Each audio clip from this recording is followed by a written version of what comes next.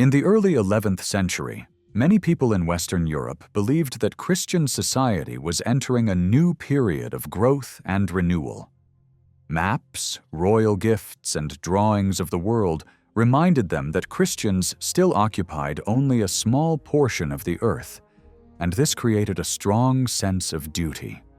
The faith should spread further, and society needed stability and unity if this mission was to succeed. This unity was thought to depend on cooperation between two great powers, religious authority and secular authority. The church represented purity, discipline, and divine law, while kings, counts, and nobles were expected to protect the world, maintain order, and use their strength for justice. The church played a central role in preserving older traditions from ancient Rome. Roman city structures survived in places like southern France, where stone walls, arches, and street patterns still showed the past. Each city had a bishop, who combined religious authority with many duties that once belonged to Roman officials. Cathedrals and the bishop's residence formed the heart of urban life, and cathedral schools educated the clergy who would govern surrounding regions. Bishops supervised priests in rural areas, corrected errors in belief, punished serious moral faults, and relied on trusted local men to report crimes or forbidden relationships. Even with this authority, they faced resistance. Noble families had their own long-held customs about marriage, honor, and vengeance, and these did not always match Christian teaching.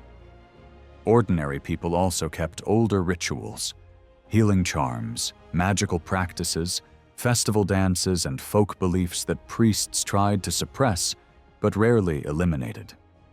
There were even groups who called themselves Christian but rejected church authority and its sacraments. Inside the church itself, cathedral clergy sometimes resisted the bishop's power, and old Roman administrative traditions survived unevenly. At the same time, monastic life was becoming one of the strongest forces in the Christian world. Many monasteries had been founded during the Carolingian age, but reforms brought much stricter discipline.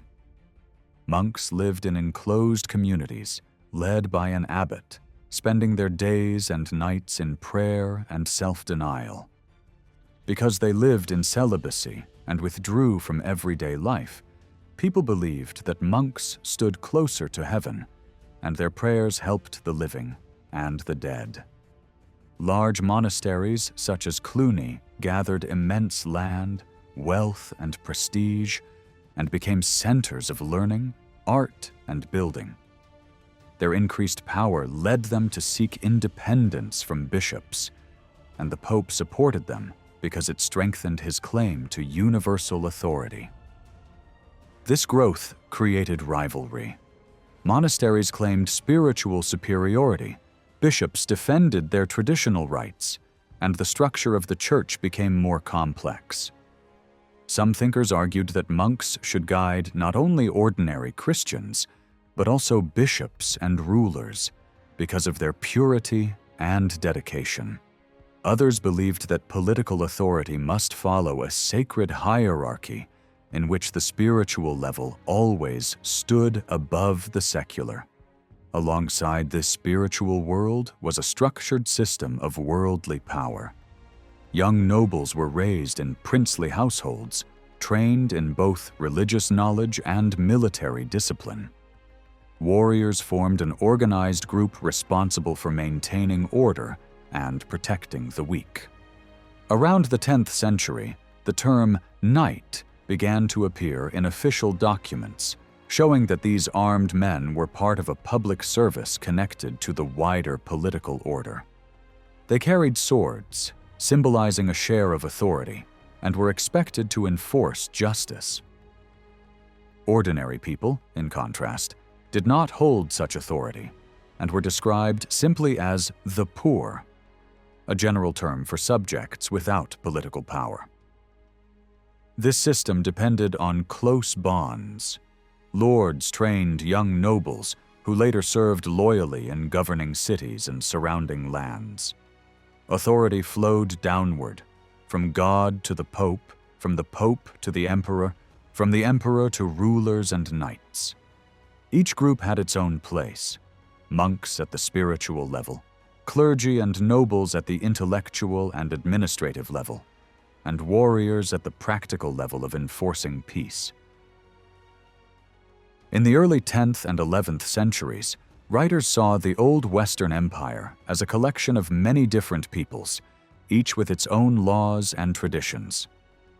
Gaul, what we now call France, was only one part of this larger world, and even within Gaul there were Franks, Burgundians, Aquitanians, Bretons, Normans, Flemings, and many others. Many educated writers, especially those from Frankish regions, believed the Franks were the leading people in Christendom. This belief rested on memories of Clovis's baptism, the alliance between Frankish rulers and the papacy, and the legacy of Charlemagne. Over time, people came to think of the empire as something that existed mainly so the Franks could protect the church and uphold justice. Around the year 1023, the kings of West and East Francia agreed to work for peace along their shared border.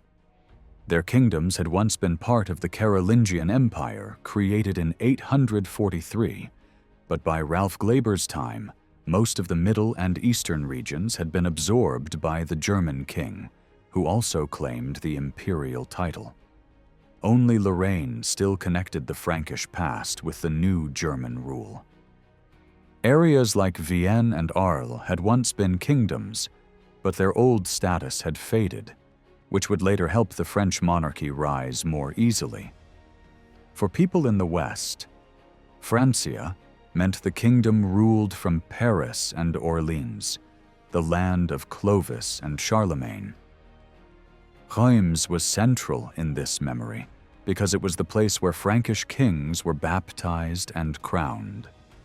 Monasteries preserved stories about Charlemagne, sometimes even forging documents in his name. By the year 1000, Western Franks had a strong sense of identity, while Eastern regions increasingly called themselves the Kingdom of the Teutons. In the West, writers treated Gaul and France as almost the same thing. The idea of kingship came from both Roman and biblical traditions. Roman emperors had once given the title king to leaders within the empire, granting them power while still keeping them inside the Roman system. Churchmen, however, used David and Solomon as their models, though they warned Frankish kings not to repeat those figures' moral mistakes. Frankish kings were surrounded by bishops, were crowned with sacred oil, and were placed at the top of society alongside church leaders. Their anointing at Reims gave them a priest-like character and was believed to give them divine wisdom. Only kings and bishops received such anointing, marking them as superior to nobles and warriors. Yet kings were still subject to divine law, and bishops often used this to challenge royal behavior, especially in matters of marriage. Despite these tensions, the alliance between kings and bishops remained the heart of the political order. In every city, the bishop ranked above the count. Unlike in Germany, French kings never fully turned bishops into territorial princes, which later prevented the church versus empire conflicts that shook the German world. Kingship also depended on loyalty. Kings relied on bishops and leading nobles to keep order, advise them, and enforce their authority. Writers stressed that kings needed the faithful service of the realm's major lords. Frankish kings recognized no earthly superior and treated the German emperor as an equal. Some thinkers even argued that earlier Frankish rulers had held both royal and imperial authority at once. Succession was not always simple. Although royal bloodlines were seen as sacred and often traced back to legendary Trojan ancestors, the kingdom was not divided among brothers after 843. When Louis V died in 987 without sons, the nobles chose Hugh Capet instead of his uncle Charles, whose marriage hurt his reputation. Hugh was elected and anointed because he had strong character and came from a powerful family that already held major titles, monasteries, and influence. His father, Hugh the Great, had acted almost like a king, arranging important marriages, managing churches, and commanding loyalty from other princes. When Hugh Capet became king, he simply moved from ruling his own duchy to ruling the wider Frankish kingdom. Under Robert II, Hugh's son, the kingdom included many different peoples, each with its own customs. Local princes ruled these regions on the king's behalf. They held royal lands, oversaw castles, and had rights similar to the king within their territories. These large principalities grew gradually from earlier frontier regions created during the Carolingian Wars. A major divide split the kingdom into two worlds, north and south. North of the Loire and Saône, Frankish influence had shaped society for centuries. South of that line, Roman traditions remained stronger and social patterns were different. This deep cultural divide would influence French history for centuries. In the north, 5 major powers dominated the political landscape: the Royal Duchy of Francia, Burgundy, Flanders, Normandy, and Brittany. Brittany remained mostly independent, while Normandy grew out of Viking settlements that gradually adopted Frankish customs. The rulers of these principalities supported church reform and powerful monasteries. Beside them, many lesser counts also gained nearly independent power at the edges of these regions by the end of the 10th century. In western Francia, northern and southern regions developed in sharply different ways around the year 1000. In the north, new counts rose to power near Normandy and Brittany, while the Duke of Francia's authority gradually shifted south toward Orléans because neighboring lords such as the Counts of Blois, Anjou, and Le Mans became increasingly strong. The Count of Blois became especially dominant, taking Tours, expanding eastward, and presenting himself as second only to the king. Kings like Robert II tried to restrain him by balancing Blois against Anjou, whose rulers also began to act like major princes but never gained full control over the church. South of the Loire, the Franks entered a world with different languages, customs, and deep Roman roots. Northern travelers often could not understand local speech, and southern religious practices, especially reverence for ornate saint statues, seemed strange to them. Frankish royal power faded there early in the 10th century, but Roman traditions survived strongly in law, art, and city life. Southern nobles often traced their ancestry to ancient Roman families, and cities remained the centers of authority, where counts lived close to bishops. Written agreements shaped political order, and older ethnic identities survived in Gascony, Toulouse, and Narbonne. Major ruling houses in Arles, Barcelona, and Toulouse held near-royal authority, supported by formal oaths and Roman-style administration. In Aquitaine, dukes behaved almost like kings, demanding personal loyalty and using saints to strengthen their authority, though they faced challenges from rival counts and powerful monastic networks. Ralph Glaber viewed the age around 1000 as chaotic, but also full of rapid progress. After a severe famine in the early 1030s, population increased, crops improved, and more silver and gold circulated. Towns revived, churches were rebuilt on a grand scale, and trade expanded. Earlier invasions had broken old structures, allowing wealth to flow more freely, and a mild climate supported rising production. Changing family patterns encouraged fertility, while improvements in plowing, mills, and crop rotations boosted agricultural output. Regional growth differed. The South grew steadily, the North more dramatically, and additional wealth entered from England after 1066 and from contacts with Spain and Italy. Prosperity also brought tension. Simony spread in the church. Noble families manipulated appointments, and younger sons, excluded from inheritance, caused conflict.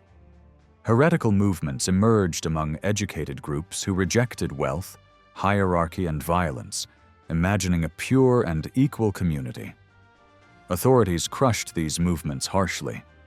Social unrest also appeared among peasants and townspeople. In Normandy, sworn peasant associations resisted new taxes and were brutally punished. In central France, attempts to resist abusive lords failed quickly. In 1069 at Le Mans, a broad uprising against new taxes ended in executions and mutilations, showing how dangerously rigid and unequal society had become. To understand why these tensions rose, we must look at the transformation of rural society. As foreign invasions faded toward the end of the 10th century, armed nobles turned their focus inward. They used their weapons not against Vikings or raiders, but against ordinary people who were becoming wealthier than before. In the countryside, older patterns of settlement survived.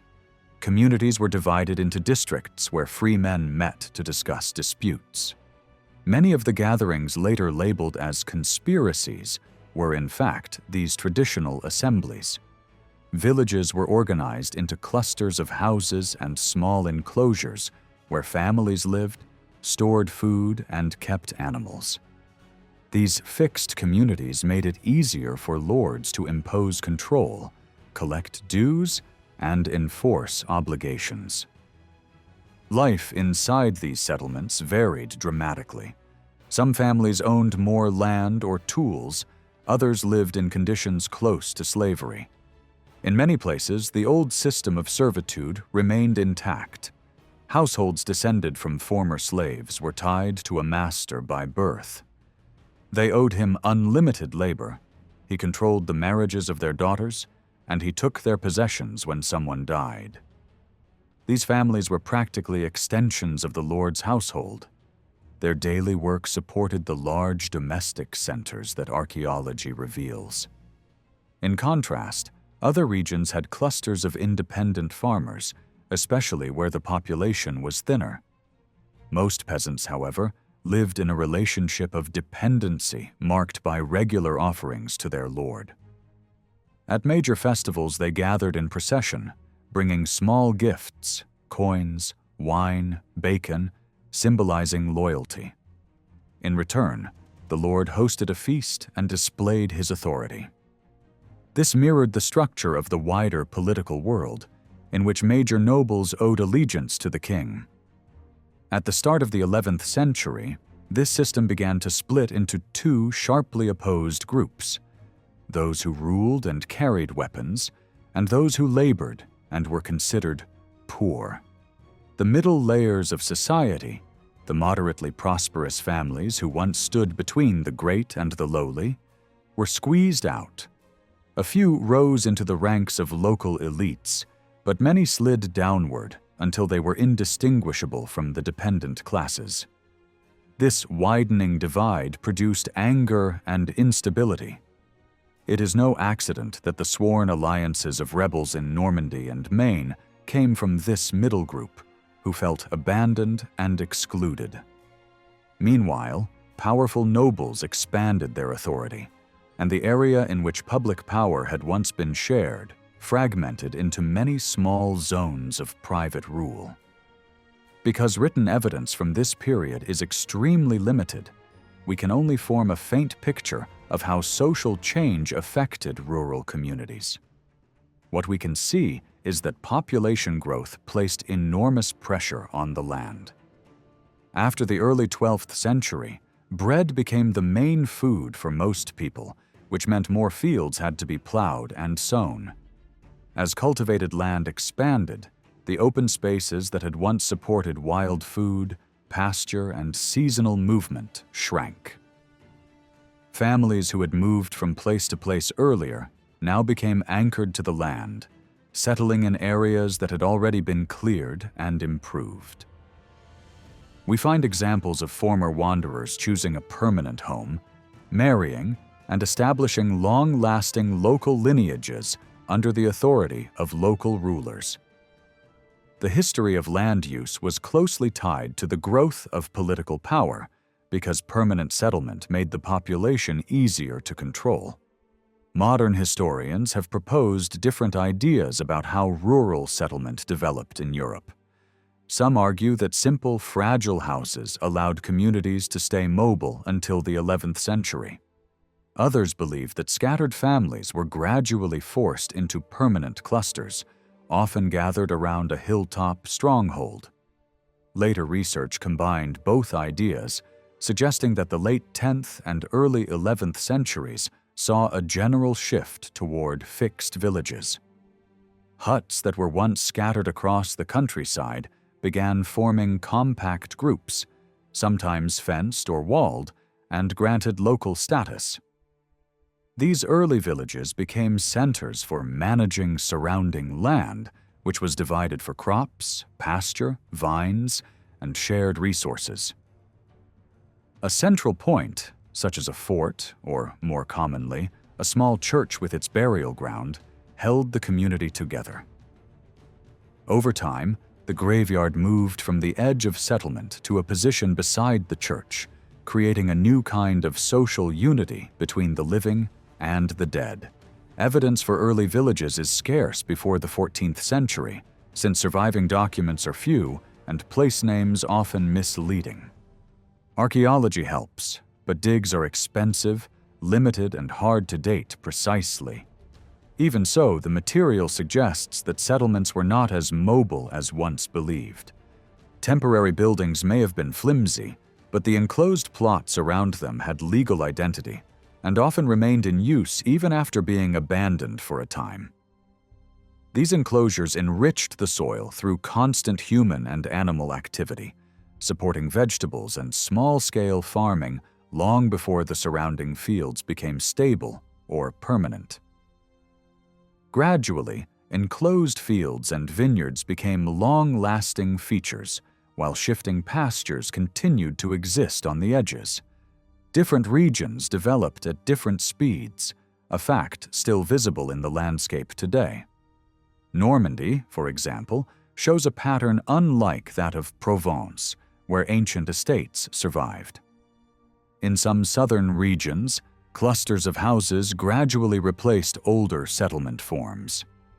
In the region around Cluny, in eastern France, long-standing Roman sites shaped the pattern of later villages. Even here, however, records show that between the 10th and 12th centuries, people deliberately chose new settlement sites while abandoning others. Many small hamlets and farmsteads disappeared as families concentrated around certain points.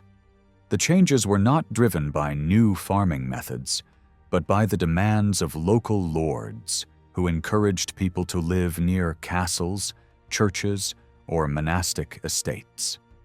Some areas were emptied so that a single estate could take over, as happened when an entire community gave up its land and a monastic farm replaced them. In other places, new villages formed near fortresses and workshops, attracting peasants who sought safety or opportunity.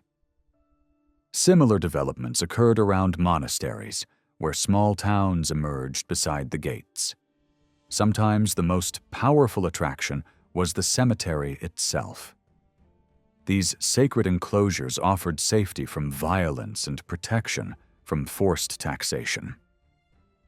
Villages occasionally abandoned their earlier homes to settle within reach of this sanctuary, especially if the local lord agreed to respect its peace. Later in the 12th century, some settlements grew because lords offered tax relief to encourage new arrivals. This long and complicated transformation did not happen everywhere at the same time. By the mid-13th century, the hilltop villages of the Mekhanis region had already taken their final form, while nearby lowland areas were still dotted with isolated farms. In parts of northern France, archaeological evidence shows that tightly organized villages existed as early as the 7th or 8th century, complete with graveyards and central meeting points. In some places, the construction of defensive earthworks helped pull families into closer communities. At every stage, we must distinguish between religious and secular influence. The parish system appears to have been the earliest organizing structure in many rural areas. These parishes united families who lived around the graveyard and church, forming the basic social unit of the countryside. The importance of protecting the dead played a major role in shaping the settlement pattern. Long before written rules were issued, people were already gathering their burial grounds beside the church, where priests could supervise rituals and reduce lingering pagan customs. Despite repeated efforts by church authorities, older practices survived well into the later Middle Ages, showing how strong village traditions were. Even so, the parish became the key framework for rural life. Documents show that it helped organize communities as early as the Carolingian period and was firmly established in other regions by the 10th century. During the era of religious reform in the 11th century, the parish structure grew stronger, partly because church leaders needed stable communities to resist new ideas and reorganize spiritual life. Rural churches were rebuilt, their grounds marked clearly, and their cemeteries declared protected spaces. These sacred zones offered shelter for peasants in times of danger and became anchors for new settlement. As new churches rose across the landscape, they guided the shape and growth of the medieval village, linking faith, land, and community into a single shared identity. When we look at this period, we see that one of the main priorities of secular rulers was to push farming into lands that had not yet been cultivated. From the late 11th to the 13th century, many lords realized that forests, marshes, and wastelands could become very profitable if they were cleared and settled. They tried to attract new families by offering lighter dues than those paid in older villages. Once a settlement was agreed, they planned the plots in advance and laid out streets and house sites. Many places called Villeneuve date from this expansion. In some of these, houses were grouped tightly together. In others, they stretched along a long main street. At the height of this movement, new villages appeared in great numbers, even if later clearances became less organized. At the same time, lords increased their influence over existing villages. After the year 1000, they often built walls or defensive works around settlements, or created markets and fairs there, which brought them steady income. Sometimes a completely new center grew at the expense of neighboring hamlets that slowly emptied. In the southwest, new fortified settlements appeared, while in other regions, small urban centers grew up near castles or monasteries. These places might start as military outposts, but very quickly their weekly markets became their main feature, drawing in traders, craftsmen, and peasants from the countryside. Political power and village structure were closely connected. The pattern of settlement was not accidental. It was shaped by lords who owned land and by the church, which controlled sacred space. There was a growing effort to distinguish what belonged to the spiritual world from what belonged to worldly power. Church councils ordered that the altar should be placed in a separate holy space, and that each church should be entrusted to a patron who chose the priest. The local priest had a strong influence on the community. He looked after the sacred lights and banners, buried the dead, baptized children, and promised salvation to the living.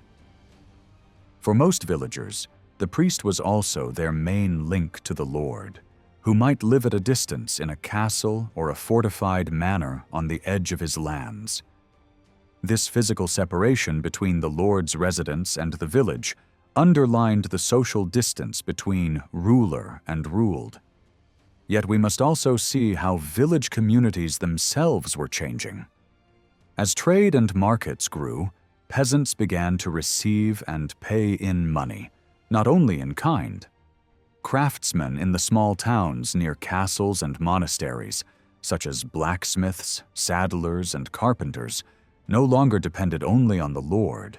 They also worked for peasants who sold surplus produce.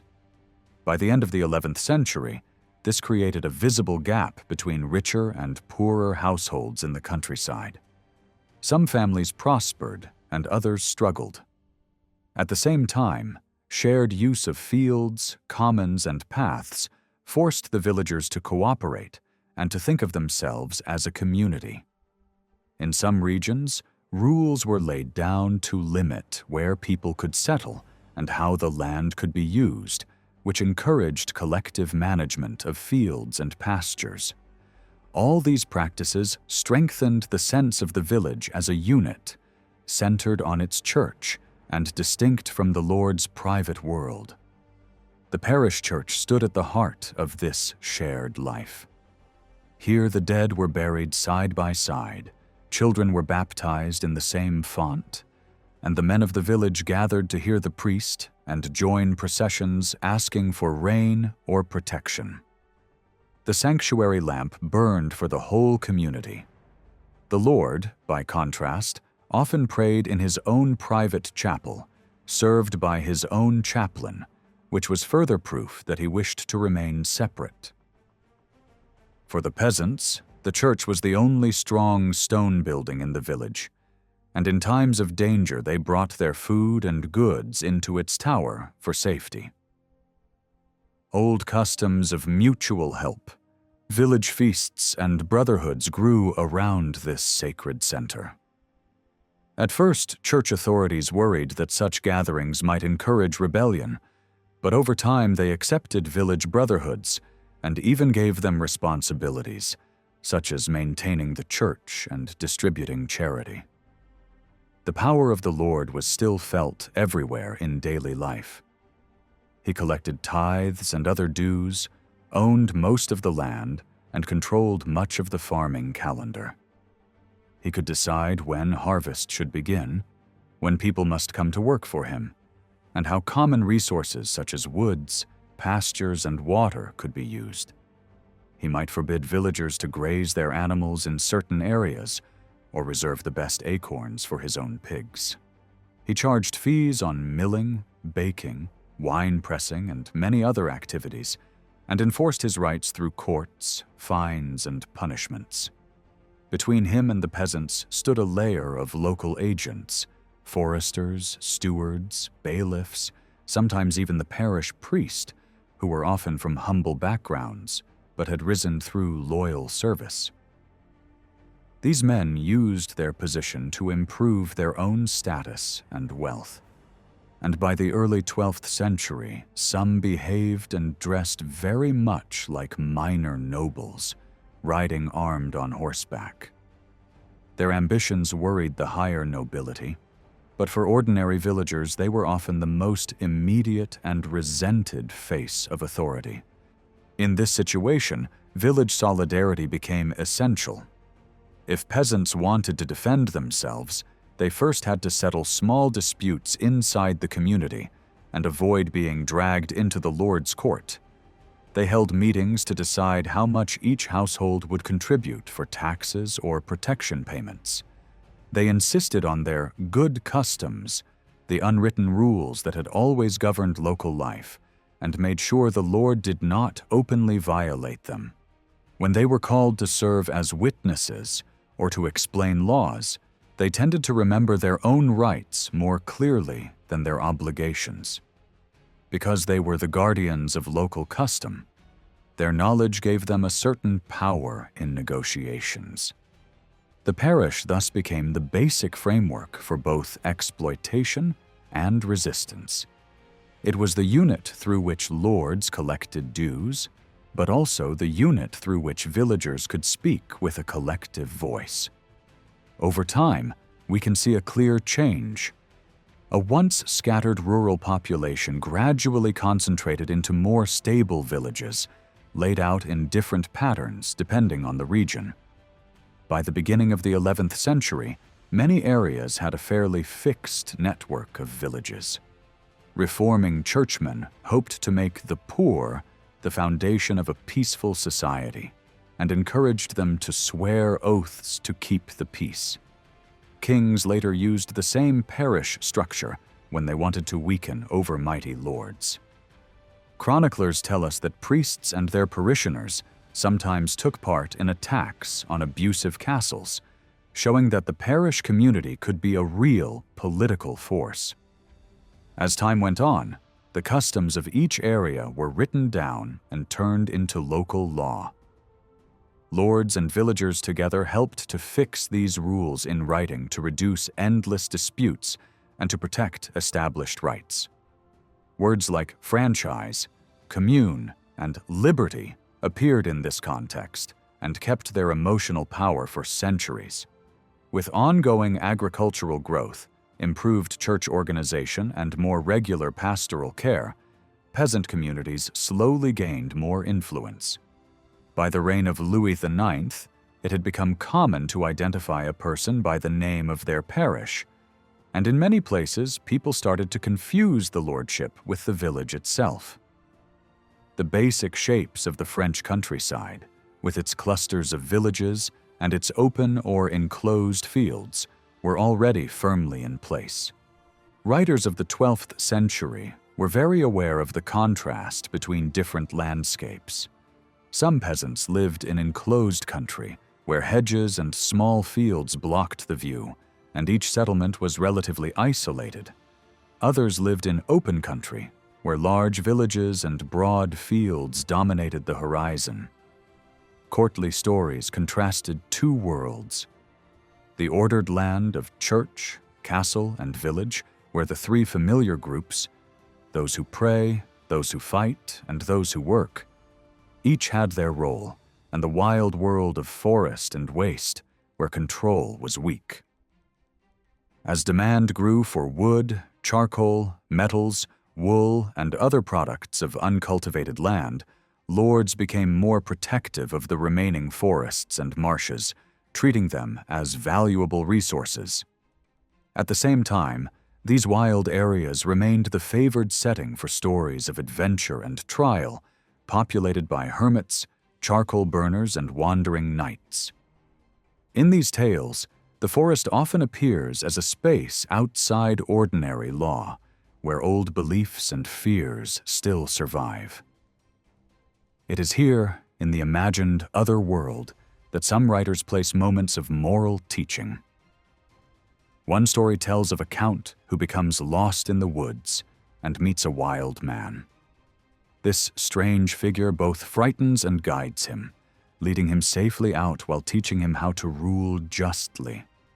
He advises the lord to respect his rightful powers, but not to let his officers push him to overstep them, so that he can ease the burdens of the rural poor. Through this image, we see how even in myth and legend, questions of village life, lordship, and justice remained at the center of people's minds. Earlier, strong words for power were mostly kept for kings, emperors, great counts, and bishops. These rulers were responsible for peace and justice over wide regions. Landowners also had authority inside their own households and estates, but this was seen as private power, not true public rule. After the year 1000, this balance began to change. Real control over people and territory gradually passed into the hands of many more individuals, each ruling over a smaller area. The language of documents changed quickly to reflect this new reality. Around the 1020s, we suddenly see texts describing many local lords as holders of power, not only as private patrons. It looks like a revolution, but in fact it mostly reveals practices that had been developing quietly for a long time, while older formulas in documents hid what was really happening. This new form of lordship worked across a defined territory, much like earlier royal or committal authority, but on a smaller scale. It usually covered a group of parishes and had a clear center: the castle. The castle became the visible symbol of this power. It could stand on a rocky height or on an artificial mound above a ditch with a lower courtyard around it. Its tall main tower, the keep, was not a comfortable home, but a strong, narrow defensive core and a storehouse for valuables and hostages. The hall where justice was given and where the lord and his men ate and slept together was usually a separate building. All over France, we can trace a dense network of such fortified sites. Many were new, and many older sites were abandoned in favor of these more compact strongholds. Excavations show just how many mounds and small castles were built, especially in the 11th century. Written sources mention only a fraction of them. In some districts, dozens of mottes stood within a small area. It is not likely that all of them kept the peace over large territories. Most were the bases of local lords whose authority was quite limited, though very heavy for the people under them. Rulers such as the Duke of Normandy tried to stop uncontrolled building of castles, issuing rules to restrict new fortifications because they weakened central authority. At the center of each lordship stood the castellan, the commander of the castle. In many places he now called himself Lord, in the same way that once only kings or great prelates had done. Whether he still recognized a higher prince or not, in practice he used the full set of powers linked to public rule. He judged disputes, punished criminals, raised troops, and claimed rights over roads, markets, and rivers.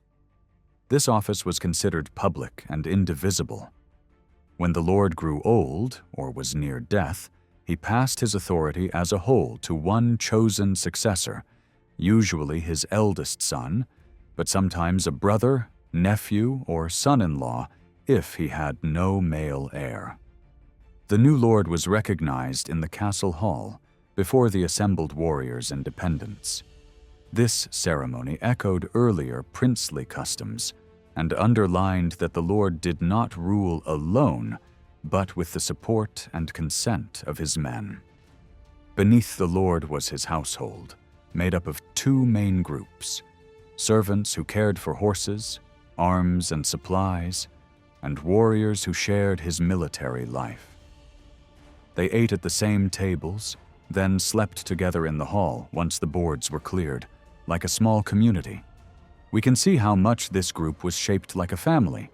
The lord was called master of the castle and often treated as a father, and the knights were bound to him by ties of loyalty and affection, as well as interest.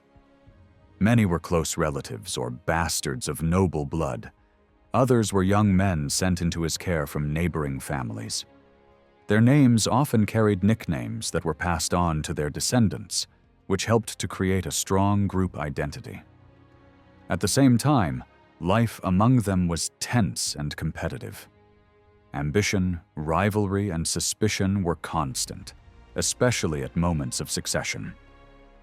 When a new lord died suddenly, people often suspected his household because there were many possible heirs among his warriors. Not all mounted fighters were the same. We can distinguish between the permanent garrison, who lived at the castle all year and depended entirely on the lord, and a second group of knights who had properties of their own and only came for fixed periods of service. The first group were of lower standing and were seen as simple household soldiers. The second group held land and a title, and were tied to the castle by an agreement that required them to take turns guarding it and fighting when called. In return, they received hospitality, a small income and regular gifts from the Lord. These gifts, which we can think of as a fee, were less important for their value than for what they expressed: a personal bond, honor, and status. Over time, some of the Lord's own household warriors were rewarded with marriages and land, so that they joined this more privileged circle of landholding knights.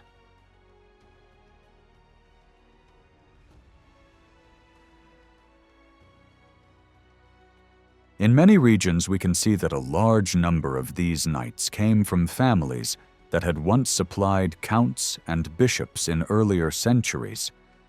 With the rise of local lordship, their former public roles were broken up, and their power became more local.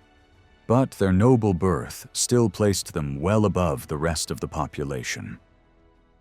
Those who did not control castles of their own served in nearby strongholds and became part of the regional military elite. Their houses, often surrounded by small ditches or banks and standing beside a parish church, formed little islands of authority inside the wider lordship. They were mostly free from many of the dues and services that ordinary peasants had to pay. Together with the castellan, they formed a true ruling class. They lived off the work of the villagers and shared the profits of lordship. This class was not fully closed, since some families rose into it through successful service, but it was hereditary and therefore very stable. In fact, the number of noble families in some parts of northern France does not seem to have grown very much in the 11th and 12th centuries. There may even have been a slight contraction. We can explain this by looking at their marriage and inheritance strategies. The great princes had already developed a strict rule: their authority must not be divided. Only one male heir inherited the full command of the principality. A similar pattern was then adopted at lower levels. Heads of noble houses tried to marry off all their daughters to form useful alliances, but they were much more careful with their sons. Unless new land could be found, only one son was given a wife and a separate household.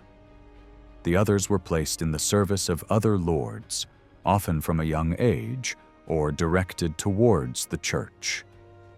This helped to keep the main estate intact, but it also produced a large group of restless younger men trained for war. These younger sons, often called young men in the sources, were a permanent source of tension.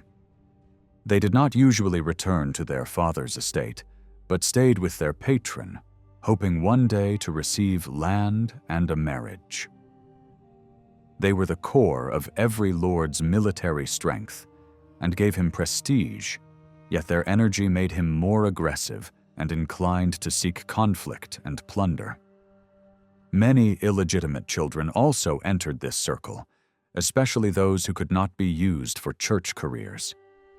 In this way, each noble house helped to feed a floating population of armed youths who were both necessary and dangerous. The system kept tight control over who could become a knight and carry a sword. Almost all came from noble bloodlines, which meant that peasants were firmly excluded from this level of power.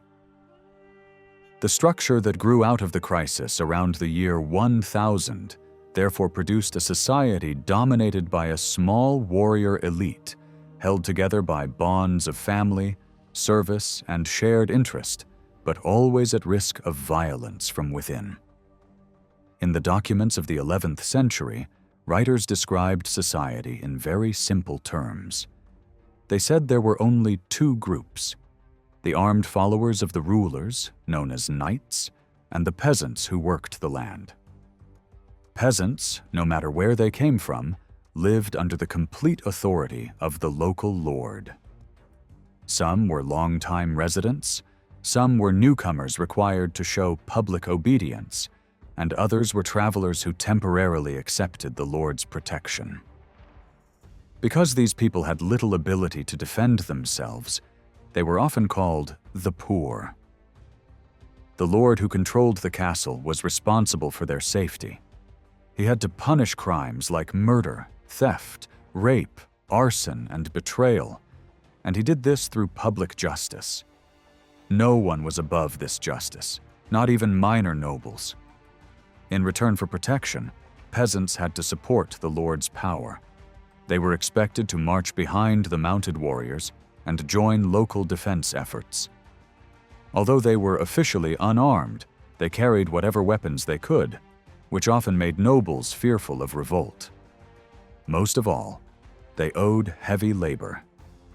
Peasants built fortifications, dug defensive ditches, raised mounds for castles, and cut wood for walls.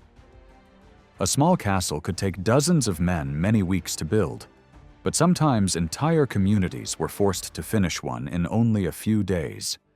When lords needed mining crews to break through enemy walls, these workers came from the village population.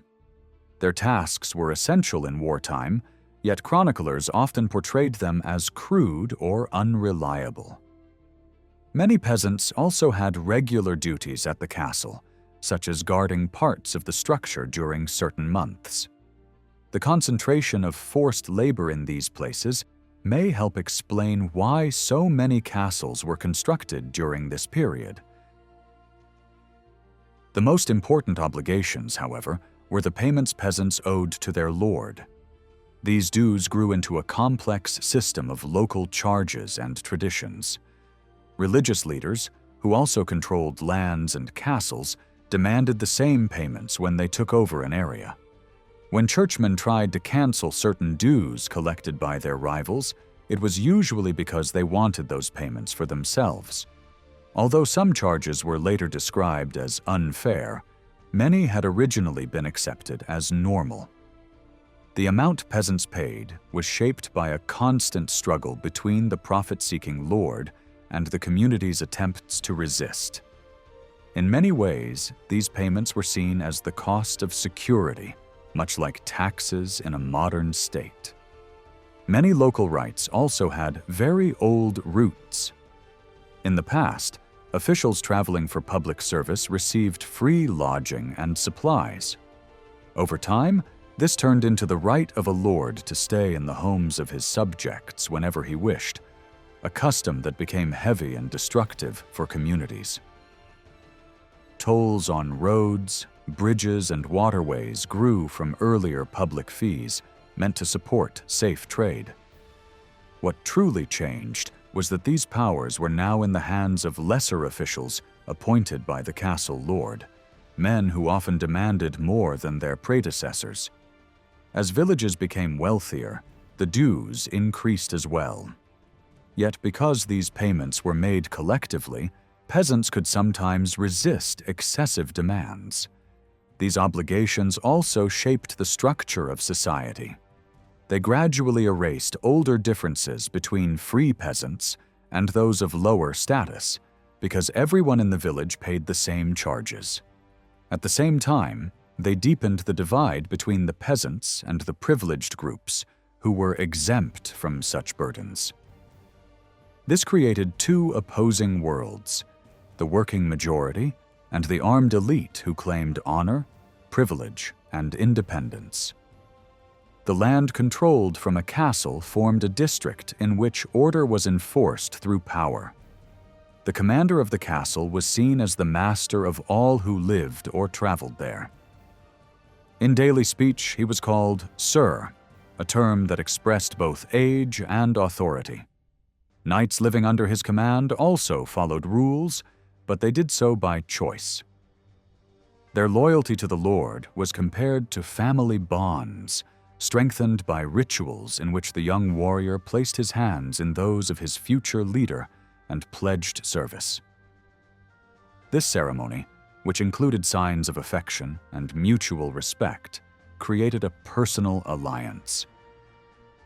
The knight swore loyalty, and the Lord promised protection and support.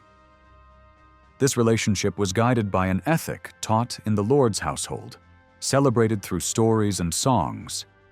Loyalty, sacrifice, and honor formed the foundation of public order.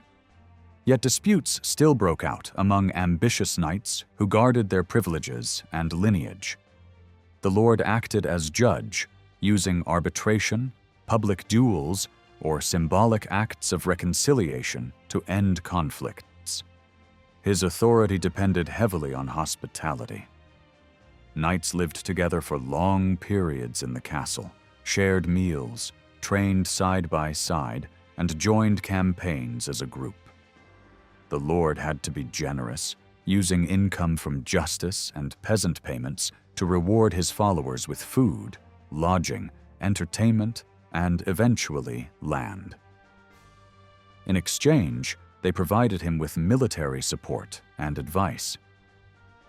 This mutual dependence helped restrain violence within the warrior class and kept the castle community functioning. What held knightly groups together more than anything else was their love of fighting and the excitement of raiding together. This shared passion often pushed them toward disorder. Bands of young warriors would sometimes ride out of the castle in wild attacks, disturbing the entire region. Writers from religious communities even joked that the word for soldiers sounded like the word for evil, showing how much fear these warriors caused. Controlling individual knights was not the main issue, because life inside the castle was already strict and highly organized. The real problem was the culture of aggression itself. Raiding was treated as a source of pride, and that attitude caused constant tension across many lordships in France. Rulers tried to reduce this chaos, but it was a difficult task in a world where political authority was broken into small pieces. A useful example of these struggles appears in a story copied by a monk in the mid-11th century. The writer used simple, everyday language so that people outside the church could understand it. Although he was not completely honest in every detail, his description shows clearly how people of the time viewed conflict and loyalty. His story describes the long and bitter conflict between a powerful Castellan named Hugh of Lusignan and the regional ruler, William of Poitiers. According to the document, the two had recently made peace, and Hugh had once again pledged loyalty to William and his son. Even so, the text clearly favors Hugh's position. It was meant to record the terms of their agreement, but also to provide reasons for future complaints if the peace failed again. Written texts were becoming more important at this time, even though public ceremonies still carried the most weight. William of Poitiers, often celebrated in other sources as a strong and successful ruler, appears very differently here. In this account, he breaks his promises, uses deception, and struggles to control violent disputes throughout his lands. The writer describes a region full of burning houses, captured castles, mutilations, and constant warfare. The deeper problem behind these conflicts was the breakdown of the older political system. Power had been divided into small units controlled by local lords, each ruling from their own castle. These castles were not only military bases, but also centers of wealth and authority. They included the buildings, the knights who defended them, and the rights they exercised over the surrounding villages. Because castles symbolized power, they were frequent targets. Many were burned, captured, or rebuilt again and again. Knights inside were often killed or crippled, so they could never fight again. These attacks showed how fragile local authority had become. Although William was the regional prince, he did not truly control the violence, yet he was responsible for trying to keep the peace. After each raid, he arranged meetings to halt the fighting. These gatherings were formal attempts to settle disputes through negotiation, combined with temporary truces. At these meetings, the leaders of both sides were brought together to shake hands and declare peace in front of witnesses.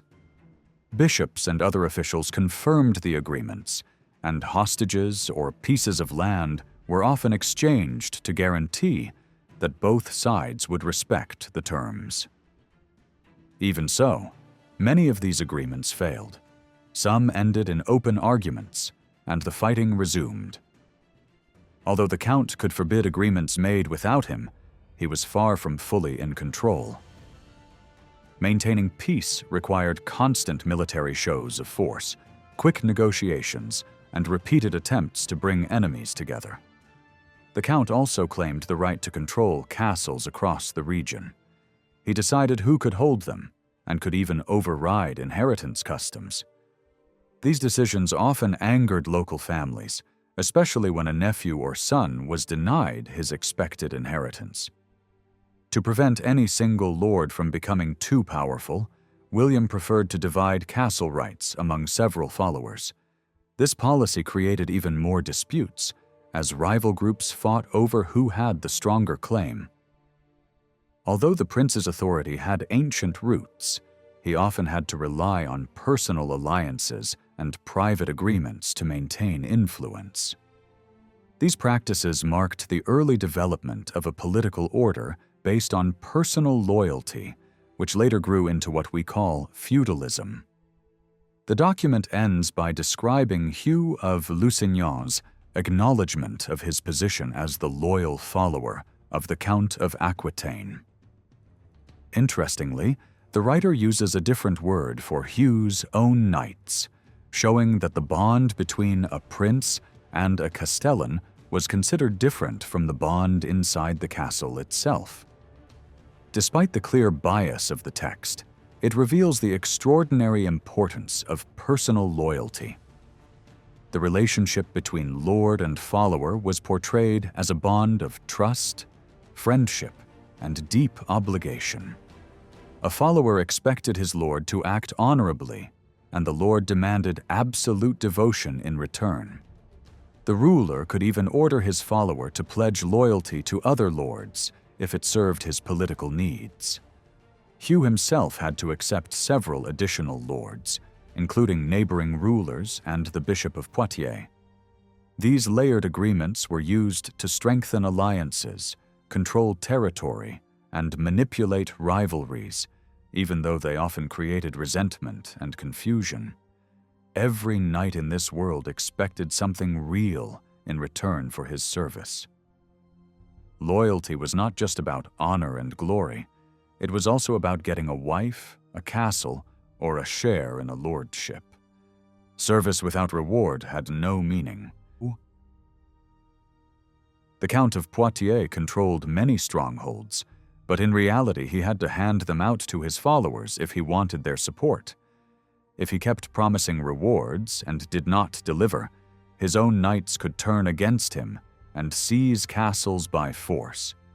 The most dangerous enemies of a lord were often disappointed knights who felt cheated and betrayed after waiting too long for his generosity.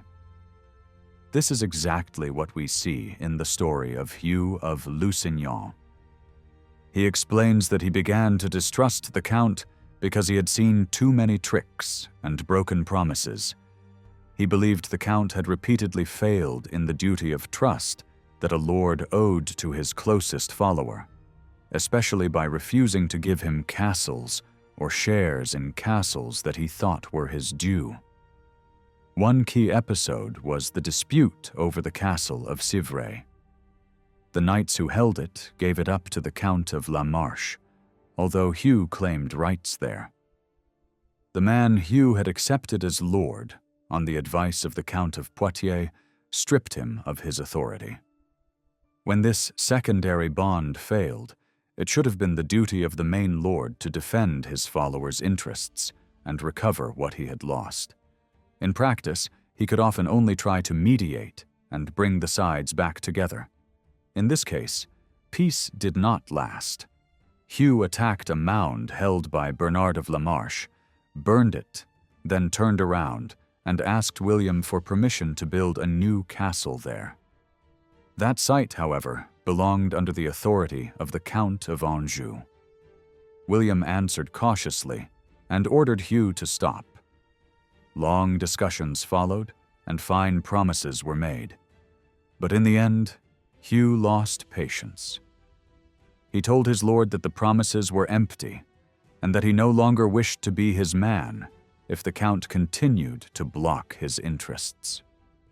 Hugh finally agreed to withdraw his garrison from the disputed castle, but in his eyes, this also released him from his oath. If his lord would not defend him, then the vow of loyalty no longer bound him. The castle he had taken had given him the strength to resist, but once he gave it up, he claimed the right to free himself from obligations towards the Count of Aquitaine. What is striking, however, is that Hugh soon tried to repair the relationship and return to the Count's service. This tells us that the territorial prince still stood above the rest. It was unusual, even abnormal, for a knight to live without a higher lord. In the framework of a principality, as in the kingdom as a whole, everyone accepted that a man trusted with a castle, which was a kind of public building, had to be linked in some way to the person responsible for peace in the region. Even so, Hugh insisted on extra reward if he was to serve again. The Count felt strong enough to refuse him sharply, saying that even if the whole world were his, he would not give Hugh anything more. The break between them was then acted out publicly in the Count's own castle at Poitiers. Hugh stood before everyone and formally challenged his lord, asking for what he believed to be his rights, and being refused. All present listened carefully, because this was a time when spoken words in public were binding. Hugh declared that he defied the Count, but he carefully limited this defiance. He did not raise his hand against the city of Poitiers or the person of the Count as public ruler. He was not attacking the Count's official authority or the peace of the city. Only the personal bond of love and friendship between them was broken. Service became hostility, but only on a private level. The word used for this is private war, a personal conflict, not a revolt against the public order. In this private war, both sides tried to use force to strengthen their position for later talks. William seized everything that Hugh's men held by public authority. Hugh replied by capturing a lightly defended fortress so that he would have something to bargain with. Fighting gave way to negotiations, and both sides entered a formal dispute where the central question was the gift Hugh demanded: a castle and the authority tied to it. Hugh wanted everything he thought he was owed: his father's old position, the same share in the newly seized castle that his ancestors had, the other stronghold he had taken and destroyed but was supposed to hold under the Count of Anjou, and the position of his uncle, which the Count had once given and later taken away. The Count refused almost all of this, except for his uncle's lordship. Their dialogue is revealing. Hugh admitted that he feared further harm, since the Count had wronged him many times. William answered that Hugh could trust him because he would provide firm guarantees. Hugh replied that in an ideal world, he should not need pledges from his own lord. Trust should be enough. Eventually, he humbled himself and asked only that the Count promise on the cross of Christ not to impose anything harmful on him. The agreement they reached said that the Count and his son placed their trust fully in Hugh, received him again as their close follower, granted his demands, and restored his uncle's lordship as it had been held a year before his death. Even so, the text leaves many details unclear. From this story, several important points emerge. First, castles were the foundation of local order. They were not isolated forts, but parts of the urban and political landscape, connected to the city and to the wider legacy of earlier state power.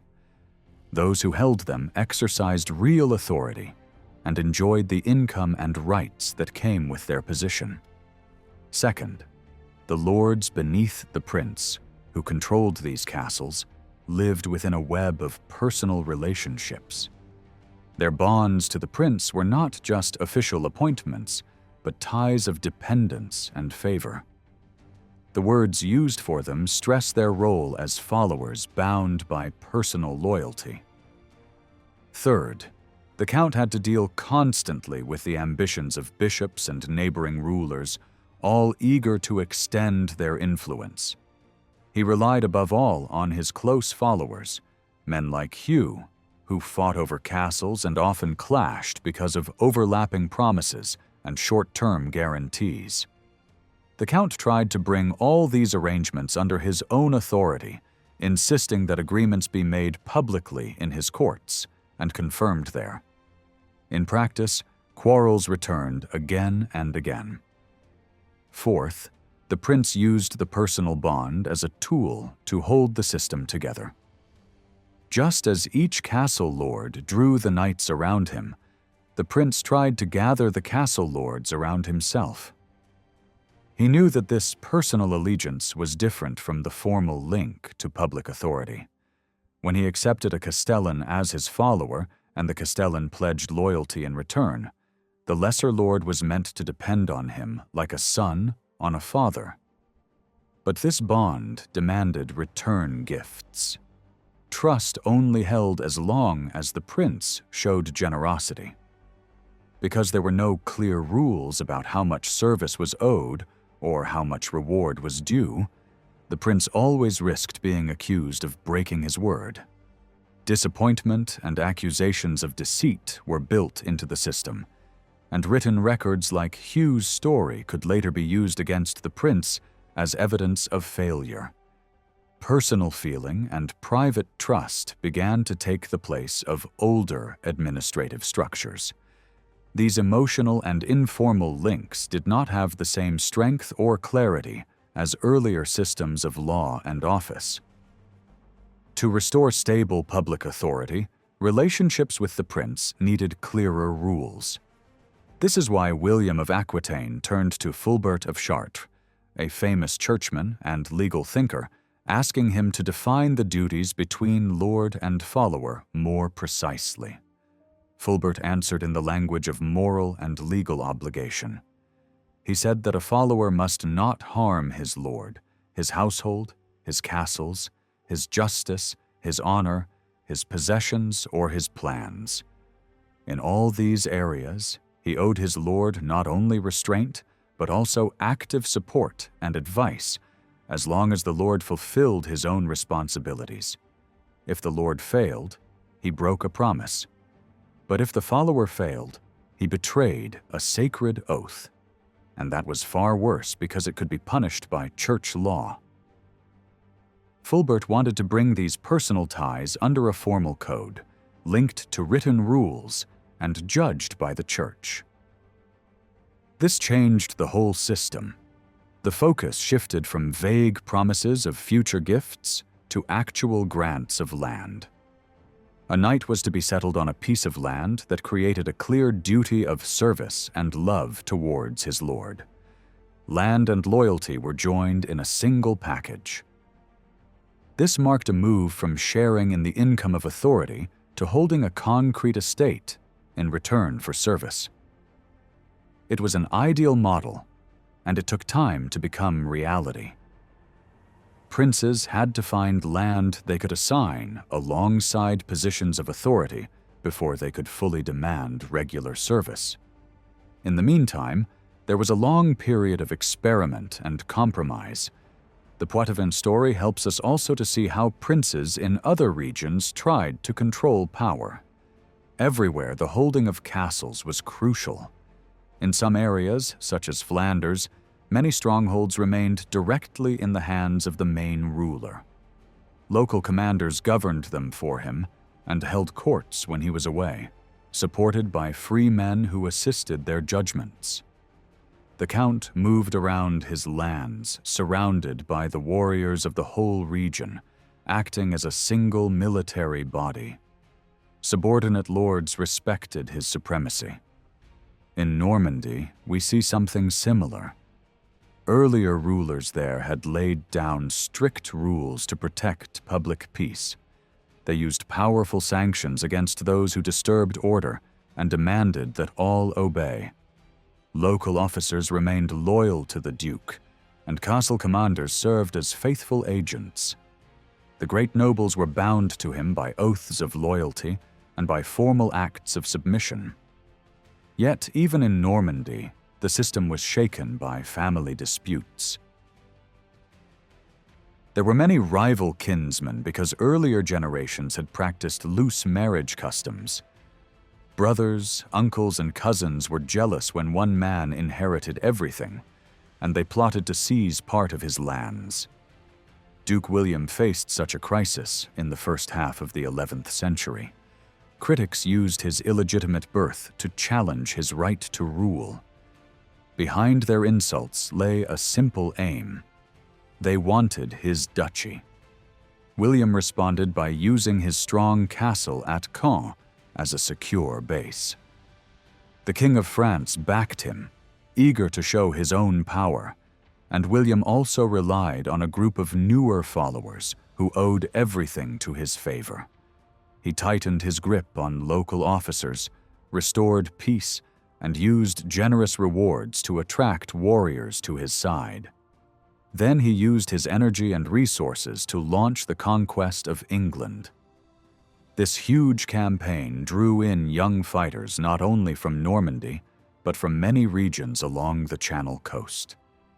Presented as a holy cause, it moved forward under a banner blessed by the head of the church and supported by sacred relics.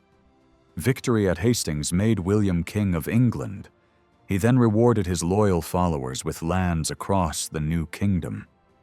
These estates gave him the wealth to found great religious houses in his Norman base, partly to give thanks and partly to calm criticism of his private life. He returned from England stronger than ever, with fresh means of rewarding nobles and securing their loyalty. Even so, after his death, disputes over succession broke out again. His youngest son finally prevailed and had the old rules against building private castles read aloud in a great assembly of nobles, once more underlining that control of fortresses lay at the heart of power. In some regions, princely power rested on very solid foundations. In the Angevin lands, for example, the count built stone fortresses and led his warriors on successful raids against neighboring peoples. Other rulers, such as the Counts of Arles and Barcelona and the Duke of Gascony, used the same method. They kept strict control inside their own territories, but regularly led their knights beyond their borders to plunder and bring home spoils. When enemies appeared nearby, their position actually became stronger, because danger gave them a good excuse to strike first, seize castles on the frontiers, and present themselves as liberators of the surrounding countryside. These conquests brought them prestige, new strongholds, and enough booty to reward their followers and secure their loyalty. Some other princes, whose lands lay deeper inside the kingdom and were less exposed to outside threat, enjoyed great honor but did not always use their position as effectively. A prince like the Duke of Aquitaine could claim links with the emperor, undertake long pilgrimages in grand style, gather other lords and bishops around him for splendid religious ceremonies, and spend lavishly on churches and relics. Outwardly, he looked like the ideal Christian ruler, imitating the public image of earlier kings. Yet such princes sometimes paid more attention to magnificent rituals than to the slow, practical work of tightening their grip on each fortress and each local lord. In reality, their power was slowly undermined as many castles slipped into the hands of ambitious nobles who acted more and more independently. In places like southern Burgundy, old bonds of obedience between counts, dukes, and castle lords broke down. By the middle of the 11th century, some counts controlled little more than the old city stronghold, a few main roads with their tolls and a scattering of towers. Elsewhere, energetic castle lords were quietly building small but unified principalities of their own, which could have a bright future even if they began on a very modest scale. A similar weakening of central authority can be seen in the Kingdom of France itself. The king, such as Robert the Pious, could still negotiate with the emperor and settle questions of peace on a grand level. Yet in his own ancestral lands, he allowed the power of local lords to grow. Some of them even took the title of count for themselves. These men remained personally loyal and formed part of the king's circle, alongside his relatives and household officers. But at home, they behaved almost like little kings, using every right that once belonged only to the crown, as if those rights were their family inheritance. Even so, the language of public authority survived. People still spoke of public power coming from God through the consecrated king, then flowing down through princes and counts. Territorial princes thought of themselves as the king's faithful men, even when, like the Duke of Normandy, they held another crown outside France. Each, however, had his own interpretation of what duty to the king actually meant. Writers from these courts tried to shape the story in their own favor. A learned author at the Norman court, for instance, described how the original Norman leader received his lands from the King of France as a gift that created no real obligation. According to this version, the Norman duke ruled his territory like a king, answering only to God. Homage to the French king was acknowledged, but presented as a loose alliance rather than a strict bond of dependence. In practice, even Norman rulers accepted that they were part of the wider kingdom and owed the king some measure of support, especially in matters of peace and defense. One account imagines a conversation in which a great Frankish prince explains that no ruler should hold power in the kingdom without some bond to a higher authority, whether emperor or king. If he refused, he might eventually be forced to submit. As the 11th century opened, most people agreed that the prince's lands lay inside the kingdom of the Franks, and that therefore a link, however interpreted, had to exist between each prince and the king. Another important document from this period concerns a powerful count whom the King of France wished to strip of his positions for disloyalty. A famous churchman argued on the count's behalf. He admitted that the personal bond between king and count had been broken on both sides, but insisted that the title to the county itself was not simply a gift that the king could revoke at will. The count could be punished if he ruled like a tyrant, abusing his office completely, but that was not the case here. The letter drew a clear line between two things: the public role of a ruler in charge of a territory, and the more private relationship of mutual loyalty between a lord and his follower. This distinction marked a turning point. Around 1023, the king's great assemblies, which had once gathered almost all the leading figures of the realm, began to shrink. Princes and great lords were still present at coronations and grand occasions, which made them feel that they helped make the king. But they no longer lived at his court or sought daily advantage there. For them, the king became a distant symbol rather than a real source of income or protection. It was natural to ask whether he still truly fulfilled his duty to keep the peace in God's name, or whether God now acted through new institutions that had arisen in the meantime. One observer, writing in the mid-11th century, believed that a major change had taken place in the behavior of the warrior class. In his eyes, they had gradually agreed to replace many fragile private arrangements with larger sworn leagues dedicated to peace. According to his account, the initiative came above all from church leaders in the south, where the king was rarely seen and powerful monasteries influenced both faith and politics. Bishops and abbots began to summon great gatherings of clergy, nobles, and common people. They brought the relics of saints to these meetings and invited the whole population to swear to keep the peace. The saints were presented as new guardians of social order. People already believed that saints punished those who stole from monasteries or harmed their lands. Now, the same holy protectors were asked to defend the wider peace of society.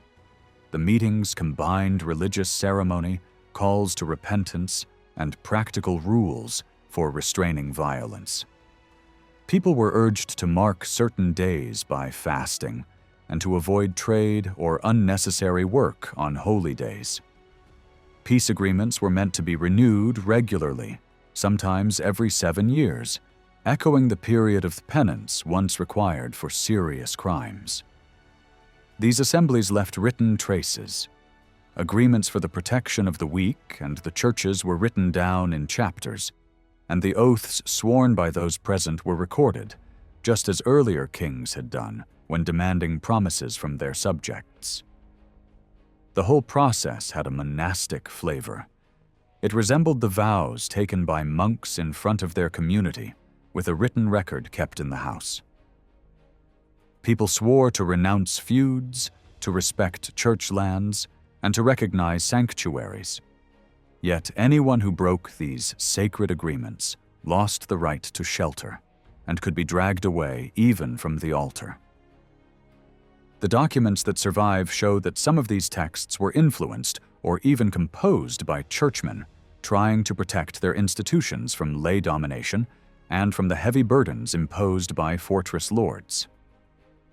2 words stand out in these texts: castle and plunder. Building new castles near monasteries was condemned, and taking animals or goods from monastic lands was strictly forbidden. Secular officials in charge of justice and tolls were directly targeted. The aim was to prevent castle-based power from swallowing up the property of churches and saints, and to ensure that such lands could only be held from religious authorities. Great princes supported these efforts for their own reasons. The biggest monasteries, with their famous relics and holy reputations, were useful allies against the rising power of local castle lords. Rulers like the Duke of Aquitaine, the King of France, the Duke of Normandy, and the Count of Flanders all took part in peace assemblies and backed the new rules. They did not give up their own control over fortifications, but they saw in these councils a way to discipline the warrior class. The regulations were aimed especially at knights, and some texts blamed lower-ranking fighters most sharply. Bishops pronounced fierce condemnations of their cruelty and excess, then demanded that these same men swear to obey the new code. The oaths were very specific. Knights promised not to attack churches, church lands, or food stores, nor to harm unarmed priests and monks. In private wars under a lesser lord, they were told they must not seize cattle or kidnap peasants and merchants for ransom. They were not to burn houses without cause or destroy mills and vineyards. They were forbidden to take the best animals from the fields during most of the year. Public war led by kings or bishops was treated differently, but even then pillaging was forbidden, and supplies taken for the army were meant to be controlled and limited.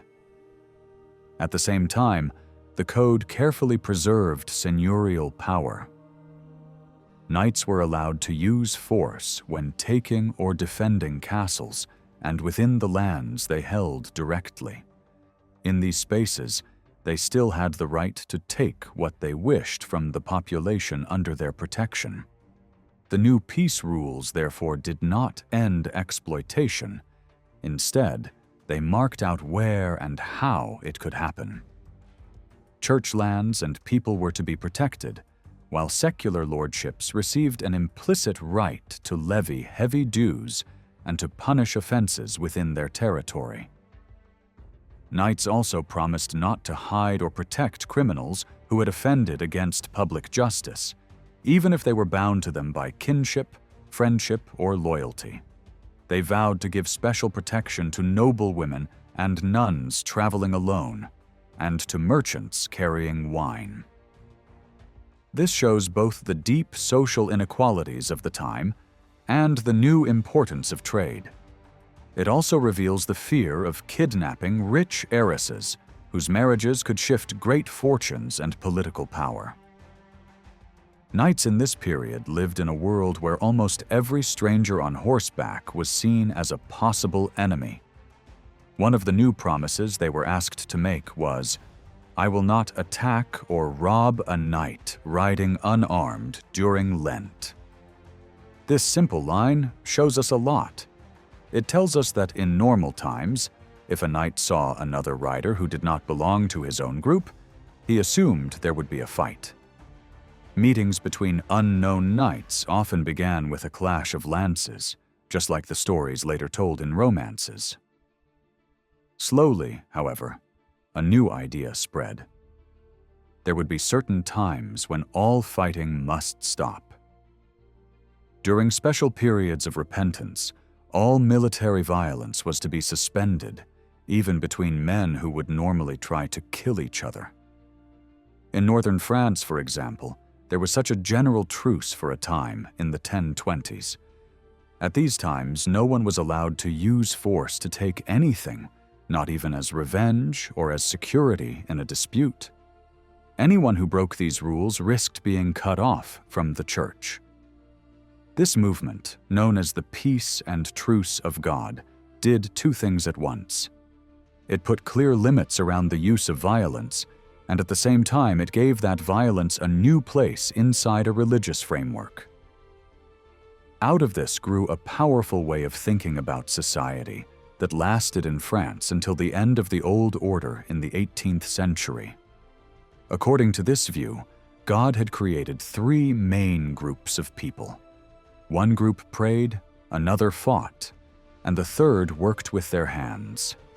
Peace and stability depended on each group doing its own task and supporting the others. This picture made open inequality look natural and holy.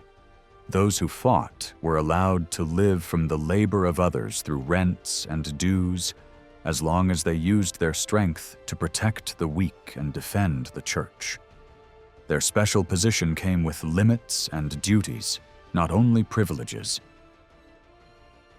When this way of thinking was combined with ideas about the duties between lords and followers, it helped to create what we call a chivalric outlook. The entry of a young man into the class of warriors became more and more like a religious ceremony. At the end of his training, he did not simply receive his weapons, he was made a knight in a formal rite. Priests wanted to control this rite. They placed the sword on the altar, then fastened it to the young man's belt, just as they did for a king at his consecration. By the late 12th century, they had largely succeeded. The ceremony now included solemn promises.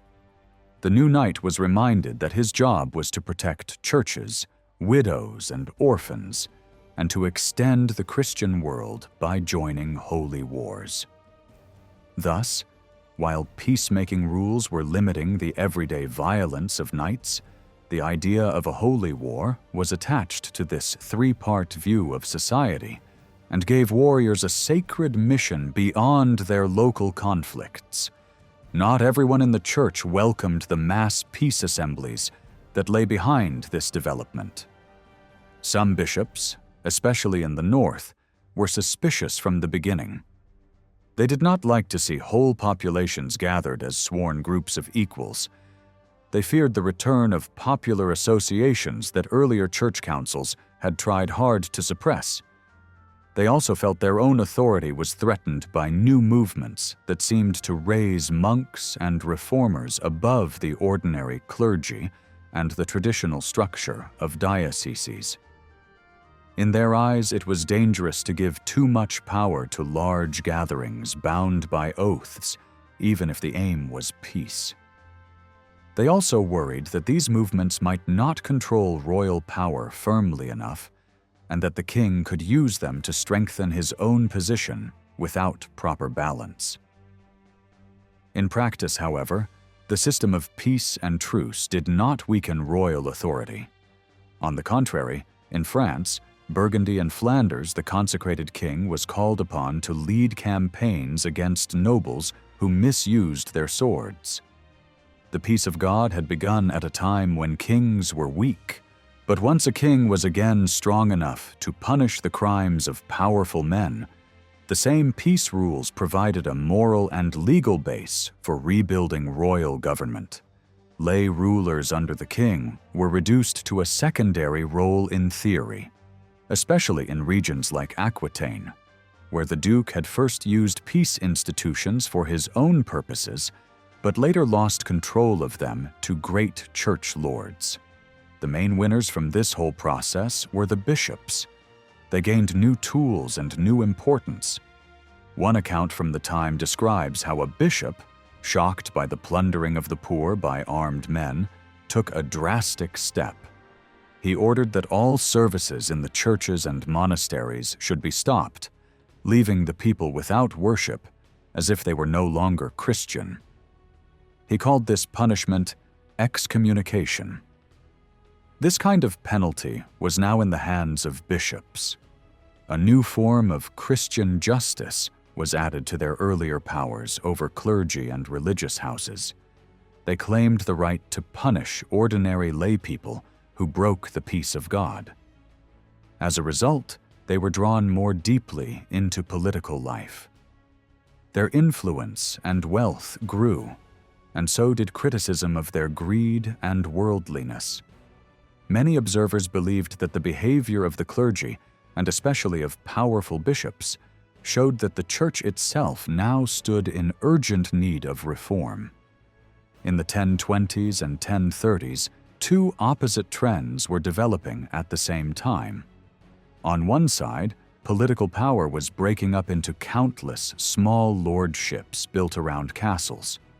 On the other side, rising population and growing trade were quietly pushing society back toward larger and more organized structures.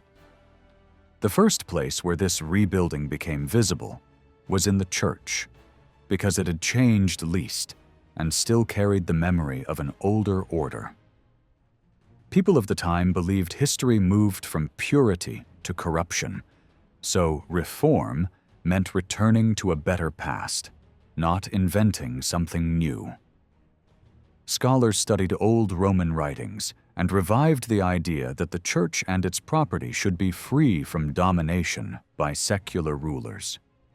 They argued that kings and princes might control armies and taxes, but they remained spiritually subject to the authority of the church. From these ideas grew both the movements for peace and truces, and the theory that society was divided into three groups: those who pray, those who fight, and those who work with their hands. At the same time, reformers insisted the church itself needed cleansing and renewal, and they wanted to correct the growing belief that monks were automatically superior to bishops. Up to the 12th century, monasteries were the strongest religious institutions in France. Their power rested above all on saints and relics. The most famous miracle-working saints were usually linked to monasteries, not cathedrals. People saw them as the real protectors of health and harvests. In one great crisis of disease in Paris, prayers in the cathedral brought no relief. Only when the relics of Saint Genevieve were carried into the city did the epidemic begin to recede, at least in popular belief. Stories like this spread quickly, drawing donations and land to the monasteries that guarded such relics. Throughout the first part of the 11th century, large abbeys rich in holy remains received gifts of estates, serfs, and legal privileges, as well as immunity from outside interference. People believed the saints were more generous when the monks who served them led pure lives. The spiritual health and prosperity of the whole region seemed to depend on the holiness of these communities. Many monasteries had been damaged by earlier raids and invasions, so they became the first targets for reform. Territorial princes, many of whom also held monastic lands as lay abbots, saw it as their duty to restore them. They also knew that patronage of reform would enhance their own honor. A monastery in Marseille, holding the body of Saint Victor, is a good example. After being rebuilt, it was solemnly freed from lay control and placed under church protection alone, with papal approval, so that reform could go ahead in peace. First came freedom from secular interference, then came moral and administrative reform. Monks trusted by princes traveled from abbey to abbey, introducing new discipline and leaving behind small groups of reliable brothers to act as the core of renewed communities. These reformers became father figures, and many were remembered with deep reverence after their deaths. Sometimes they remained as abbots, ruling through a prior in their absence. Around them, dense networks of spiritual brotherhood grew up, linking monasteries and chapters through shared prayers, memorial services, and formal unions. Preachers and theologians of the time saw the huge increase in monastic populations across Latin Christendom as the work of Christian charity and love. In the first half of the 11th century, Reformed monasticism centered on Cluny was the most solid and influential force in the lands that later formed the Kingdom of France. Its strength played a major role in suppressing heretical movements. These monasteries sought to escape the control of local bishops and place themselves instead under the protection of the Pope within a wider Christian commonwealth. Successive popes granted them exemptions, stating that no bishop was to take anything from them or interfere in their internal affairs. Over time, all the houses linked to Cluny obtained similar protections. This weakened the older diocesan framework, just as the independence of castle lords had weakened the authority of counts. At the same time, it raised the standing of the papacy and sparked renewed interest in Rome's classical heritage, helping to launch a broad cultural revival. The monks linked to Cluny were the best organized, the most numerous, and the most powerful. They believed they had a special mission to lead others toward perfection. In their eyes, bishops were assistants rather than true leaders, to be brought in when needed to perform blessings and ordinations. Cluniac houses began to assume more and more priestly functions themselves. In earlier times, monks had been viewed mainly as lay penitents. Now many of them aimed to become priests while remaining inside the monastery. They did not wish to serve in ordinary parishes. Instead, they accepted control of many local churches, appointed lower clergy to run them, and kept for themselves the higher spiritual life inside their great abbey churches. Their goal was to create worship so constant and splendid that it would resemble the praise of angels. They expanded the daily offices until the liturgy continued from dawn to nightfall, and they gave special care to services for the dead. Their efforts drew in emperors, kings, and princes who sought burial and remembrance under their prayers. The Cluniac order developed its own internal structure between about 1020 and 1090, under the long rule of abbots such as Odilo and Hugh. It resembled a monarchy based on the model of a family, with the mother house at Cluny standing at the center. The order's political ambition showed itself most clearly in its building program. All surplus income, especially offerings given for prayers for the dead, was poured into construction. Under Odilo, a new great church was begun at Cluny, using elements inspired by ancient Roman buildings, including columns brought from the south of France. Hugh then ordered this church, still new, to be replaced by an even larger and lighter one. The resulting abbey, whose choir was consecrated by the Pope in 1095, was bigger than the major churches in Rome. Its long nave was like a road rising toward heaven, and its sculptured doorway recalled the carvings seen on old Roman ruins in southern cities. This program stimulated a revival of monumental sculpture. Statues now stood in the open on facades, clearly visible to all, rather than hidden inside dark shrines. For contemporaries, this was astonishing. Cluny presented itself as a second Rome and hoped to fill the gap left by failing secular kingdoms. The order took full advantage of the rising status of the papacy. It was asked to mediate in disputes between popes and emperors and to preach mercy in dramatic confrontations, such as the meeting at Canossa between Gregory VII and Henry IV. Eventually, the Grand Prior of Cluny himself became pope as Urban II, yet the bishops remained a serious obstacle to the order's dream of dominance. Bishops were rooted in the world of noble families and royal government. They were linked by blood to the great houses of the realm and by office to the monarchy. Cluniac writers accused them of greed and of buying and selling spiritual offices, and there was truth in some of these charges. Nonetheless, the Pope, the Cluniac's greatest ally, was himself a bishop. It was the papacy, in its role as Bishop of Rome, that took the lead in reforming the episcopate in the middle of the 11th century. Moral critics of the time argued that the clergy needed deep reform in two main areas: sexuality and money. Almost all parish clergy were married. Bishops did not marry, but many were not chaste. Reformers insisted that those who handled the sacraments must be sexually pure, since they dealt with the holiest things. According to the threefold vision of society, those with the highest spiritual role were expected to live in a way that clearly separated them from ordinary people, especially in matters of the body.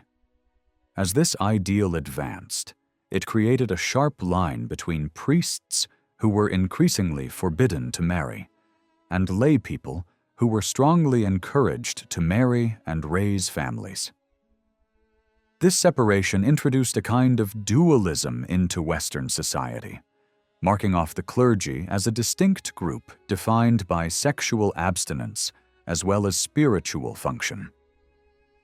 The second scandal, in the eyes of reformers, was the continuing control of secular rulers over church appointments. Once priestly office was cut off from marriage and from normal family life, it seemed shocking that men deeply involved in dynastic politics were still choosing bishops who were the spiritual fathers of their clergy. Reformers insisted that rulers must no longer appoint bishops, because this bound spiritual leadership too closely to family interests and worldly power. They wanted the church to become a sort of independent state with its own internal authority and freedom, appointing all its leaders from within. At that time, following earlier custom, princes routinely placed their relatives in bishoprics. The lands and powers attached to a see were treated as part of the family inheritance. Even when no money changed hands, This looked very much like the granting of a lordship. When money began to circulate more widely, gifts of thanks or loyalty easily shifted into open payment for office. What had once been seen as a gesture of friendship could now be interpreted as buying a spiritual position. A concrete example helps to show how these tensions played out. Narbonne had been a great Roman city, and many of its ancient buildings still stood in the 11th century. A major church built over the tomb of St. Paul, served by a community of canons, controlled its own small town, filled with servants of the church and workers who lived off visiting pilgrims. The archbishop held court in the cathedral and enjoyed important rights over trade, especially the salt business, which passed through the city thanks to its road and sea connections. He also profited from the presence of a large and prosperous Jewish community, collecting payments from skilled craftsmen and merchants in exchange for protection. Around the cathedral, several new settlements grew up, one even called New Town. Each had its own defenses and knightly garrison, and all formed part of the archbishop's lordship. But he shared the city's power with a viscount. The viscount, like Hugh of Lusignan in another region, had a cleric write down his grievances to present as evidence in an ecclesiastical court, where written proof was now required. In 1059, these grievances were laid before a great council presided over by the Archbishop of Arles, a powerful church prince in his own right, rich from the same salt trade and surrounded by secular knights. A few years earlier, a papal representative had led a similar council elsewhere and had deposed an archbishop for buying office. Reform was clearly advancing.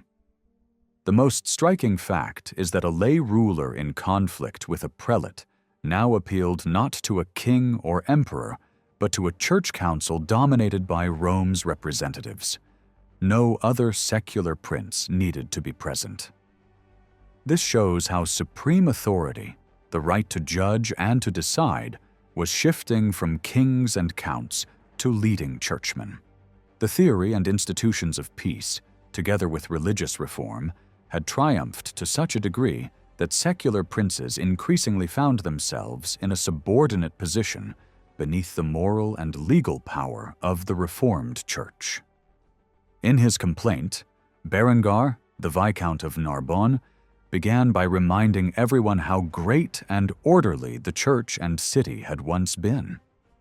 He described the region as one of the most beautiful parts of southern France, a land that people still linked with the memory of Charlemagne and the old Gothic kingdom.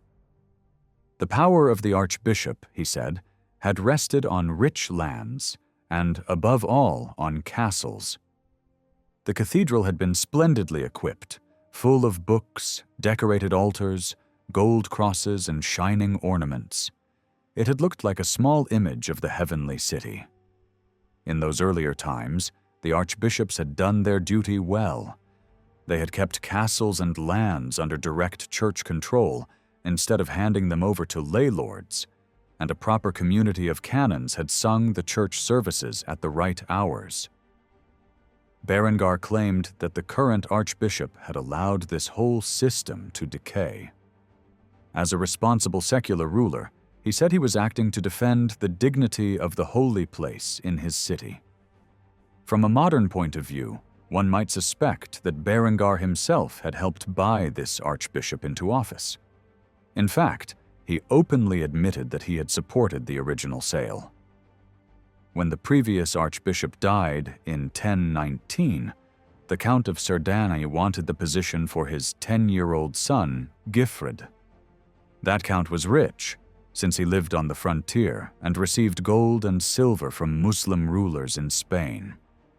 He was also personally devout and closely connected to leading church reformers in the region. He wanted one of his sons to hold a high church office so that this son could pray for the souls of the family. For that reason, he offered a huge sum of money. Berengar was young at the time and already shared government with his parents. His family had long held both the archbishopric and the viscountship between them. His grandfather had once arranged that one son would be viscount and another archbishop, so that both offices stayed within the same lineage and preserved order. At first, Berengar's parents refused the offer from Cerdagne, but they eventually gave way under pressure not only from other nobles, but also from Berengar himself.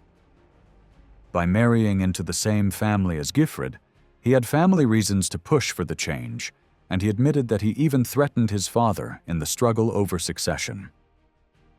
This shows how new inheritance patterns and the rise of strong family lines could tear generations apart. Guifred became archbishop, but only after promising not to harm the person, property, or honor of the viscounts. At first he behaved like an ideal church leader. Berengar himself praised two of his early actions.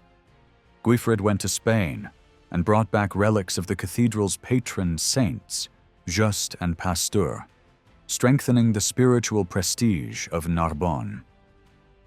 He also held church councils to promote peace. One such meeting, in 1043, banned priests from bearing arms and led him to promise that he would no longer lead armed campaigns. He threatened to cut off from the church any clergy who continued to fight. In another council in 1054, he extended protection to merchants and declared a truce from midweek until Monday morning, forbidding violence between Christians. He claimed that a Christian who killed another Christian was attacking Christ himself, and he insisted that warriors should fight only in truly just wars against non-Christians. In other words, the same document that accuses him presents him as a leading reformer. That is precisely why he came into direct conflict with Berengar.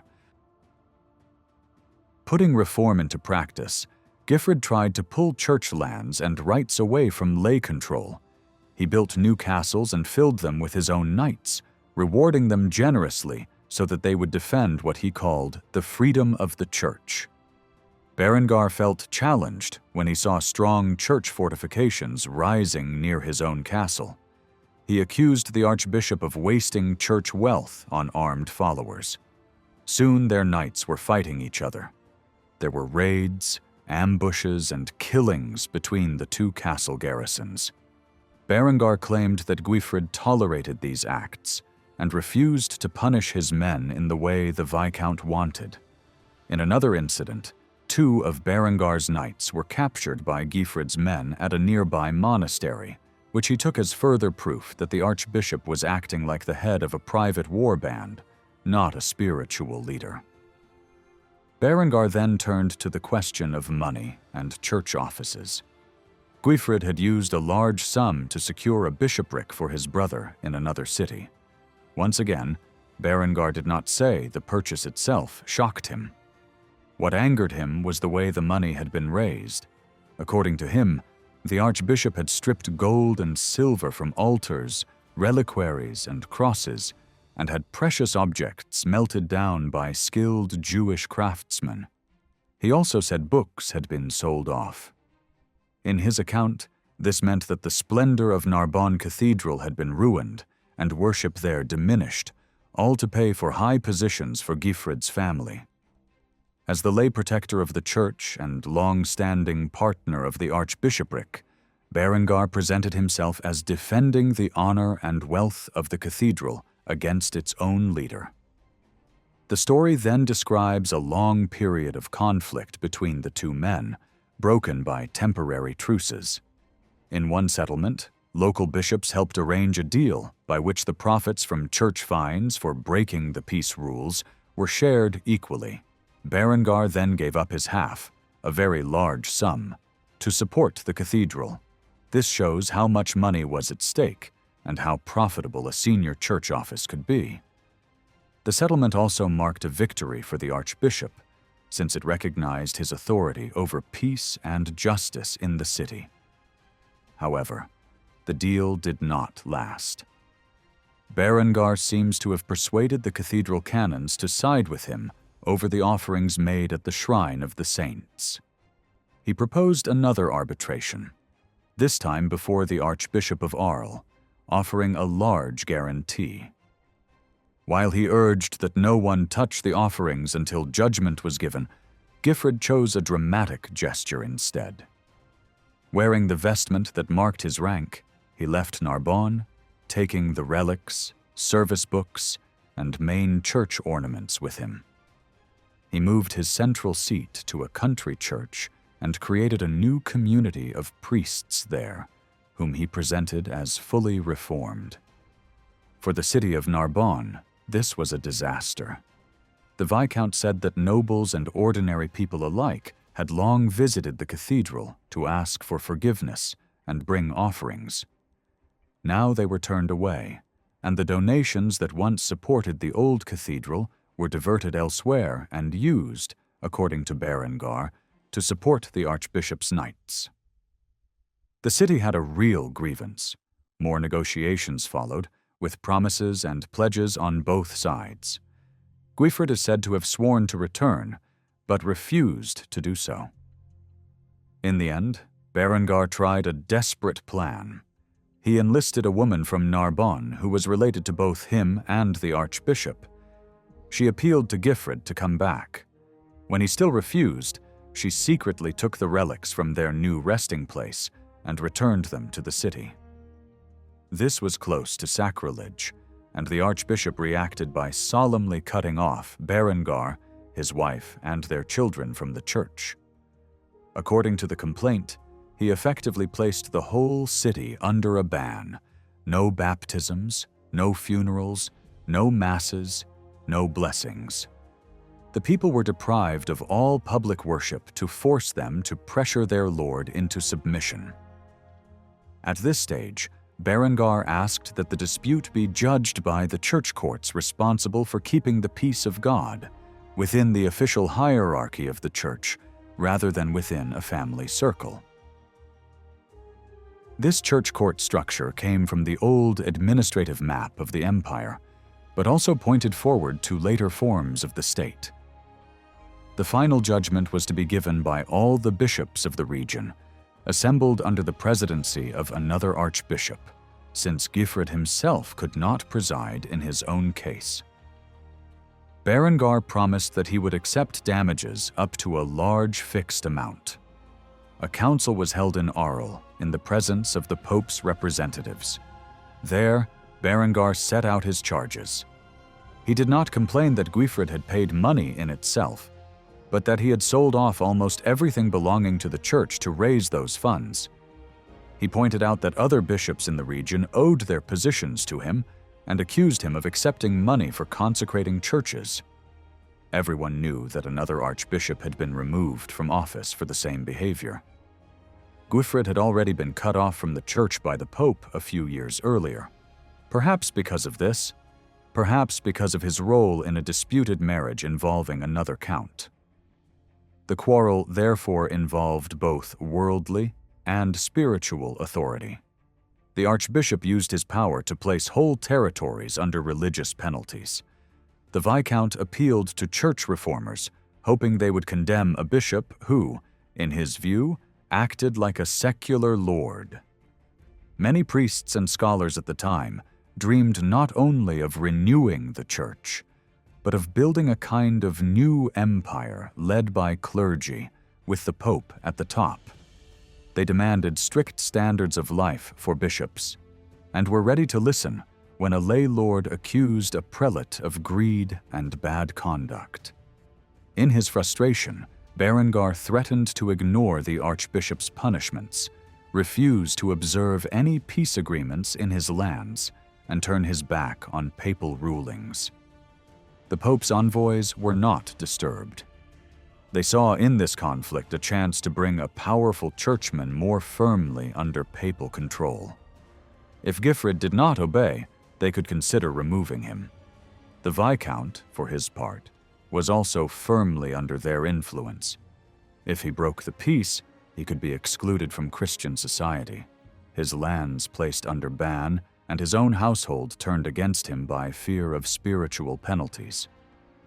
We do not know exactly what that council decided, only that Gifred remained in office, and that 7 years later he made a formal settlement with Berengar's son. By then, a great lay prince, Count of Toulouse and other territories, had intervened. His arrival marks the return of stronger secular power. The agreement divided the whole city between the archbishop and the viscount, including the profitable Jewish quarter. It was renewed in 1112 with careful rules about how salt flats, houses, fortifications, and legal rights were to be shared.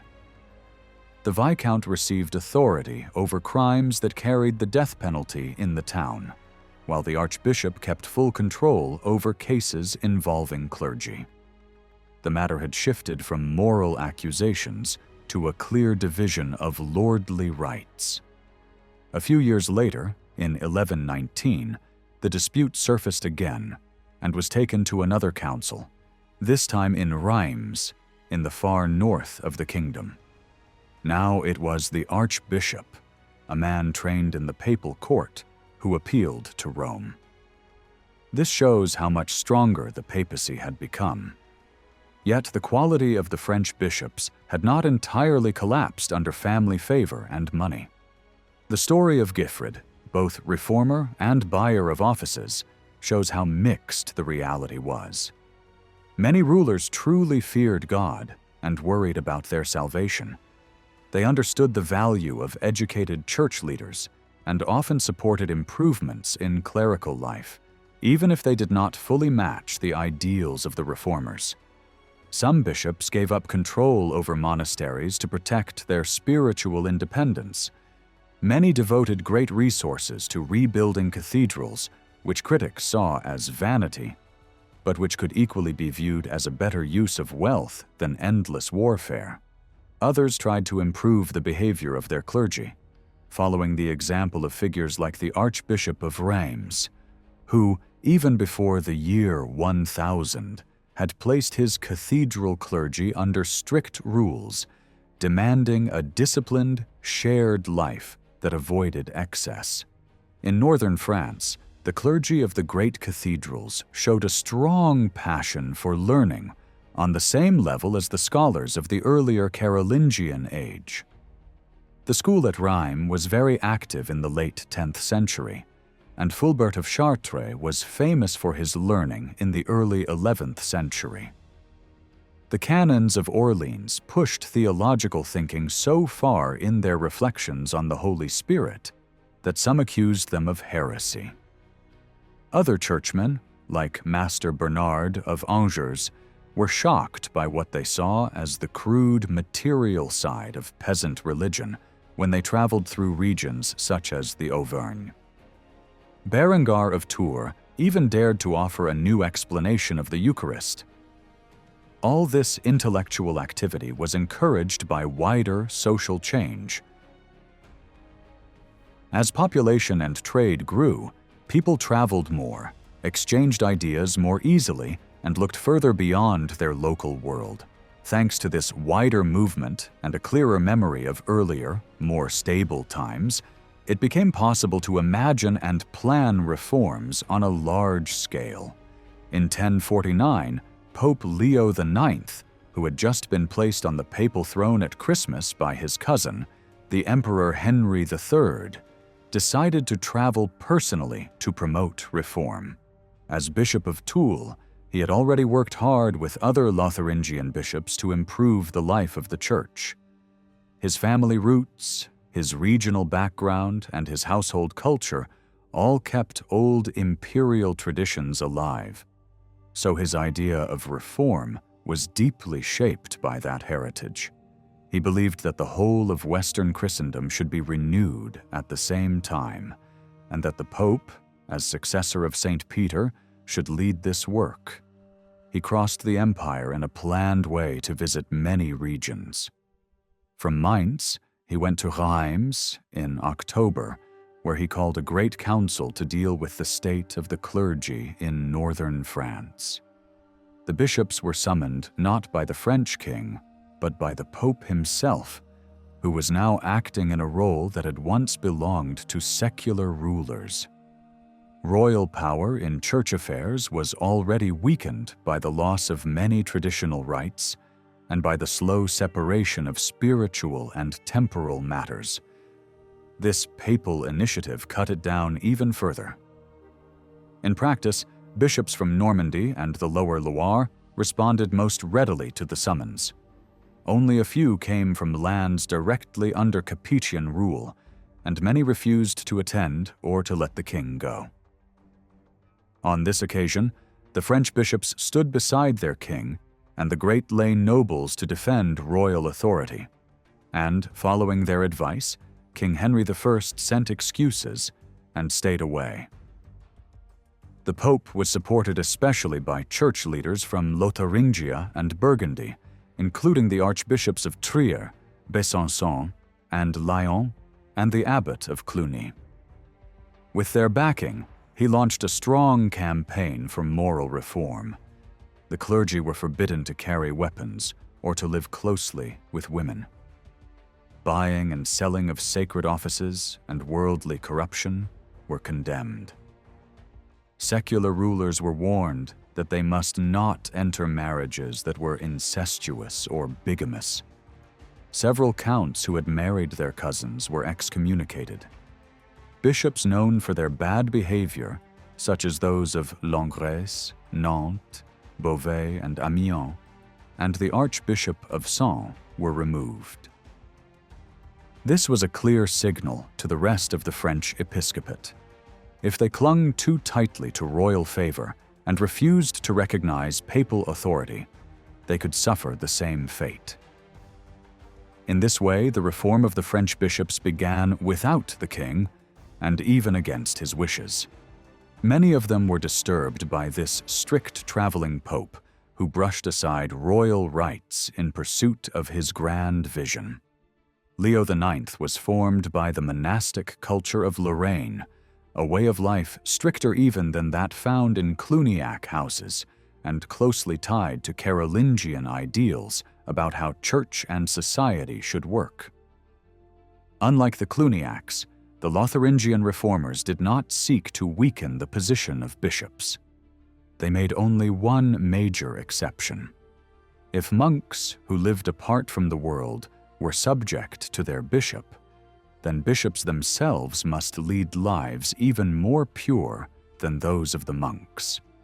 In the Pope's eyes, reform of the bishops was the first condition for any wider change. He did not believe that the French king could carry out such a program, even in the north of the kingdom where the king was strongest. Only the papacy, recently renewed under an emperor, could do this. Reform therefore began directly under papal control and in open tension with the royal power. Leo IX did not seek direct contact with Henry I. Instead, he followed older imperial models. Half a century earlier, at a council in Rome, a previous pope had threatened to cut off Henry's father, King Robert, for bigamy and incest, ordering him to separate from his wife and attacking the French bishops for supporting him. Already at that time, the Pope claimed the right to judge the sexual lives of kings and to suspend bishops who stood too close to their temporal lord. As the Church adopted a more openly monarchical style of leadership centered on the papal household, claims to papal supremacy hardened. The French king came to be seen as one of the main obstacles. His consecration gave him a sacred character that linked him closely with the episcopate, so half of his identity was bound up with the spiritual world. This made him, in a sense, a rival to the Pope and a potential barrier to reform. At the same time, that sacred role gave the papacy a reason to keep watch over him and to judge not only his personal morals, but also his political actions. The reform movement, therefore, had to confront royal power and noble interests at the same time. Leo IX did not work alone. He traveled constantly and sent out a circle of trusted envoys following older imperial practice. One of them was the monk Hildebrand, who opposed Berengar of Tours on doctrinal questions and later became Pope Gregory VII. As soon as he had the authority, Gregory turned directly against the new French king, Philip, accusing him of seizing goods from the growing stream of merchants, including Italians, who crossed his lands, and of profiting from the appointment of bishops to seize under his control. Gregory's tone became sharper once he judged that the prestige of the Capetian dynasty was weakened.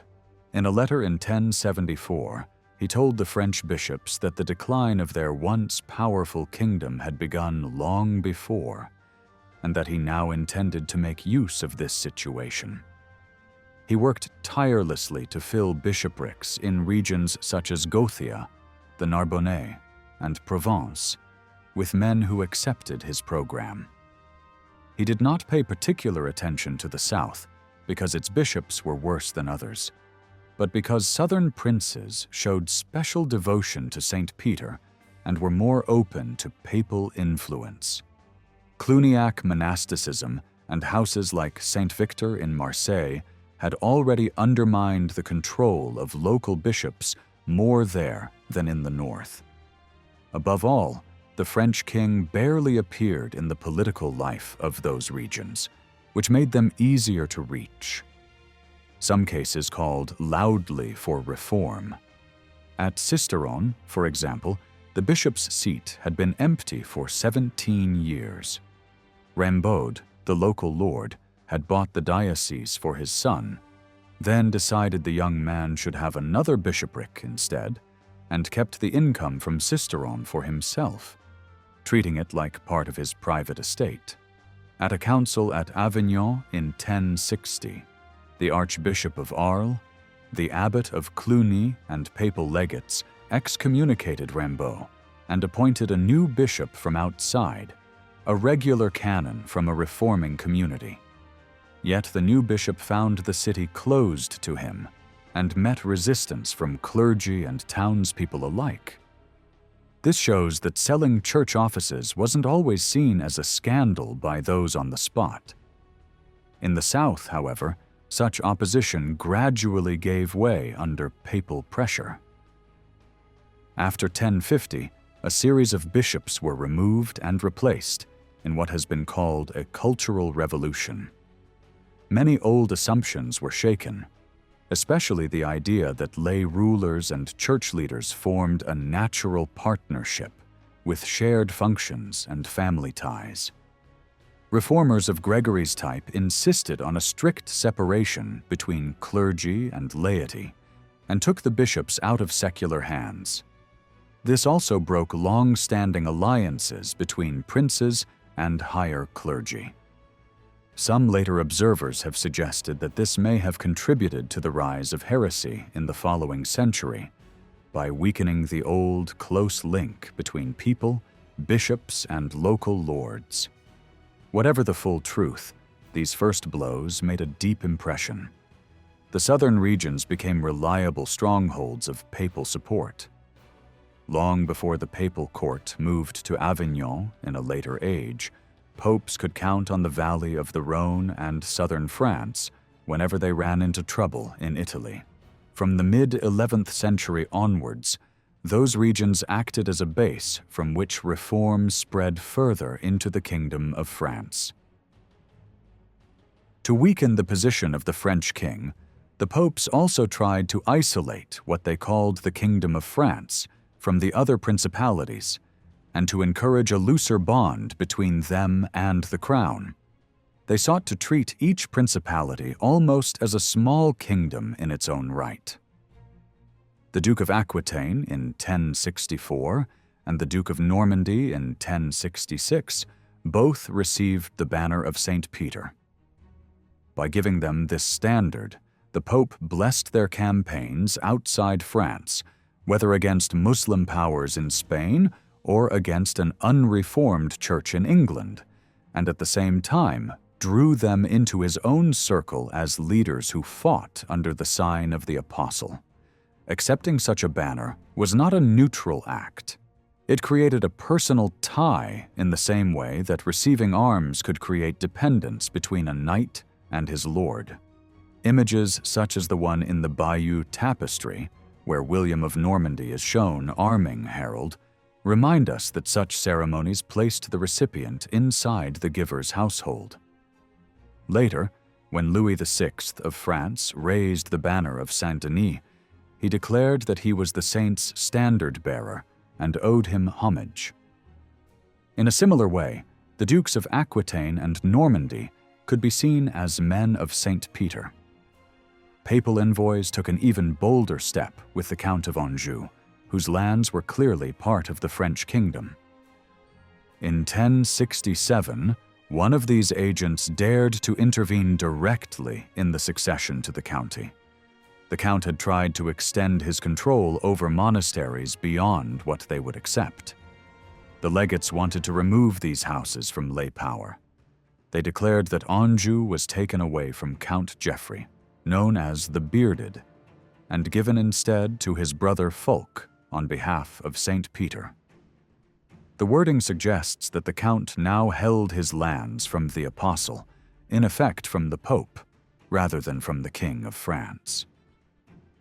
The king was not left entirely aside. The new count was expected to come to terms with him and return some of his family lands to the crown. It seems that the papal household hoped to use the offer of lands and the bond of personal loyalty that came with them in the same way that they had already done with monasteries like Cluny. This policy was easier to apply in the south, where royal power was weaker.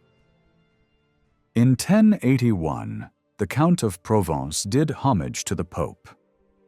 A few years later, the Count of Moggio acknowledged that he held his lordship from both the Pope and the local bishop, and promised to send a yearly offering of gold as a sign of his dependence, much like the dues paid by Cluniac houses.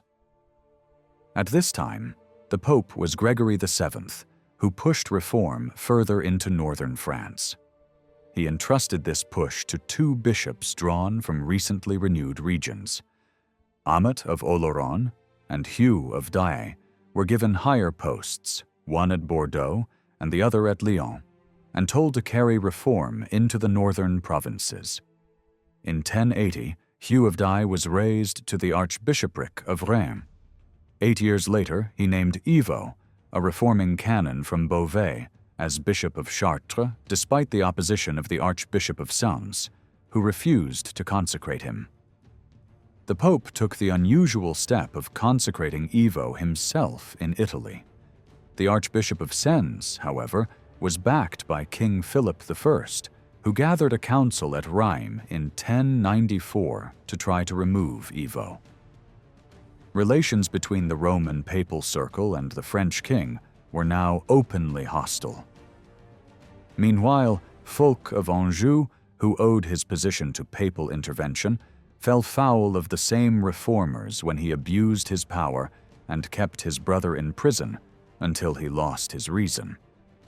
He was excommunicated, but Hugh of Douai quickly lifted the sentence and redirected the weapon of excommunication against Philip of France. The king's fault this time was not financial or institutional, but personal.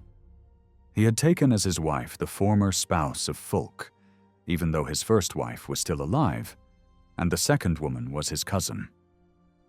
This combination of bigamy and incest gave the papacy a strong case. From that point, Philip was forced to act more carefully and humbly. He was opposed by Ivo of Chartres, who alone among the French bishops dared to criticize the royal marriage publicly, and by the Count of Anjou, who submitted and began to date his official charters by the years of the Pope, rather than the years of the king, saying that Philip's adultery had stained the kingdom. Such changes in official formulas are a clear sign that people now saw the Pope as the true sovereign in moral and spiritual questions. Urban II, who followed Gregory and had once been a leading figure at Cluny, adopted a similar style to Leo IX. He traveled widely, made his authority visible across Europe, and called major councils in selected places. One such meeting took place at Piacenza in northern Italy, where regulations were issued that made the gap between clergy and laity even clearer. Priests were now forbidden to marry, and any ceremony in which a lay ruler appeared to give a bishop his office was declared invalid. All signs that could suggest a dependence of the Church on lay powers were banned. After this, Urban went to France, beginning with districts where his supremacy was already accepted. From Valence and Le Puy, he issued letters summoning a great council to gather at Clermont in the Auvergne, on the edge of the royal domain, and near provinces where bishops and archbishops were still strongly attached to older traditions and to the dignity of the French king. These were the men who had blessed Philip's disputed marriage, and it was time, in the Pope's view, to confront them and to place royal authority firmly beneath that of the Church. At the end of 1095, the meeting at Clermont became a huge public show of church power. People from every level of society gathered around the Pope, who now stood where holy relics had once stood in older assemblies, almost as if he represented God's presence among them. There, Urban II took direct control of church reform in the north. He repeated and sharpened the rules agreed earlier at Piacenza, this time clearly trying to pull bishops away from dependence on the French king. One key decision was that bishops and priests were no longer allowed to give the strongest kind of personal homage to any king or lay lord. This did not end all ties between clergy and nobles, but it gave every churchman an excuse if he wanted to argue, limit his duties, or even break with a secular patron. Urban's wider aim was to spread the rules of the peace of God to every Christian land and to make them uniform under his leadership as God's representative on earth. After laying down these principles, he formally renewed the excommunication of King Philip of France. Then, presenting himself as a new Charlemagne and spiritual leader of the people, he launched what later generations would call the First Crusade from a field outside Clermont. The exact words of his speech are lost, but later writers show clearly what the message was. Urban picked up an idea first imagined by Gregory VII, who had once hoped to answer the Eastern Emperor's call for help against Turkish attacks. This would defend Christians, help pilgrims, and perhaps bring the Eastern Church under Western leadership. The basic pattern of 1095 followed the logic of the peace of God. Instead of allowing knights to fight each other and terrorize the weak, their violence would be redirected outward against the enemies of Christ. They were told that their swords should now be used only to resist evil, protect Christians in danger, and defend travelers. Knights had already been limited by peace councils and local truces, but a holy war under the sign of the cross offered them a way to live out their calling while serving the faith. For about 50 years, nobles from southern France and beyond had been riding to Spain to fight Muslims along the pilgrim route to Compostela, helping the kings of Aragon and Castile. These expeditions had already been blessed by popes and rewarded with forgiveness of sins, and they were famous for rich plunder. Clermont did not invent holy war, but it gathered these ideas into a clear system and announced a new target: Jerusalem and the tomb of Christ. The holy places in and around Jerusalem had a special power in the imagination of Western Christians. Many believed that to visit those sites and die nearby was the best way to prepare for the Last Judgment. Travel there was hard, dangerous, and expensive, and attacks by non-Christian powers made it even worse. But from about the year 1000, the number of pilgrims slowly grew. At the same time, religious feeling was changing. Faith was no longer focused only on ritual and church services, but also on the concrete story of Jesus as told in the Gospels. Names like Jerusalem, Bethany, and Calvary became more real in people's minds. Older ways of thinking about the end of the world placed the final scene around the places of Christ's passion, resurrection, and ascension under a purely spiritual, kingly power. In earlier centuries, that role had belonged to the emperor. Now it passed to the pope. It seemed natural that he should be the one to give the signal to set out. After Clermont, in early 1096, Urban moved through the royal heartlands as far as Angers and Tours, where he made peace with the Count of Anjou by giving him a rich gift and securing his loyalty. From there, he wrote sharp letters to leading archbishops who still treated Philip as a normal king. Then he returned south through major cities. This long journey, combining preaching, negotiation, and display, helped shape later styles of government. The timing also matters. This was an age of growth and confidence, visible above all in building and the arts. Techniques in stonework were changing quickly.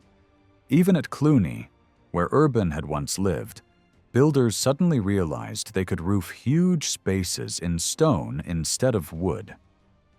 Such rapid advances in many fields help explain why the call to crusade produced such a surprisingly strong and emotional answer in France.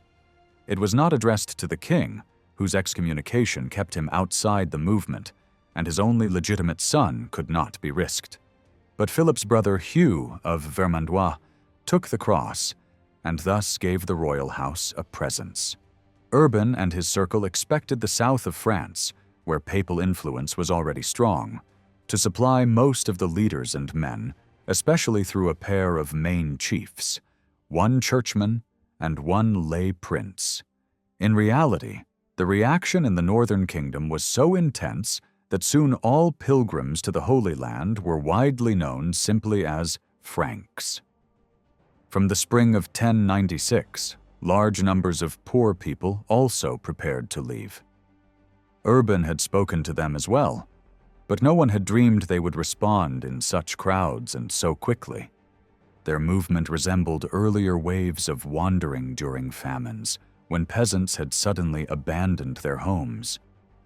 It also grew out of the restless side of church reform, which asked people to return to the simplicity of the first Christians, to seek inner freedom, and to read the Acts of the Apostles more seriously. Some former clergy withdrew into forests and mountains to live in harsh solitude, only to be followed by groups of admirers. Others stayed near growing towns, attacking rich priests and calling people to the Promised Land, repeating the name of Jerusalem again and again. Their preaching carried the crusade message into the most unsettled layers of society. The result was a chaotic People's Crusade that attacked Jewish communities on the way and was itself destroyed in turn. Meanwhile, the knightly armies in northern France prepared more calmly under the guidance of territorial princes. Almost all of these lords took the cross. Important leaders from royal lands were chosen from families that claimed descent from the old Emperor Charlemagne, such as Godfrey of Bouillon and his brothers.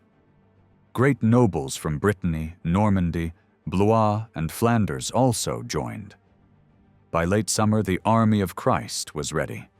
It was not a single unit, but a loose collection of princely households, each with its knights, women, servants, and younger followers, very similar to the moving courts that had always traveled with dukes and counts. They remained proud of their regional identities and often competed bitterly with one another, even during 3 long years of campaigning. The journey to Jerusalem was only the beginning. For nearly 3 centuries, armed groups would continue to cross the sea to support the settlers in the east between major crusades. This ongoing movement had deep effects on political life in France.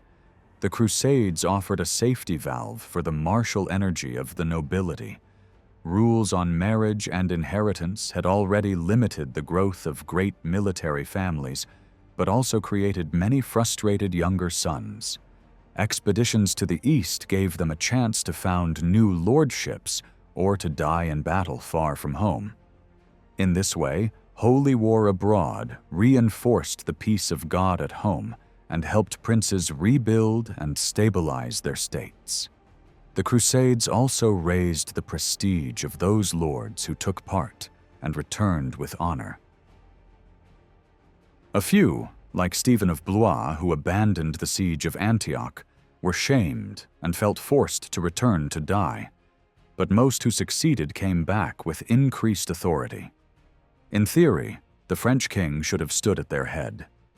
In practice, because the Pope had publicly condemned Philip, the First Crusade both strengthened the conscience of French society and damaged the king's personal standing. Yet Philip's refusal to give up his contested marriage shows that royal power in France rested on solid ground. He put on a show of repentance when necessary, but never truly submitted. The princess and almost all the bishops supported him. When a council met at Poitiers in 1099 to condemn the king again, the Duke of Aquitaine simply sent everyone home. This unity surprised the papacy and forced leading reformers like Ivo of Chartres to reconsider. The older ideal of a king working with his bishops, imagined long before, proved much more durable than expected. Over time, the conflict between French monarchy and papacy softened.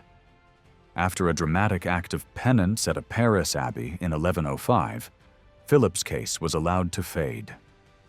The growth of a much more serious clash between popes and the German emperors made it politically wiser for Rome to treat the French king as an ally rather than an enemy. Negotiations in 1107 reached a compromise. From then on, cathedral chapters would choose their bishops freely, but always in agreement with the king. Bishops elect would still receive their temporal rights and lands from the king after swearing loyalty, and the king could enjoy the income from these rights when a see was vacant. This settlement ended the sharpest phase of reform disputes in France, and, in the long run, prepared the ground for a stronger royal power.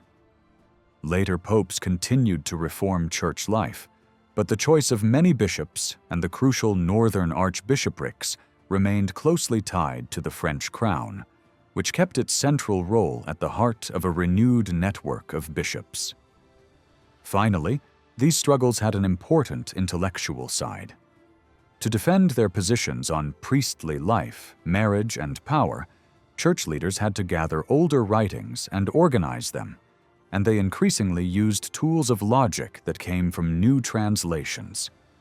This work made law, argument, and reasoning more central to public life. From this process, there grew a new group of specialists, the masters of the schools, whose work went beyond purely religious questions. Not all of them found places in church careers. So many entered the service of kings and princes as advisors and legal experts. Around the great cathedrals of northern France, and especially in and around Paris, they studied scripture, old church decisions, and revived texts of Roman law. The French king, seated at the center of this world, was in the best position to draw on their skills. In this way, church reform, crusading enthusiasm, and royal politics together helped to shape a more ordered, more legal, and more thoughtful form of government in medieval France. Philip I, who ruled from 1060 to 1108, was the first Capetian king to bear that name. It came from the Greek world and reached France through his mother, Anna of Kiev. the foreign princess chosen as bride for Henry I. The choice of such a distant partner already shows how seriously the royal family now took the church's rules on marriage. It was essential that the king marry someone of royal blood, yet almost every nearby princess was too closely related to him, according to the new standards. Philip's long reign began when he was still a child.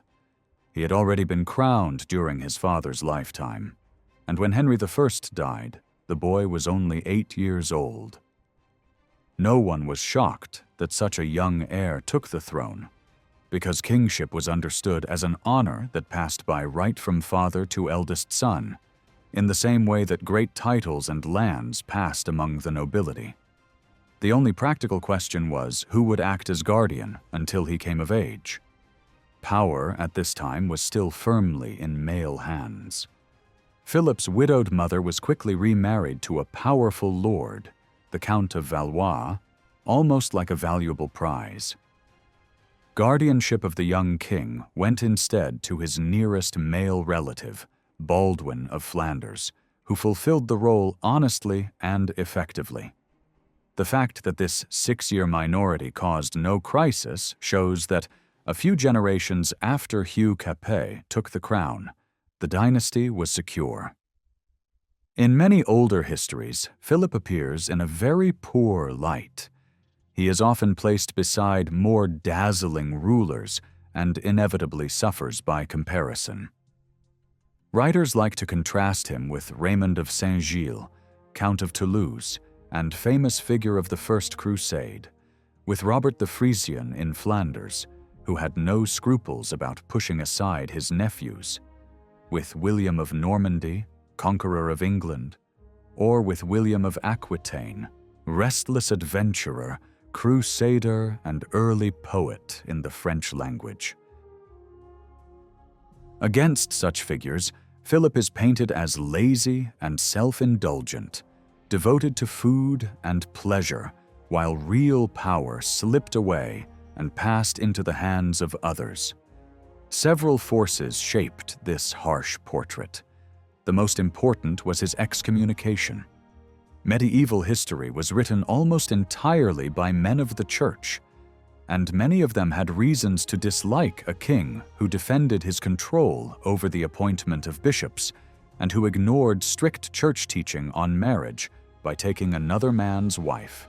Later, monastic writers, often close to the kings of England, repeated this image eagerly. Abbot Suger, the great admirer of Louis VI, also made Philip look worse in order to make his own patron shine more brightly. Modern historians, looking at the visible decline of royal influence during his reign, often followed that line without asking further questions. If we compare the beginning and the end of Philip's time on the throne, the change in royal standing is striking. When he was crowned in 1060, almost all the great princes of the realm were present in Reims Cathedral to acclaim him, apart from the Duke of Normandy. Their presence had a strong meaning. They were not only spectators, but men whose duty it was to advise the king and to support him in war as loyal servants of the kingdom. Half a century later, when his son had to be made king, the ceremony took place hurriedly and at Orléans rather than Reims, because speed mattered more than tradition. The Archbishop of Sens performed the anointing with oil that did not come from the ancient holy vessel used in earlier coronations. Major lords, such as the King of England in his role as Duke of Normandy and the Dukes of Aquitaine and Burgundy, refused to do homage. The royal court no longer attracted the bishops and lay princes as it once had. The splendid setting and large gatherings that had surrounded the Carolingian kings had almost disappeared.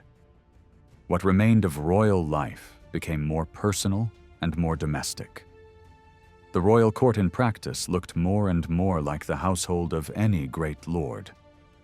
It is not surprising that the most famous event of Philip's long rule in the eyes of contemporaries was not a great war or a large reform, but his private life, and above all his scandalous marriage to Bertrade of Montfort, who had been married previously to Fulk of Anjou. Around 1100, when Philip was entering old age by the standards of the time, he decided that his eldest son should lead military expeditions in his place. This was not simple laziness. By then, everyone understood that real kingship required direct control of armed forces. The young Louis had been knighted several years earlier and had already proved himself. He was presented to the royal household and to visitors as king-in-waiting, though he had not yet been crowned. At the same time, the people around the king were changing. If we look at the witness lists of royal documents, we see that the bishops and great lords were gradually replaced by the king's relatives, by the knights who guarded his castles or stayed in his palaces, and by the senior officers of the household. These officers were 4 in number. The chancellor was always a churchman, in charge of the chapel and the drafting of charters. The seneschal was a knight responsible for the army and for the organization of public meals, where the king's role as provider and patron was shown to all. The butler managed the wine supply, vital for ceremonies and for the gatherings of vassals. The chamberlain controlled the royal chamber and treasury, guarding coin, jewels, and ornaments that expressed royal glory on feast days.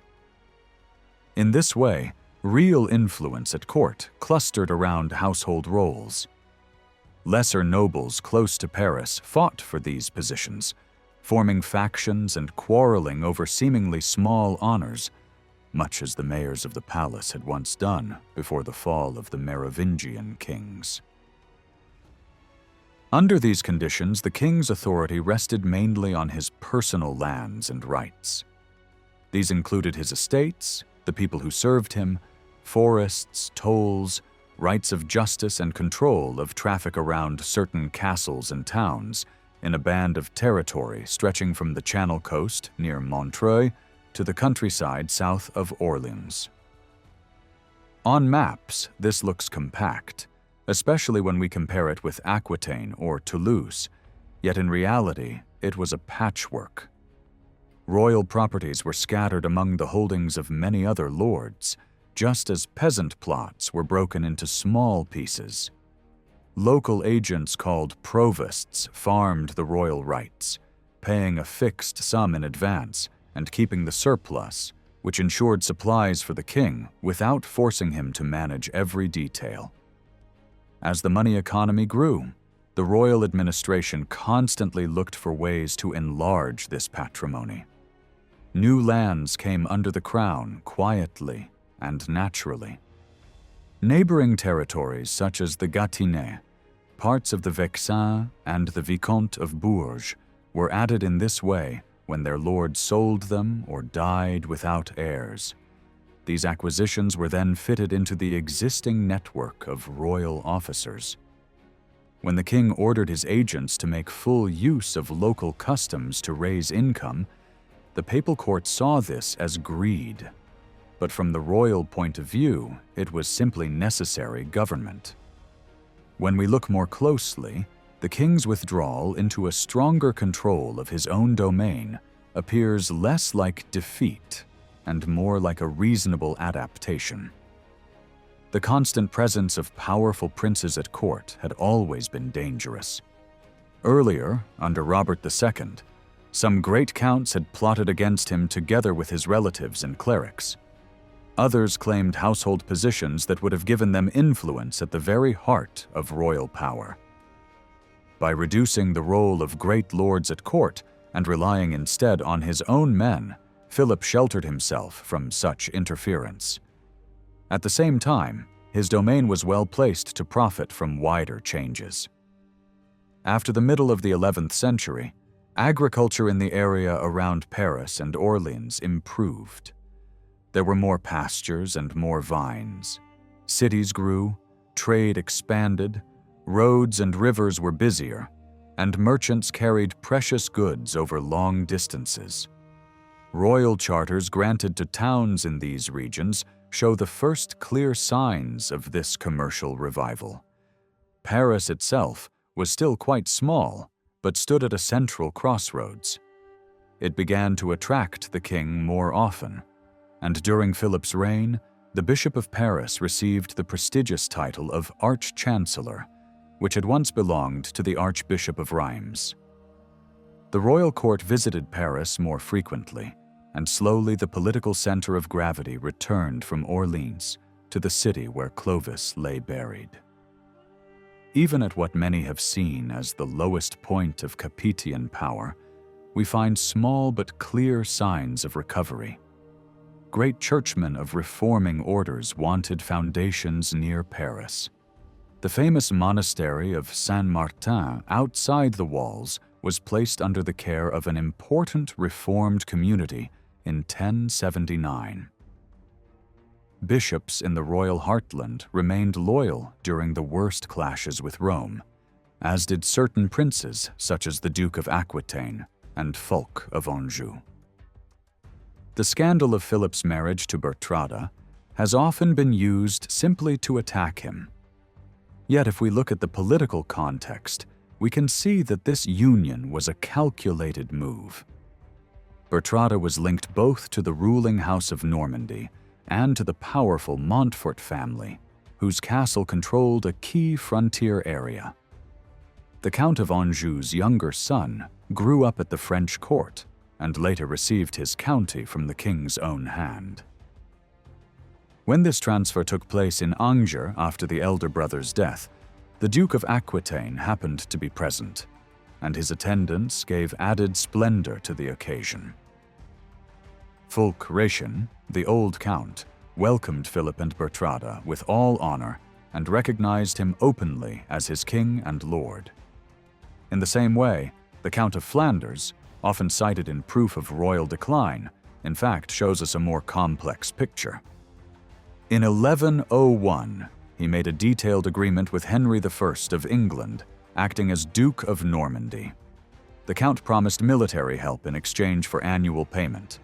He would bring a large force of knights for a set number of days, whenever he was summoned in writing, with clear rules about horses, squires, and pages. This looks modern because money stands at the center of the arrangement. Yet the text also carefully protects the Count's first duty to the King of France. If Philip called his vassals to defend or restore order, the Count of Flanders had to answer, even if he had already promised help to Henry.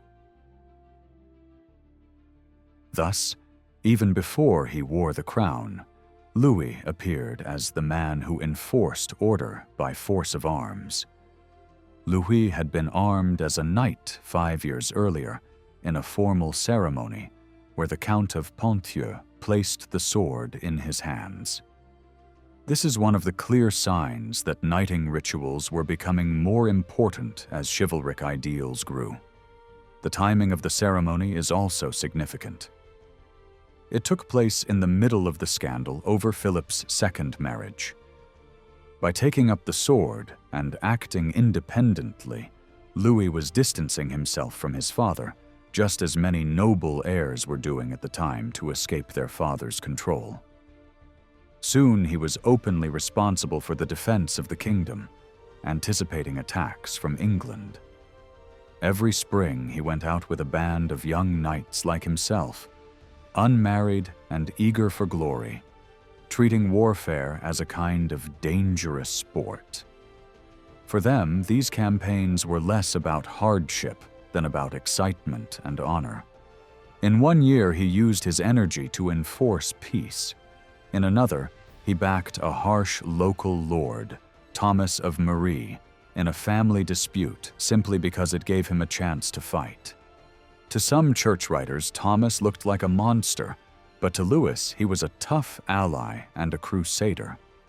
The king's army in these early years was really a moving circle of adventurous youths, drawn from small garrisons in the royal domain, echoing in miniature the legendary companions of Charlemagne. While Louis was seeking exploits on the frontiers of the royal lands, More hidden battles were being fought at court over household offices. These posts had become the real levers of influence. Several related groups struggled for control. The old noble houses around Montlhéry and Montfort, allied with the Count of Moulins, and newer families such as La Tour de Senlis and the Garland. One member of the Garland clan, Stephen, was a rising cleric who became chancellor and then Bishop of Beauvais before being removed by a reforming churchman. Others of the same family held the posts of seneschal and butler. We also hear of ambitious knights of modest birth, such as Henry the Lorrainer, who rose through service in the royal chamber. These men slept near the king's room and formed his intimate circle. It was as head of this household family that Louis claimed the right to appoint a new chamberlain when a vacancy appeared. The fact that royal power depended so much on such figures shows how fragile it still was when Philip died in 1108, and Louis had to hurry to be crowned before his enemies could act. At Philip's death, the succession could easily have split. Bertrada's son, Philip, had strong support from his mother's kin, especially the Montfort, and from the Count of Moulins. Behind them stood Henry I of England, now also Duke of Normandy after capturing his brother. Henry was becoming the main external danger to the French crown. Louis answered by renewing alliances to the south and backing Robert Curthos's son, William Clito, as the rightful Duke of Normandy. He summoned the great lords of the kingdom in 1109, calling on them to support what he presented as a just cause. Many came, the Counts of Flanders, Blois, Nevers, and the Duke of Burgundy among them. Louis even offered Henry a formal single combat as a divine judgment, which Henry refused. The war ended in a negotiated settlement, and the army went home. Here we can see two overlapping levels of politics. On one level, the king acted in public, gathering the princes to uphold general peace and right. On another level, these conflicts were deeply personal, shaped by family loyalties, rival claims, and the constant search for advantage. Such patterns also appeared on a smaller scale. In 1111, during one of Louis's campaigns in defense of what he deemed a just cause, his knights devastated the lands of the Count of Moulins, Henry of England's ally. Moulins answered by attacking royal property inside Paris itself, burning a district and striking at the king's palace through his own urban lordship just across the river. This shock reminded Louis how vulnerable he still was. In response, he tried more strongly to underline the special role of the crown as the main guardian of order. He appealed to bishops across the kingdom to support him against violent lords. Church councils decided that priests should march with the king's forces, carrying holy banners and leading their parishioners. Royal campaigns were now to be seen not only as noble adventures, but as sacred tasks backed by the church and the common people.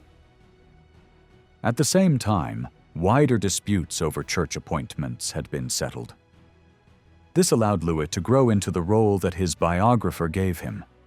Not merely a warrior, but the recognized leader of a peacekeeping power. Suger later highlighted Louis's campaigns against several notorious lords who oppressed their neighbors, including the men of Puiset and again Thomas of Marie. Councils had condemned these men as enemies of the church and even stripped them symbolically of their swords. The king was called upon to enforce these decisions, and he did so by summoning the feudal host. Noble chroniclers praised him for acting as the arm of justice. Yet the same king also took up arms later against Thomas to avenge the death of his cousin, Hugh of Vermandois, killed while traveling through Thomas's lands. Here we see the double face of medieval kingship. At times, the king acts as the judge and defender of public order. At others, he behaves like any great lord, drawn into private feuds. The difference is that he can always clothe private action in the language of public duty. In many ways, the true turning point for the Capetian monarchy came slightly later, between 1119 and 1124. In 1119, Louis was badly defeated by Henry of England at Bremule and barely escaped capture. In the aftermath, he called on knights and foot soldiers from a wide arc of northern France. He then went to Reims, where the Pope was holding a council for peace.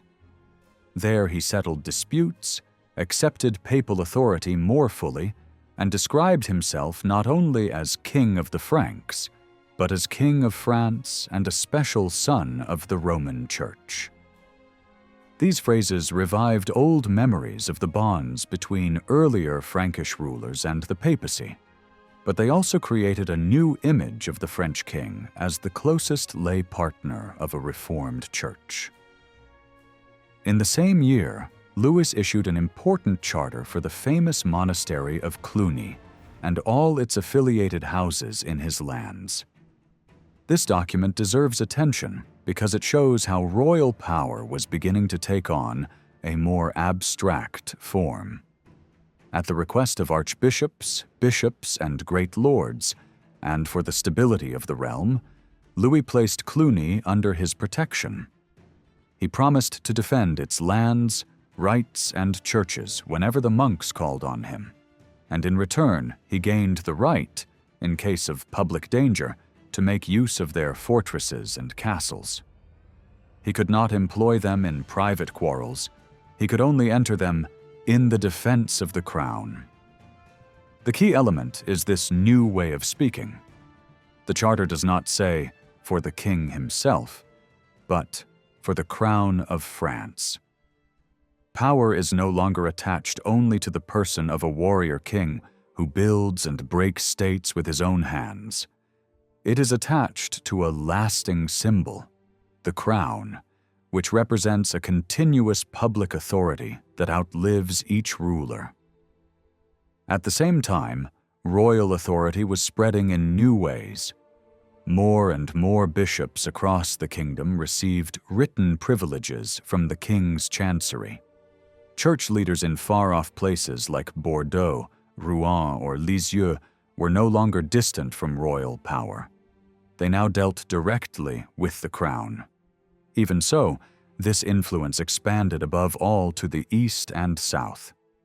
Bishops under the Archbishop of Lyon, such as those at Autun, Langres, and Mâcon, came into closer contact with the king, and the same was true further south in Clermont, Le Puy, Mende, Lodève, Uzes, Nimes, Agde, and Narbonne.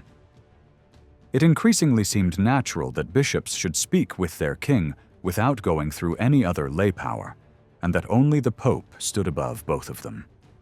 In this new context, Louis VI even protested to the Pope when the Archbishop of Lyon claimed a kind of leadership over all the Gauls.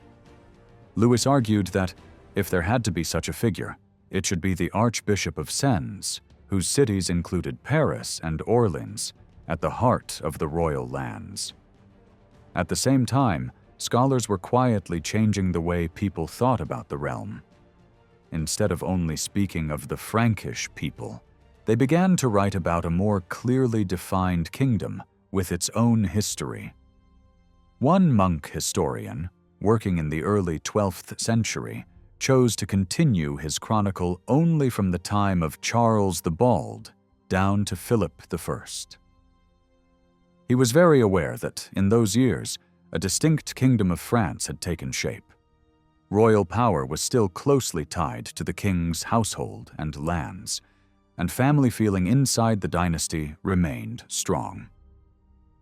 Louis VI, like his father and grandfather, made his eldest son joint ruler while he was still alive, simply by presenting him before the royal household and treating him as his associate. There was no need yet for a second coronation. Despite this conservatism, a new word appeared in royal documents. Writers spoke of the king's rule in a way that suggested a superior public power standing above other lords. The chancellor who wrote these acts also served at the Cathedral of Paris, and the growing school there, full of talented teachers and students, helped to give new life to political thought. Major changes in international politics also influenced this evolution. In 1120, Henry I of England, the Capetians' main rival, finally accepted that he must acknowledge the French king as his superior for the Duchy of Normandy. Not long afterwards, he lost his only legitimate son in a shipwreck, which weakened his line of succession. The danger from that side remained, but it was less pressing than before. Even so, the defeat of Louis at Bremoules and the devastating raid by the Count of Moulins had shown how vulnerable the royal domain could be. Paris and the Vexin, the region between the royal heartland and Normandy, were therefore strongly fortified. Renewing ties with the powerful Abbey of Saint-Denis, which lay close to this frontier zone, became a priority. Paris itself now became the king's main residence and political base. During Louis's reign, far more royal documents were issued in Paris than in Orleans. The city mattered not only because it sat on key trade routes and enjoyed growing economic and intellectual life, but also because it carried deep symbolic weight. It held the tomb of Clovis and one of the largest old churches in the kingdom, signs of an ancient glory that kings were now keen to revive, even if the actual buildings and streets were still modest and partly run down. Paris at this time was small and unevenly settled. Much of the left bank was covered in vineyards, with only two great abbeys, Saint-Geneviève and Saint-Germain-des-Prés, standing out. On the right bank, life grew around the river port and a few important churches on slightly higher ground above the marshes. Most inhabitants lived crowded on the central island. On its eastern side stood the bishop's palace and the canons' houses, along with a new church rising near the old cathedral.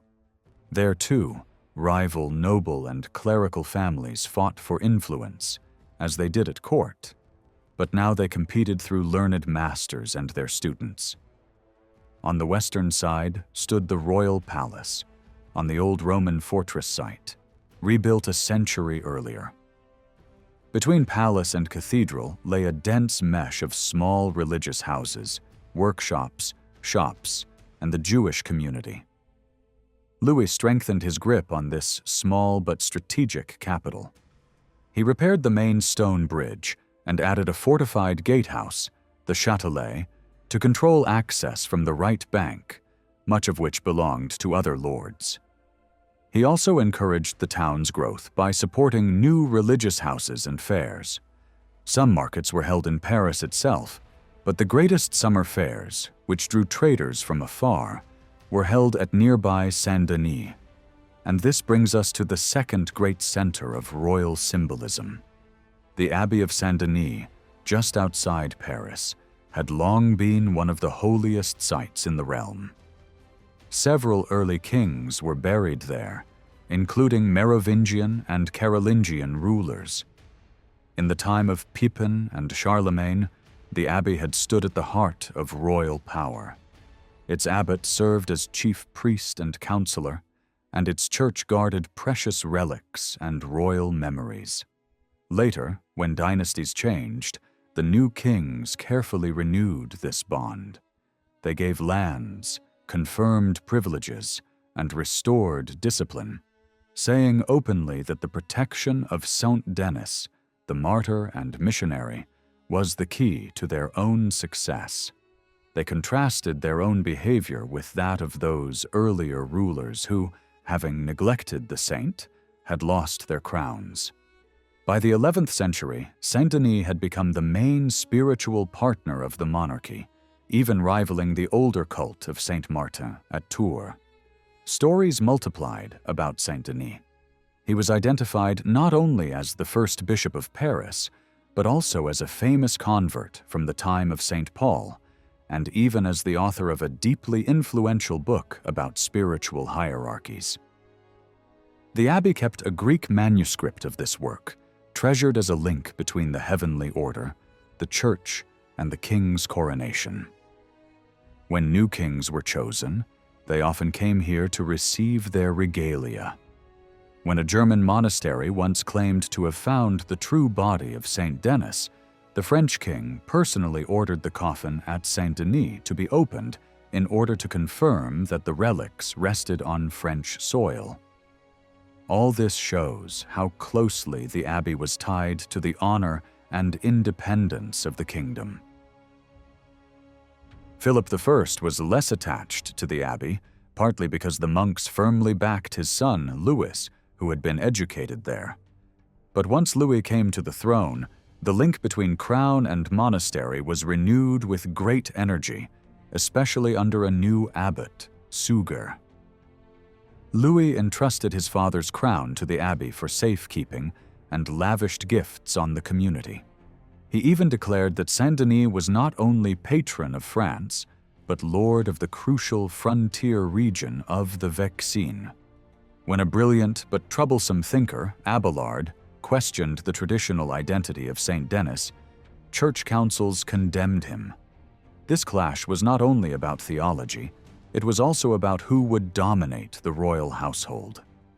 The abbey gradually pushed aside competing families, and a member of a rival clan was made Bishop of Paris.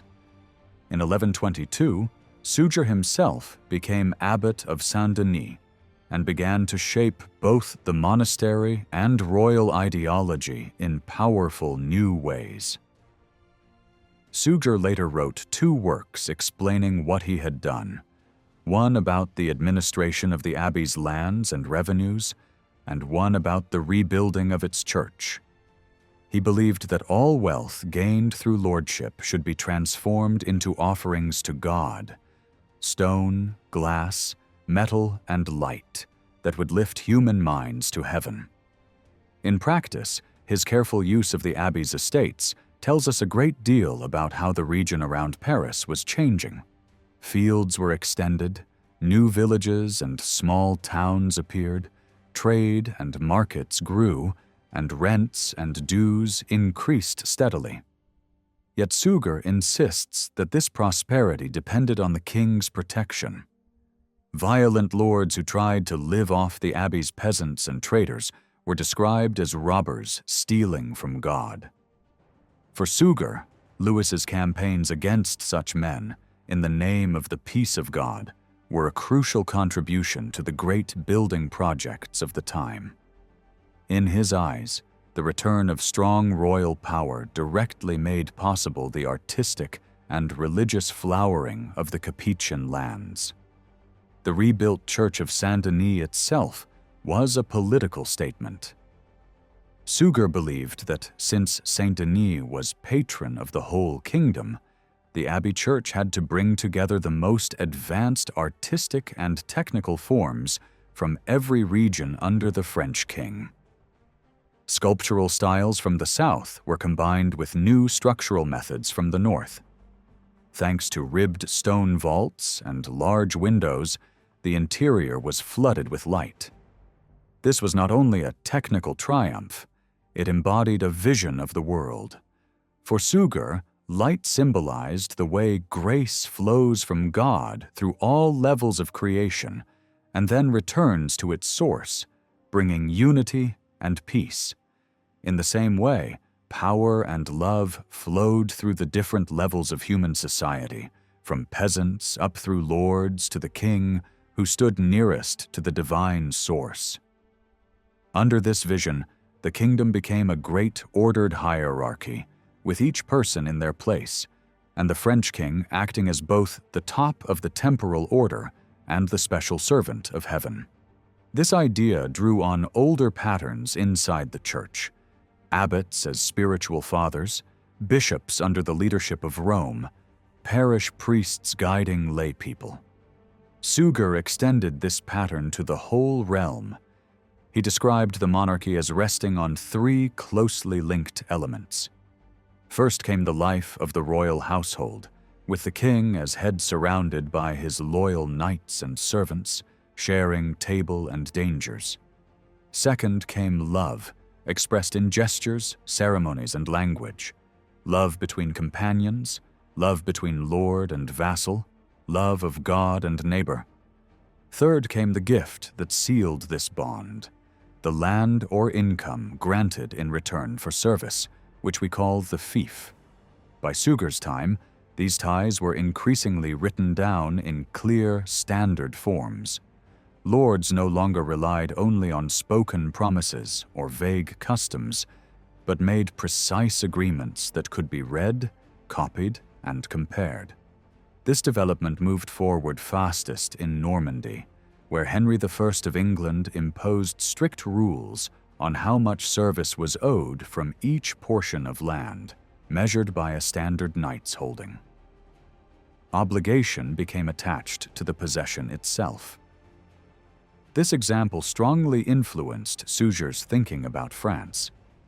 He imagined the kingdom as a vast web of holdings and services, like a machine made of many wheels, larger cogs turning smaller ones, all ultimately moved by the crown at the center. From this point of view, lands like Normandy were no longer fully separate powers. They appeared as great fiefs within a larger structure, and their rulers as vassals of the King of France. The same logic applied on smaller scales. The Lord of Auvergne held from the Duke of Aquitaine, who in turn held from the king. This way of seeing things was new, and not everyone accepted it. Powerful princes instinctively understood the threat it posed to their independence, which is one reason why some resisted paying homage when Louis came to the throne. Yet the idea had been launched, and it would shape later developments. A dramatic test came in 1124, when the German emperor, allied with Henry of England, gathered an army in Lorraine and threatened to invade France. Louis called on the princes of the realm. Counts from many regions, along with the Duke of Burgundy, responded at once. Others prepared to join them. For the first time in many years, a royal army assembled that looked like something from the time of Charlemagne. Before marching, Louis went to Saint-Denis. There, from the altar, he took the red banner of the saint, the oriflamme, and openly acknowledged that he held the Vexin from Saint-Denis and owed him service as his standard-bearer. Royal documents drawn up at this time state plainly that this frontier county belonged to the saint and that the king held it as a vassal, just as other lords held fiefs from him. A contemporary writer even called Saint-Denis Lord of all France. In this way, the king presented himself as going to war to defend his lord's land, with his own vassals behind him, and with God above them all. The saint's relics remained on the high altar while the king carried the banner, and when the danger had passed, he brought it back and laid it down in thanksgiving. Artists in Rome had already shown a similar scene, with a king receiving a flag from Saint Peter. Now the French king repeated that symbolism with Saint Denis, declaring himself the protector of the kingdom under his patron's shield. Louis continued this role as long as his strength allowed, and then passed it to his son. His duties now clearly included not only defending the church, but also maintaining order in the rapidly changing towns. He intervened, for example, in the turbulent city of Lyon, where, years earlier, the people had won the right to organize themselves into a sworn community, settle their own disputes, and pay fixed rents in place of older, more arbitrary dues. Many churchmen saw this as a dangerous sale of justice to the crowd. When the bishop tried to abolish these privileges on his return, he was killed by rioters. Such conflicts showed how new urban forces reforming church ideas and renewed royal power were colliding and mixing. In the middle of this, the King of France, supported by bishops and monks like Suger, was slowly claiming a unique place. Not only the head of a noble family, but the visible center of a kingdom that people were now beginning to call France. When the king came to Lyon, a royal document tells us that he set up what they called an institution of peace. This was understood as one of his main duties. He did not act like a private lord taking personal revenge. He took advice from the great lords of Lyon, from the nobles who had come with him, and also from the organized townspeople. The peace they created was a clearly defined zone inside and around the town. Everyone who lived within this area was bound to respect this peace. If someone broke it, people were not supposed to answer with private violence, raids, or arrests. Instead, public justice had to be used. The guilty person was to be driven out and cut off from the community, almost like someone expelled from the church. If he did not appear after 2 weeks and a formal summons from the bishop, the whole town had the duty to hunt him down and force him to face judgment. Only if there was mortal hatred, deep, deadly enmity, could people ambush and pursue him without restraint. After announcing this peace, the king confirmed his own rights in Lyon. He kept the traditional right to be hosted there 3 times a year, with his household and men, as traveling judges had done in earlier times. The townspeople could avoid this burden if they paid a fixed sum of money instead. The rule also said that the king would only claim lodging 3 times a year, except when he came to raise the royal army or to hold a great court on a major feast, such as Christmas, Easter, or Pentecost. Agreements like this spread through the kingdom step by step. Kings, great princes, and even lesser lords began to replace vague customs with precise written rules. These charters took habits that had once been flexible and unwritten and turned them into law. Written law started to resemble church decrees, clear, formal, and hard to change. Writing usually strengthened a lord's power because it recorded his rights. But at the same time, it limited him, because once something was written, it was harder to deny or ignore. Slowly, political life moved into the hands of educated men who could read, write, and argue from texts. The year before the king's intervention at Lyon, Louis VI had marched into Flanders. According to his biographer, he wanted to punish sin and restore divine order. At the same time, he wanted to show that the county of Flanders, a rich and powerful principality, was still a fief that depended on the French crown. A shocking crime gave him the excuse to act. On the 2nd of March, 1127, Charles the Good, Count of Flanders, was murdered while kneeling in prayer and giving alms inside the church of Saint Donatien in Bruges. People at once saw him as a martyr, and several writers described his death. One of them, Galbert of Bruges, was not a monk, but a notary in the count's service. He wrote daily notes on wax tablets as the events unfolded and later turned them into a careful narrative. He dated everything, ordered it clearly, and tried to understand the plot behind the murder. His work shows how skilled the writers in noble households had become by the early 12th century. Lords could no longer rule without such specialists, even in northern regions far from old Roman traditions. These scribes managed finances, wrote charters, and kept records, and their importance is clear from what happened after Charles's death. The killers immediately seized documents about the count's income. The new count had to call the notary in haste because estate stewards were already arriving to hand over what they owed. Writing was the key that made government and revenue collection work. Galbert also shows how written words began to replace older rituals. When the Knights of Oostkerke renounced their loyalty, they did not kneel in person before their lords to announce it. Instead, they sent a signed document. On the 20th of March, 1127, 2 letters arrived in Bruges. One was from the King of France, calling the leading men to him to choose a new count. The other, whose truth was disputed, came from a rival claimant. The messengers who went to Louis returned 10 days later with another letter. The butler of Charles the Good showed it to the gathered citizens. They checked the seal, it was read out, and then discussion began. Not around a person, but around a text. Written documents were now shaping political action. In Flanders, the count's position was normally hereditary. The office passed from father to eldest son as a kind of sacred trust. Sometimes this line was broken. In 1071, Robert the Frisian had driven out his nephews and taken power by force.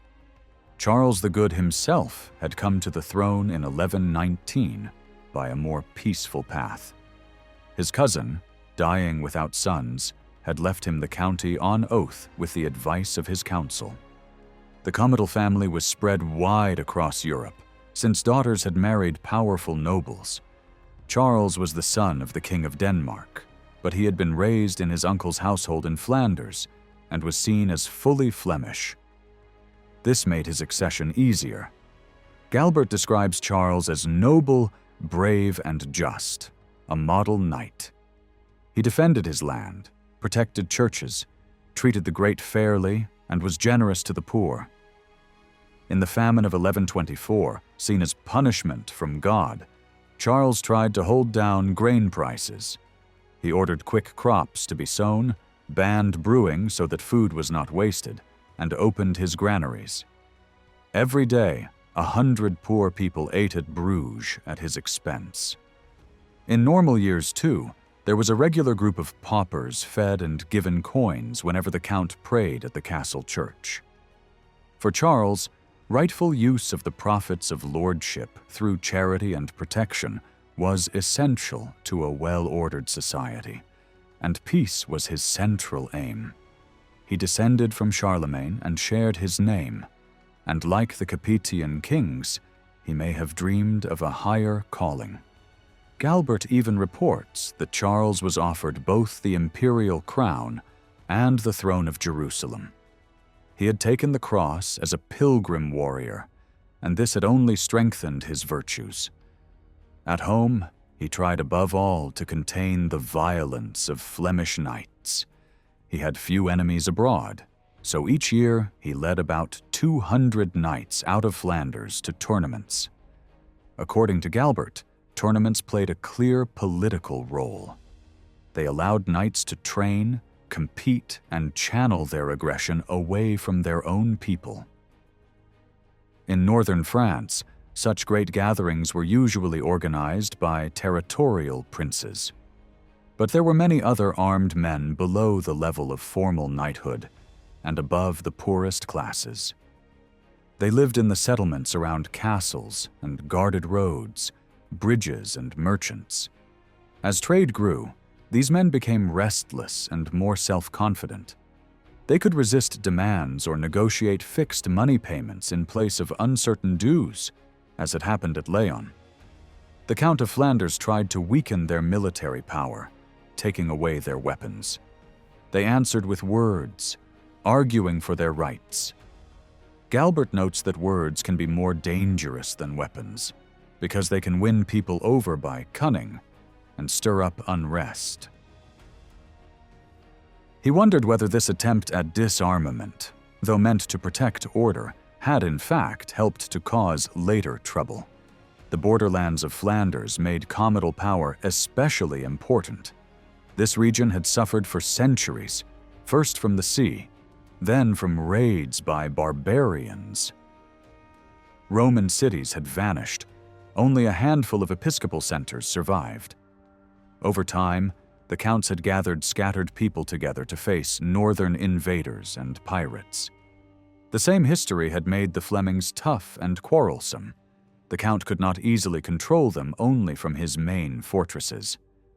Galbert gives a vivid description of the castle at Bruges.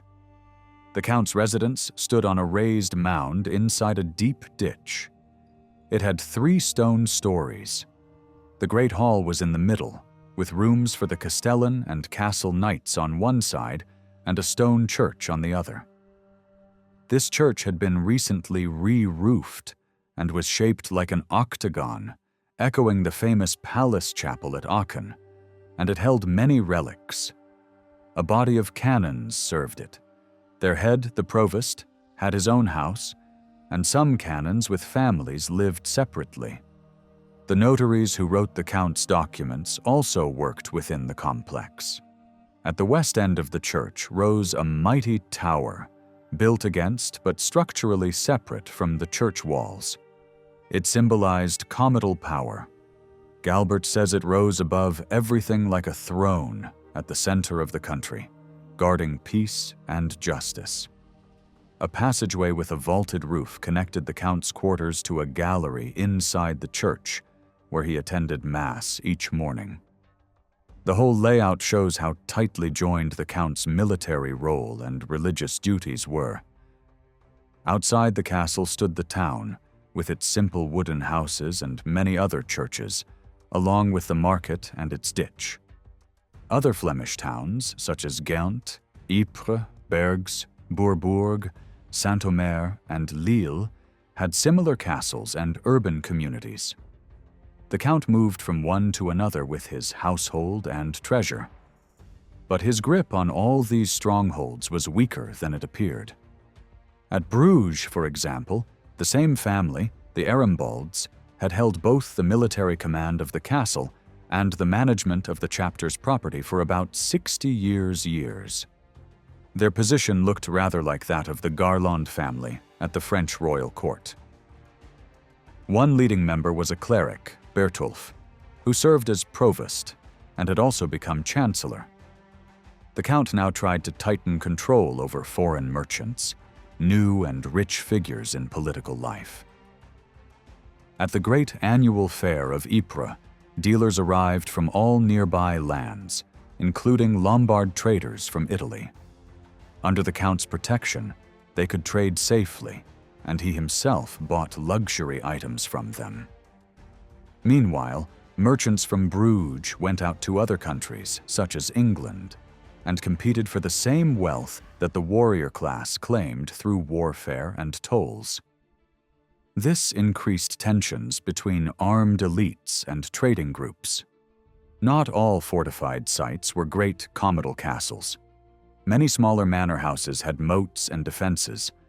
During crises, townspeople could take shelter there, but these strongholds could just as easily serve as bases for raiding bands. A few were held by knights, but most belonged to very rich laymen whom Galbert calls princes or peers, social equals of the count. So even though the Count of Flanders ruled one of the largest and richest principalities under the French crown, his authority was checked not only by external enemies, but also by powerful groups inside his own lands, and above all, by the growing strength of the Arembalds at Bruges. According to Galbert, Bertulf abused his office. He sold church positions for money and kept the chapter's funds as if they were his own. He was rich, and his relatives married into other wealthy families. His influence was increased by his many knightly nephews, whom he pushed into quarrels and acts of violence. At the same time, members of his family held key positions in the count's household: chamberlain, butler, notary, so that more and more of the county's knights were drawn into their network. We see them meeting in a chamber, swearing mutual aid, and nearly 300 men binding themselves together. Alliances like this formed the backbone of private war bands and were a terrible burden for peasants who had little defense except the count. When 200 peasants came to Charles at Ypres and threw themselves at his feet, they told him that armed men from Bruges had attacked a manor house near their lands and had ruined their fields. They begged for help, asking him to restore their cattle, clothes, and money. Charles listened, took advice, and responded with force, burning down the house of one of the main offenders, a nephew of Bertulf, and then making peace with a formal ceremony. Outwardly, harmony returned, but anger and fear remained, and they would soon lead to the Count's murder. The deeper problem was the gap between the real power of such hereditary office holders and their traditional legal status. The first Arambalds had been drawn from the ranks of the Count's serfs. By the early 12th century, their descendants had gained wealth, land, and honor. They had married into noble families and been made knights. Knighthood was no longer just a job. It had become a mark of rank. They were on the edge of full noble status and wanted to wipe out any memory of their humble origins.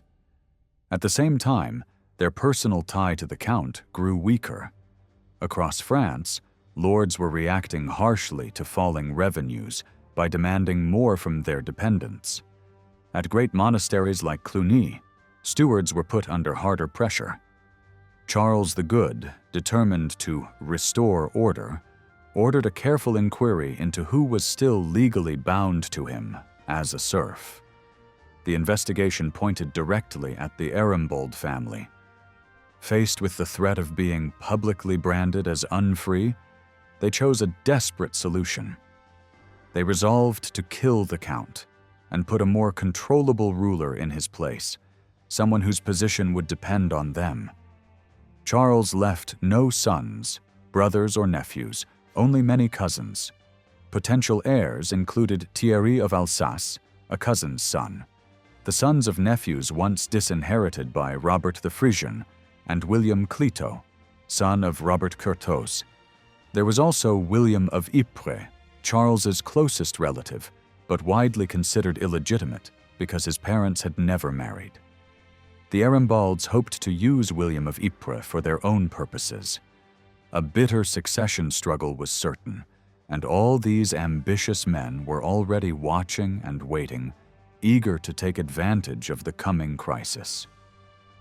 Charles the Good, Count of Flanders, was killed in the middle of Lent during morning prayer in the church at Bruges. Armed men cut him down with swords and axes, together with several nobles close to him, including the Castellan of Bourbourg and his 2 sons. His body lay in the church that had just been stained with his blood. The Bishop of Noyon immediately cursed the killers, so no normal funeral could be held. A few canons who had not run away placed the body on a bier in the choir, while the murderers themselves also gathered there, trying to hide behind the holiness of the place. In a strange and shocking scene, they sat around the corpse, put bread and beer on top of the tomb, and ate and drank over his body, as if this blasphemous act would protect them from revenge. Beggars waited nearby, expecting the usual funeral meal that was normally given in the name of the dead. The abbot of the great abbey of St. Peter at Ghent hurried to claim the body, as earlier counts of Flanders had been buried there. But before anything could be settled, vengeance began. One of the count's chamberlains, Gervais of Prat, a close friend and loyal vassal, joined with some of the townspeople and surrounded the castle where the killers had taken refuge. The canons had already removed relics and holy objects, but there was still the comital treasury inside the walls. This prospect of wealth drew in other castellans with their men, and crowds from the surrounding countryside. Greed, even more than outrage at the murder, broke the bond between the Castellan of Bruges and many of his knights. They took straws, snapped them and threw them down to show that they had ended their oath of loyalty. Then they smashed the outer defenses, rushed into the Count's residence, and stripped it of everything they could find, from grain and wine to hangings, and even iron nails from the doors. At this point, the King of France, Louis VI, stepped in. The first avengers were called by letter to meet him at Arras, near the frontier of Flanders. When they returned to Bruges, they announced that the king had come to defend his cousin and to act as the instrument of divine justice, supported both by God and by armed force. With the advice of the French and Flemish lords, he had chosen William of Normandy, known as William Clito, as the new Count of Flanders. He was described as brave and familiar with Flemish customs. The envoys declared that they had already sworn loyalty to him and received from him the estates of the traitors, and they urged the citizens to accept him as their new lord. They also added a promise. William was ready to abolish certain taxes on goods and house rents inside Bruges.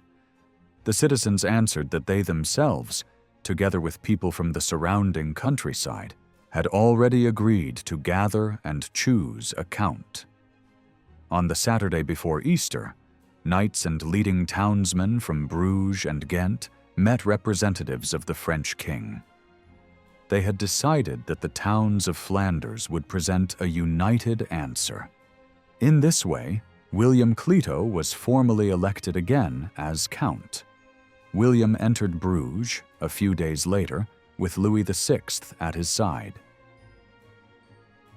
The canons of Saint Donation went out with relics to receive them and led them in procession through the town with all the ceremony due to royalty. Out in the field where the citizens usually held their meetings, a solemn assembly was held around the relics, very similar to earlier peace gatherings. First the king, then the new count, laid their hands on the relics and swore to protect the rights of the chapter and of the townspeople.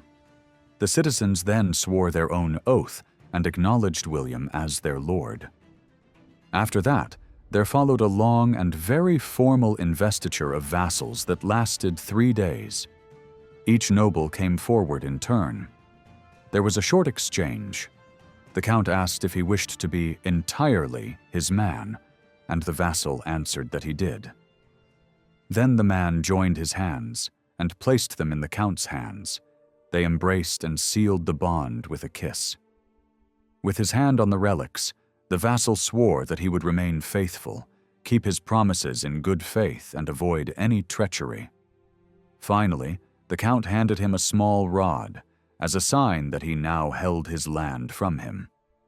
While William traveled from fortress to fortress receiving such homages, Louis VI stayed in Bruges, and on the 12th of April ordered a direct attack on the chief conspirators. The royal forces, helped by young men from the town, stormed the last tower. Though the treasure had already disappeared, Louis wept over his cousin's body, which was finally buried with honor, and the church was purified and consecrated again. All the murderers they could catch, together with their close supporters, were sentenced to death. Before returning to France, the king demanded an enormous payment of 1,000 marks of silver from the new count in return for his fief. Behind his religious language, Louis behaved as a hard bargainer who expected to be paid for his support. Louis had been careful in the way he intervened. He had first halted at the edge of Flanders and called the leading men to him, as if to let them choose freely while he simply guided the process. In reality, his own barons were present, and his preferred candidate was imposed, much as a king recommends a bishop and then allows a local election to confirm the choice. The new factor was the role of the towns. The king could not ignore them, so he had to accompany William as he made his entry into each city and castle. In every place, William had to build up his authority layer by layer, winning over great lords, receiving the loyalty of castle knights, and gaining the acceptance of armed citizens from the surrounding settlement. According to the Bruges notary who recorded these events, the town as a whole agreed to receive William as count, but each man who held a fief still had to renew his homage personally. The detailed description of these ceremonies suggests that this was a moment when feudal practices became fixed in a standard form. What had earlier been a patchwork of local agreements and flexible clauses was now turning into a general code of obligations recognizable across northern France. The outcome in Flanders soon showed the limits of Louis's victory. He had not managed to seize the old count's treasure, and the huge sum he now demanded from William, in effect, forced the new count to squeeze his own subjects. William had promised to abolish certain tolls, but he urgently needed money to pay the relief claimed by the king, and pressure from the knights who held those tolls in fee pushed him to keep them in place. He could not afford to alienate these armed men who guarded his main fortress, but he also wanted money from the towns, betting that the nobles would support him against their urban rivals. This strategy failed. Citizens in Lille and Saint-Omer revolted. Then Ghent rose against its castellan because of heavy financial demands, and some local knights joined them. When William arrived, he was confronted by a delegation led by a prominent warrior who reminded him that he had broken the oaths made in his name to defend town privileges. The speaker admitted that William remained their lawful lord, but urged him to seek a peaceful settlement and to call a meeting at Ypres with great lords, clergy, and townsfolk present. In this appeal, we can see the early outline of a three-part assembly of nobles, churchmen, and urban representatives, the distant ancestor of the Estates General. The gathering at Ypres revealed how far political thinking had advanced. The towns proposed that the leading nobles should judge the count in front of everyone. If they decided that he had behaved justly, the towns would submit. If they judged that he had broken his word and proved unworthy, then the nobles and citizens would choose another candidate of suitable birth. William rejected this idea angrily, declared their homage cancelled, and challenged his main accuser to trial by combat, insisting that everything he had done was justified and reasonable. A date was set, and both sides came armed. The delegation from Ghent reminded him that he was breaking the peace of the church by taking up arms in Lent and attacking his own vassals in breach of the feudal code. Then, to show that they no longer considered themselves bound to him, they snapped a straw in front of him and walked away. Town after town now joined the movement, protesting that the count had stripped them of almost everything, leaving them with nothing more to lose. Finally, Bruges aligned itself with the rebels when Thierry of Alsace appeared. In the same field where William had been accepted, lords and townspeople now greeted Thierry as Count of all Flanders, and he swore on the relics of Saint-Donatien to protect their liberties. Louis VI returned to Arras and summoned delegations from the Flemish towns to try to repair the situation. The representatives replied firmly that the choice and installation of a Count of Flanders did not belong to the King of France. Whether a previous count died with or without a direct heir, it was the peers and citizens of Flanders who had the right to select the nearest suitable relative and raise him to office. They accepted that the county was held as a fief from the French crown, and that something had to be given in return, but they insisted that this relief was only a symbolic payment of arms, not a heavy money fine. Church leaders now gathered at Arras, and William Clito did everything expected of a good Christian ruler. He returned churches he had held as property to the Bishop of Noyon, and presented himself as protector of the church in Flanders. The clergy rallied to his side. The bishop placed an interdict on Thierry's supporters, and other bishops condemned Thierry as a rebel. One chronicler notes with surprise that some priests tried to curse William in turn, as if they could force God to take their side. At first, it seemed clear that God favored William. His army, made up of knights who had cut their hair and dressed plainly as penitents, won a clear victory in battle, and many believed that the Flemings were being punished for daring to choose a new count against their lord. Then everything changed. In July 1128, while still fighting, William Clito died of his wounds outside Alost. The Bruges notary ended his narrative here, puzzled by this sudden reversal. He suggested that God, in mercy, had removed a man whose position had become deeply compromised. William had, in a sense, bought the county by paying a huge sum to Louis VI, much as corrupt men sometimes paid to gain a church office. This made him an unjust lord in his turn. According to this explanation, God had used William as an instrument to avenge older wrongs, such as the violent seizure of Flanders by Robert the Frisian decades earlier, and then removed him. However we judge this reasoning today, the account gives us a precious view of a world in transition. Between about 1125 and 1150, we see political units growing larger and more stable, feudal law hardening into a common framework, and the Kingdom of France emerging as the point of reference above all principalities. Great lords might call their lands kingdoms and picture themselves as defenders of their countries, and they watched closely for chances to seize a royal crown when dynasties seemed fragile. But in theory, they remained vassals of the French king.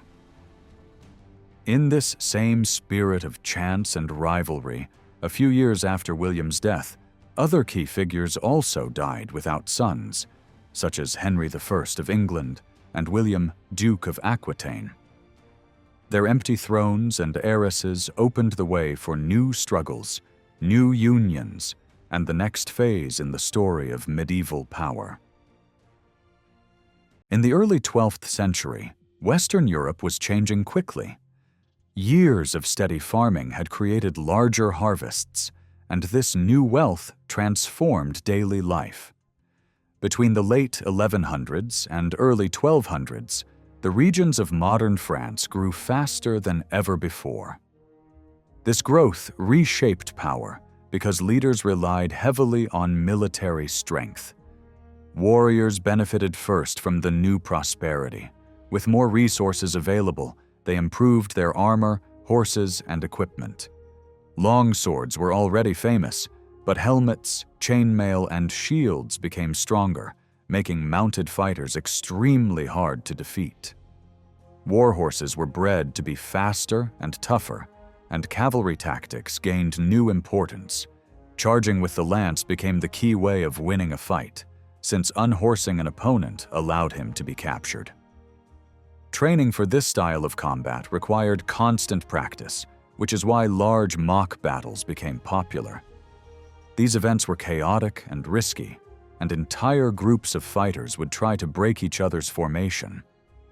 They also became major social occasions, drawing warriors from many lands.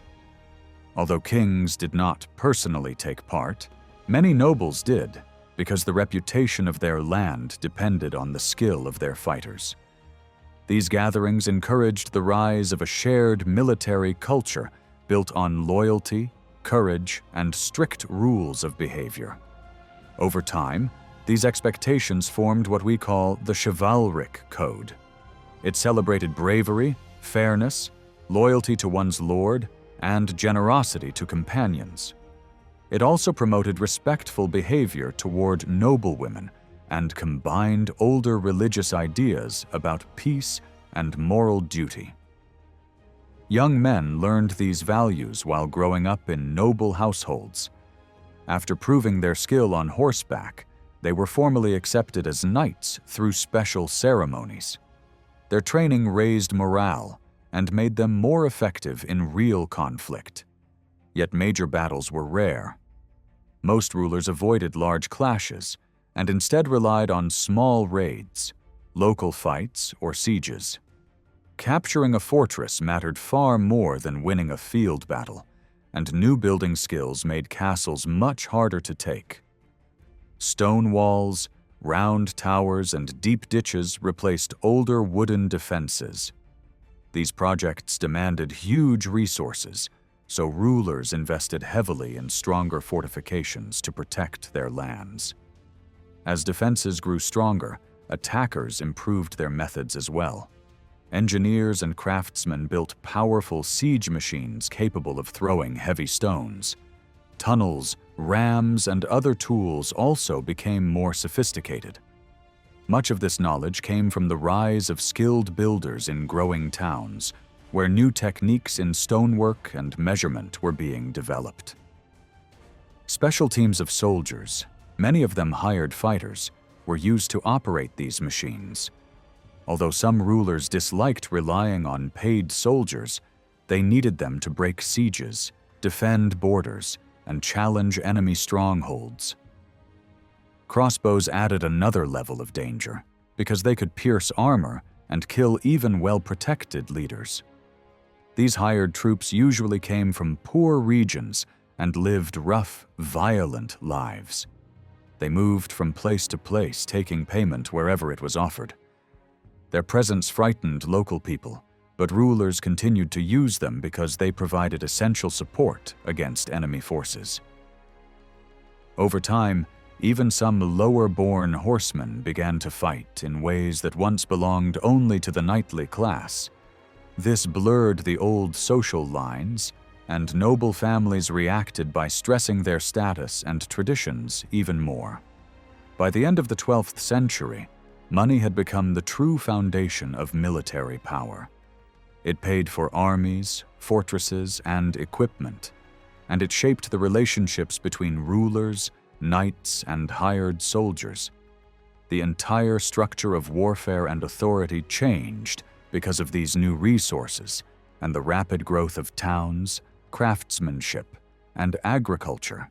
From the early Middle Ages onward, small silver coins were used across the land, but as trade expanded, these coins lost quality and value. Even though moral leaders complained, people adapted. Everyday life became more connected to money. Lords began accepting payments instead of traditional services, and peasants used money earned from their labor or goods to settle obligations.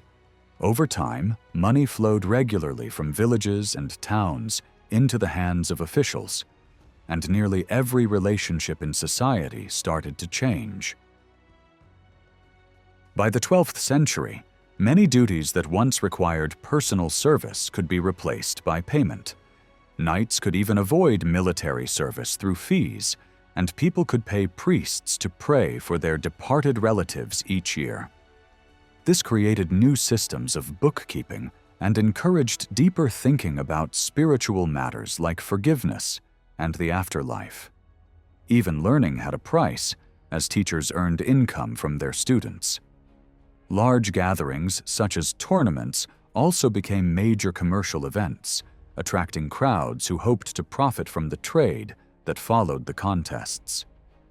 Many knights themselves needed money to replace lost equipment or pay ransoms, and this constant demand for cash weakened older ideals of honor and loyalty.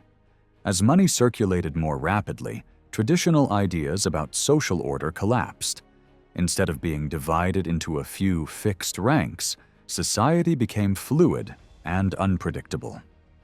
Wealth shifted constantly, raising some people while ruining others. The desire to get ahead shaped attitudes, pushing individuals to take risks and break away from long-established bonds. Young men left their homes to seek opportunity, but this freedom also exposed them to danger and isolation. Those who wandered needed laws and protections that reached beyond local custom, which strengthened the need for central authority and helped the early state grow. Meanwhile, towns expanded rapidly and became more powerful than the countryside. The university in Paris became a center of learning, drawing teachers and students who debated moral and social issues. Many worried that the rise of money was weakening the values that once held communities together. Their concerns reflected real changes. Families were no longer tightly bound. Personal choices multiplied, and old loyalties lost strength. A man's future depended less on inheritance and more on his own ability to navigate a changing world. The gap between rich and poor widened sharply. In villages, peasants often needed loans to pay taxes, buy seed, or cover religious ceremonies. Debt became common, and many families fell under the control of a small rural elite. In towns, the divide was even greater.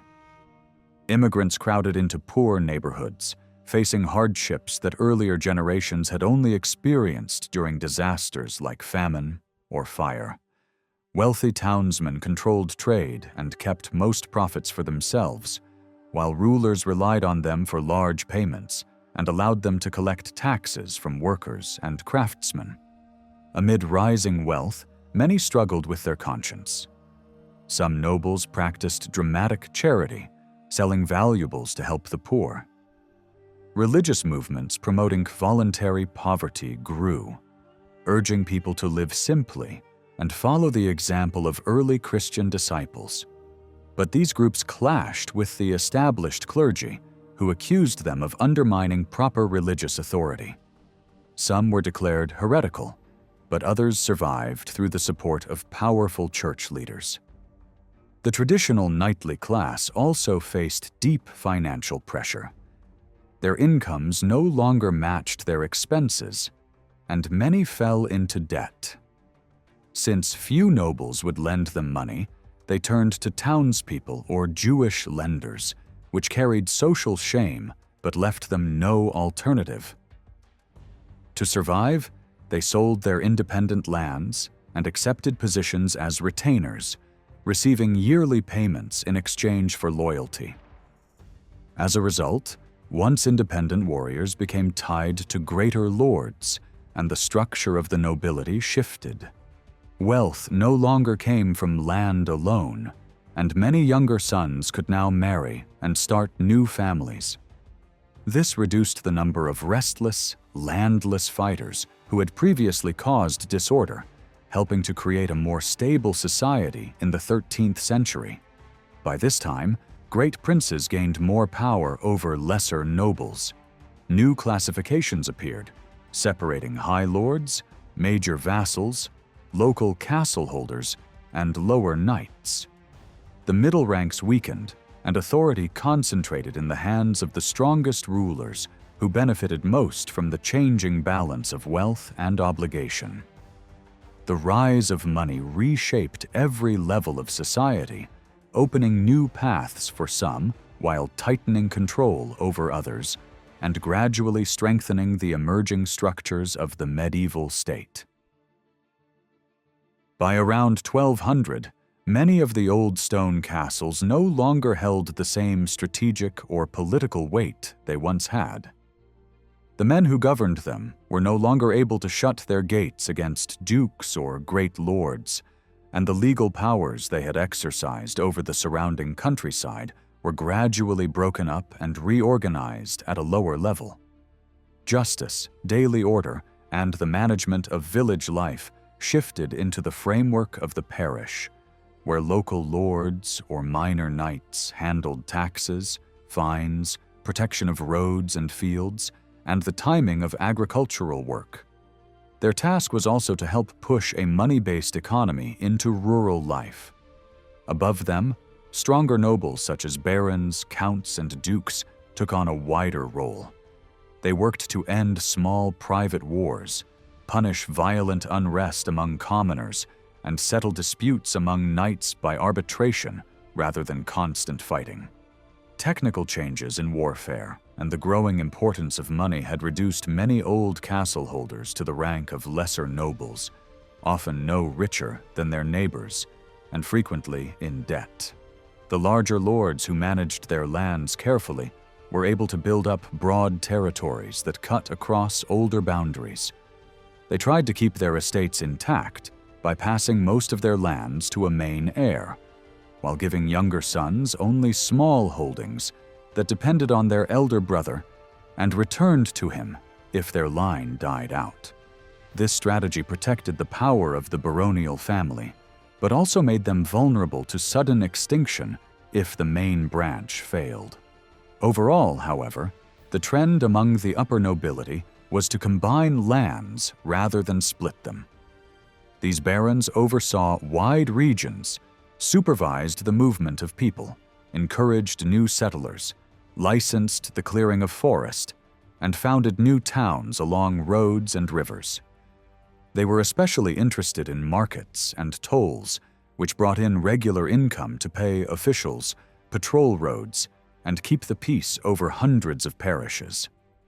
Throughout the 12th century, better roads and bridges, stronger horses with better harness, and a growing network of smiths and staging posts transformed transport and communication, especially in northern regions.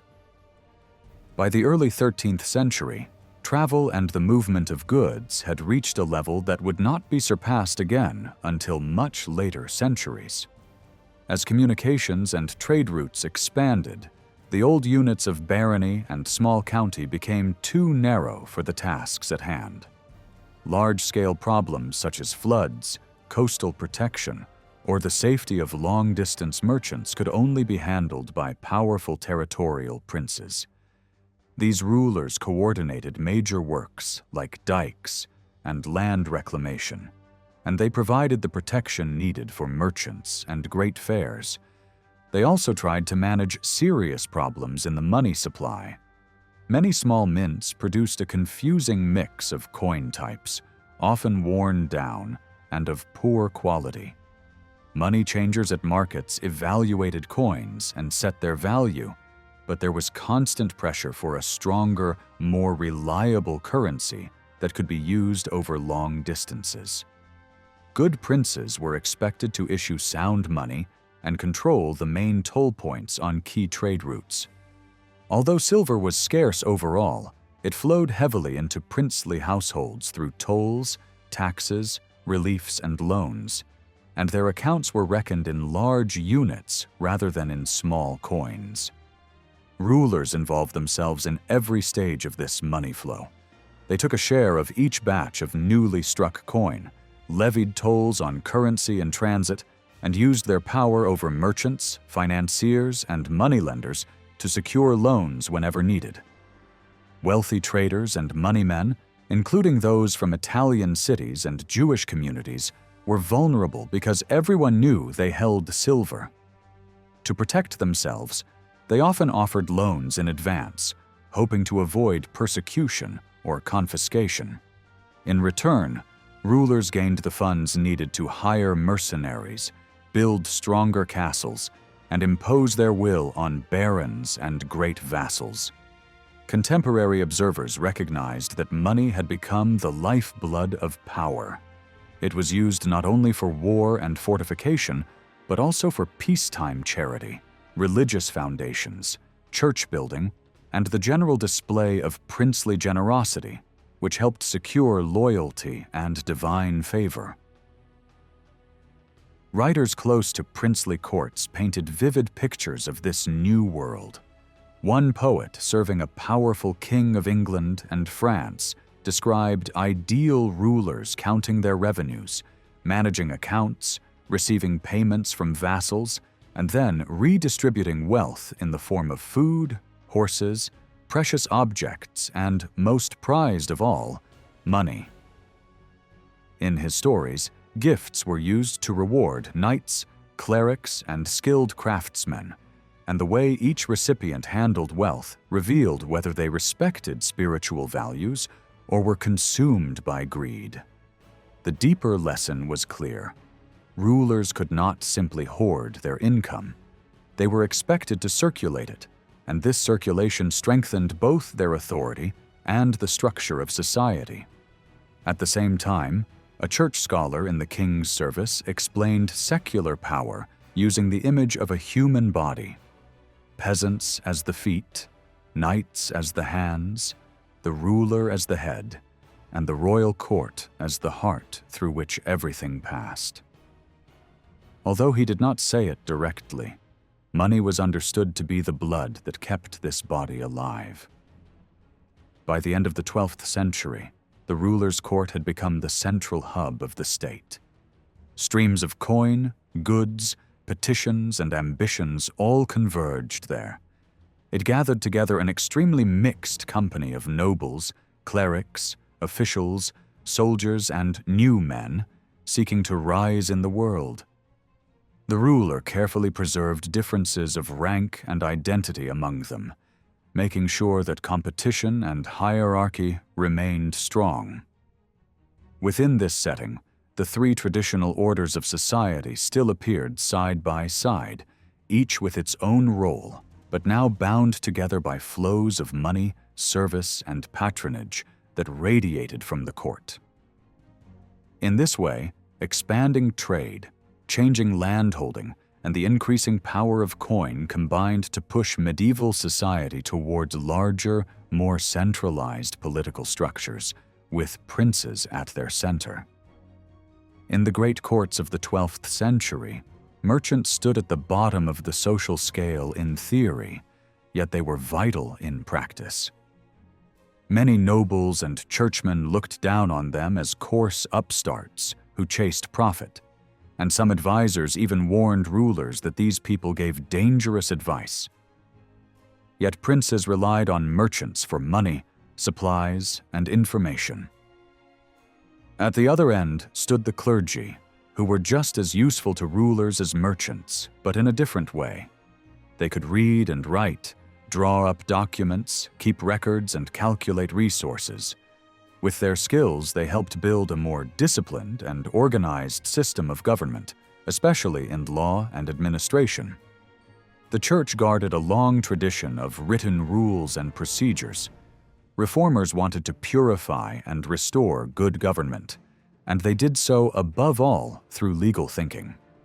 They collected earlier texts, compared them, tried to remove contradictions, and built a more logical system of church law. This law did not only affect priests and monks. It also reached into the lives of ordinary people whenever marriage, sexuality, oaths, or moral questions were involved. Church courts expanded their power through new methods of investigation. Clergy began to rely less on old customs and dramatic ordeals, and more on written evidence, questioning of witnesses, and careful reports. Bishops received authority to maintain peace in their regions, and diocesan courts slowly took shape. Judgments were recorded, and appeal procedures were created. The result was a model of justice that was precise, written, and repeatable. Lay rulers noticed the strength of this system and began to copy it. Earlier secular courts in many regions had used writing, then allowed the habit to fade. In the 12th century, they reintroduced written records with new energy. Rulers and counts turned to trained clerks to gather evidence, write down local customs, and turn scattered rules into usable law. In several regions, experts collected the surviving elements of older Roman and local law, reshaped them, and drafted new collections of rules to guide public order.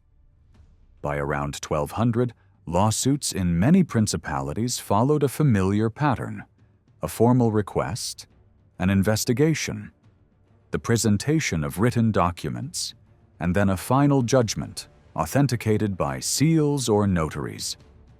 Anyone who wanted to defend property or rights now had to pay for scribes, seals, and legal advisors. This helped create a whole new profession of lawyers and administrators who were hired by princes and great lords to run their courts. At the same time, people began to write law down in the spoken language of the country.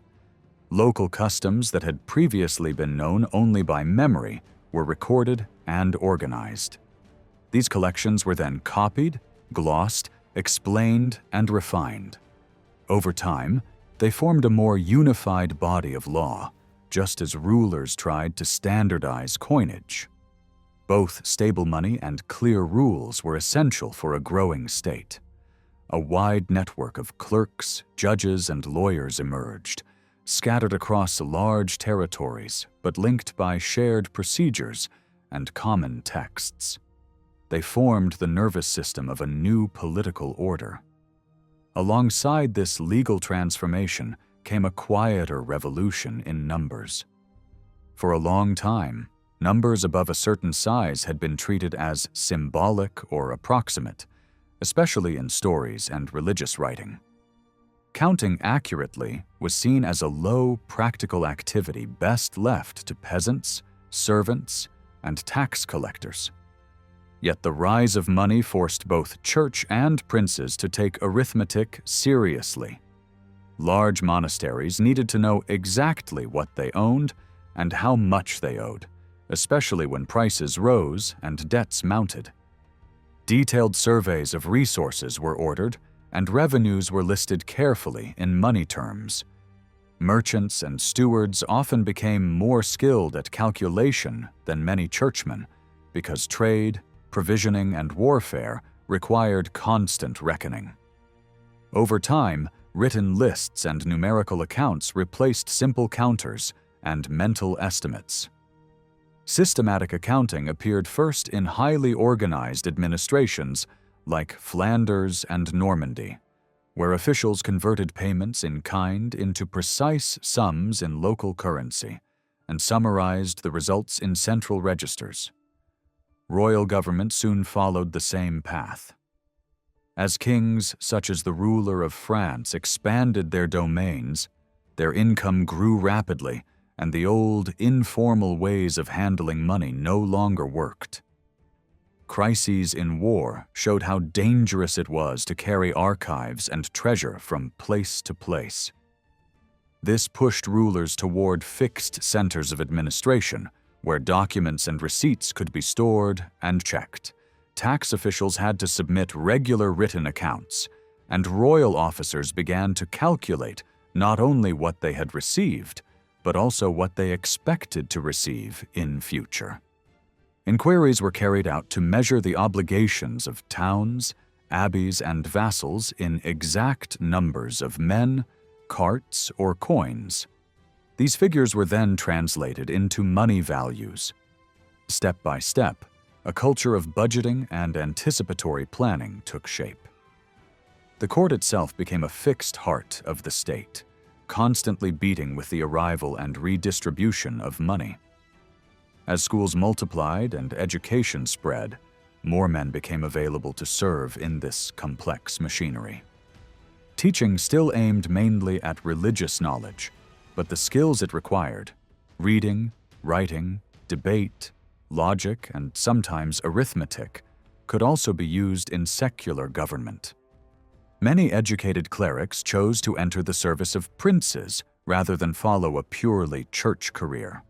They began modestly, often in chapels or minor offices, then moved into the center of administration, managing correspondence, finances, and diplomacy. Military religious orders, which handled large transfers of money to the Eastern Mediterranean, also contributed experts who were both warriors and capable managers. By the early 13th century, groups of masters and students in major cities were forming loose associations that we call universities, feeding a steady stream of trained minds into courts and chanceries. Under these conditions, noble rulers themselves could not remain ignorant. Surrounded by literate advisors and rival princes who prided themselves on learning, they had to show at least some familiarity with books and ideas, even if they could not read fluently. Stories circulated of counts and dukes who valued wisdom as highly as strength, and who consulted old military writings or religious authors before making decisions.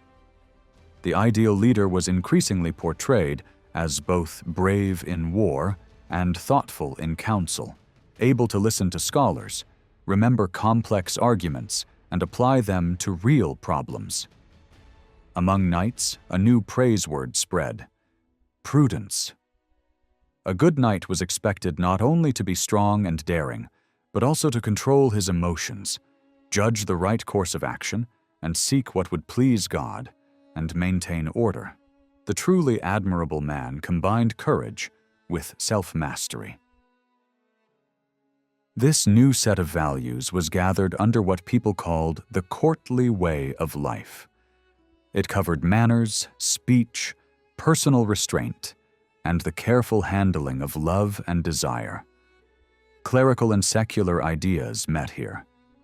Classical authors who praised self-control and friendship were reread, and their messages were adapted to the atmosphere of princely courts. Love became a central theme, not just as passion, but as a disciplined, refined relationship that required patience, respect, and emotional balance. This pattern offered a way to channel the energy of many young nobles who, for dynastic reasons, were not meant to marry and found themselves living for tournaments, service, and reputation.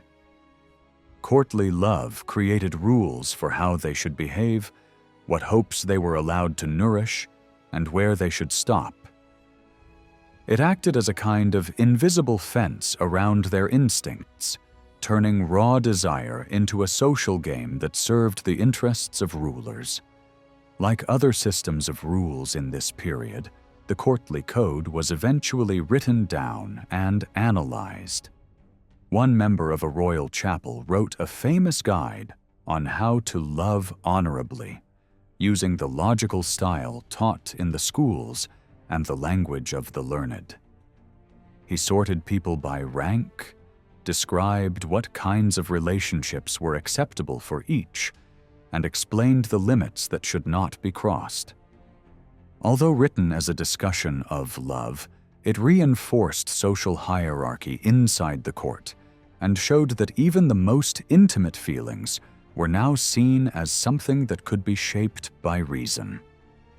In this way, merchants, clerics, knights, and rulers all found themselves drawn into a new world where writing, numbers, law, and self-control worked together to strengthen larger states and give power a more rational face.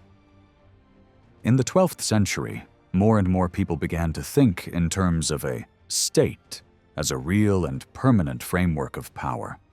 At the same time, literature, science, and philosophy were moving very fast. Scholars no longer saw the world only as a place of decay and sin.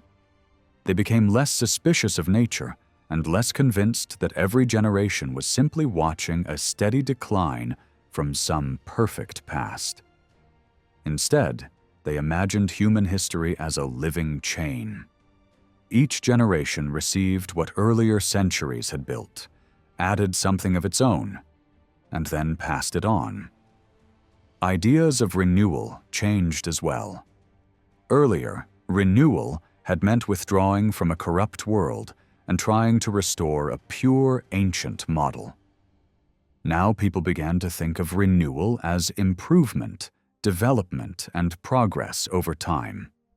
In this atmosphere, scholars in northern France argued that true peace, like the peace of heaven, could not exist without reason. Paris, where the French king had fixed his main residence, became the center of this new vision, and under Louis VII, a new way of understanding French kingship emerged. Tradition has often portrayed Louis VII as weak and overshadowed by his father on one side and his son on the other. Many contemporary writers did mock him as overly emotional and too attached to his famous wife, Eleanor of Aquitaine. His reputation suffered greatly when their marriage ended and she left, taking Aquitaine with her and later marrying Henry of Anjou, who became King of England. Rumors circulated about her conduct, and chroniclers enjoyed telling stories about her love life. Yet if we look more closely, Louis's decision to accept the annulment was far from foolish. He had serious reasons of his own. The marriage had produced only daughters, and without a son, the future of the dynasty was in real danger. In that situation, many lords set aside their wives and remarried in the hope of securing a male heir. Louis also knew that, under the customs of the time, Aquitaine could not simply be absorbed into the royal domain while Eleanor lived. It would pass to their child, and if that heir married a powerful lord, there was no guarantee that this son-in-law would be loyal to the French crown. In reality, keeping Eleanor might have locked Aquitaine permanently outside direct royal control. By letting her go, Louis freed himself to form a new alliance with the House of Champagne, which later proved extremely valuable. Eleanor later said that life with Louis was like life with a monk, not a king, and in that remark she saw clearly something essential. His character and education pushed him toward close partnership with the Church, not toward restless conquest. This partnership was shaped above all through the royal relationship with the Abbey of Saint-Denis, near Paris.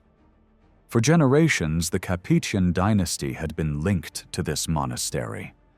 Abbot Suger of Saint-Denis, one of the most remarkable churchmen of his age, had acted almost like a tutor and chief advisor to Louis when he ascended the throne. The new choir of Saint-Denis was consecrated only a few years after Louis's marriage and coronation, and the church's spiritual and artistic program deeply influenced the image of kingship. In the scriptorium of Saint-Denis, monks produced stories and charters that wove together the figure of Charlemagne, the abbey's patron Saint Denis, and the French crown. They told how Charlemagne supposedly placed his crown on the altar of Saint-Denis, made the kings of France vassals of the Sant, and in return granted them the right and duty to rule all the land once called Gaul. These accounts were pure invention, but nobody at the time doubted their authenticity.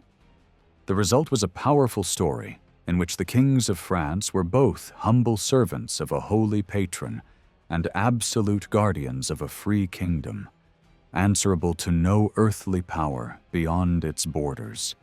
When they carried the great red battle banner known as the Oriflamme, said to have belonged to Charlemagne, they were understood to be acting in the name of Saint-Denis and of God himself. Louis's religious preferences also reflected the changing face of the Church. While older royal burials were linked to Benedictine monasteries, Louis drew closer to the newer, more austere Cistercian order, which rejected luxury and display. He chose to be buried in a Cistercian house rather than at Saint-Denis. Like the bishops they served, the Cistercians were deeply involved in church reform, and Louis presented himself as their ally and as the servant of the French episcopate. He followed the new rules for episcopal elections carefully. He informed churchmen of his preferred candidate, but left it to them to choose, and only then invested the elected bishop with the worldly goods of the office. This respect for procedure, combined with his sincere piety, won him strong support among the bishops, who became one of the main pillars of the monarchy. The fact that many nobles laughed at Louis for being too devout actually helped him in the long run, because it made church leaders trust him more. Louis also opened his kingdom to high churchmen in exile. He gave refuge to Thomas Becket, the Archbishop of Canterbury, during his struggle with Henry II of England, and he sheltered Pope Alexander III when the Pope had been driven from Rome. These gestures strengthened Louis's position against his powerful western neighbor, Henry II, and his eastern rival, the German Emperor Frederick Barbarossa.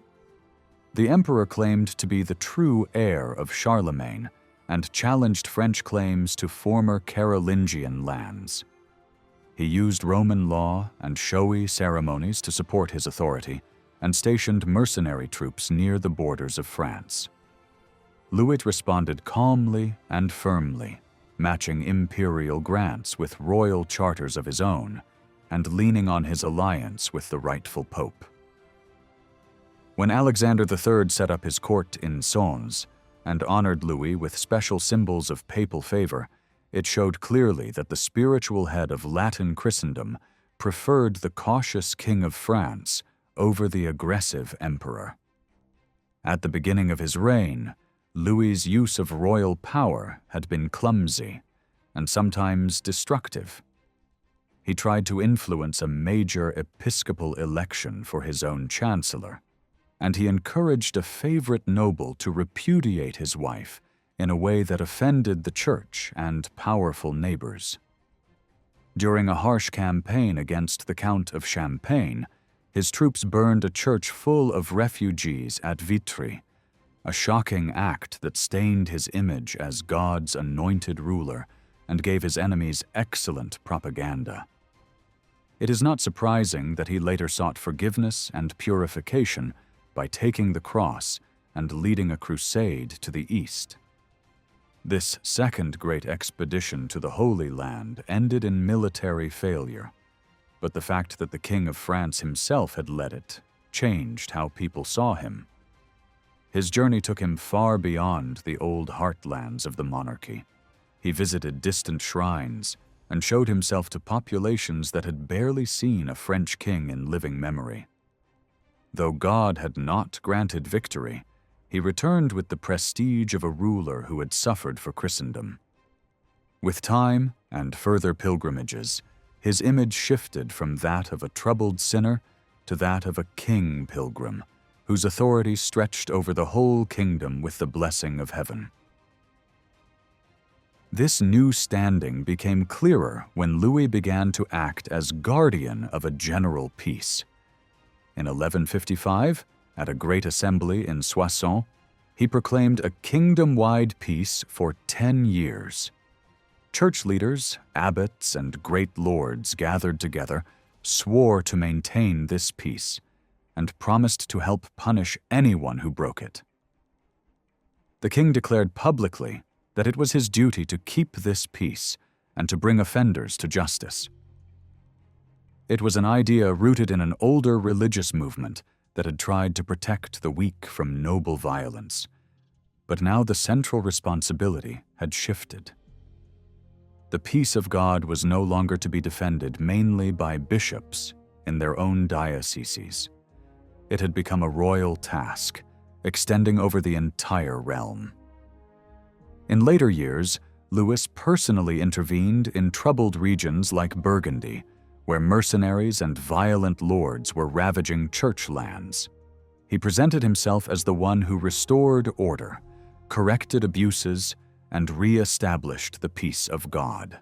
Artistic works from this time even showed him mirroring Christ in heavenly glory, holding a model of a church in his hand, as if he too was both king and priest, a figure like Melchizedek in the Old Testament.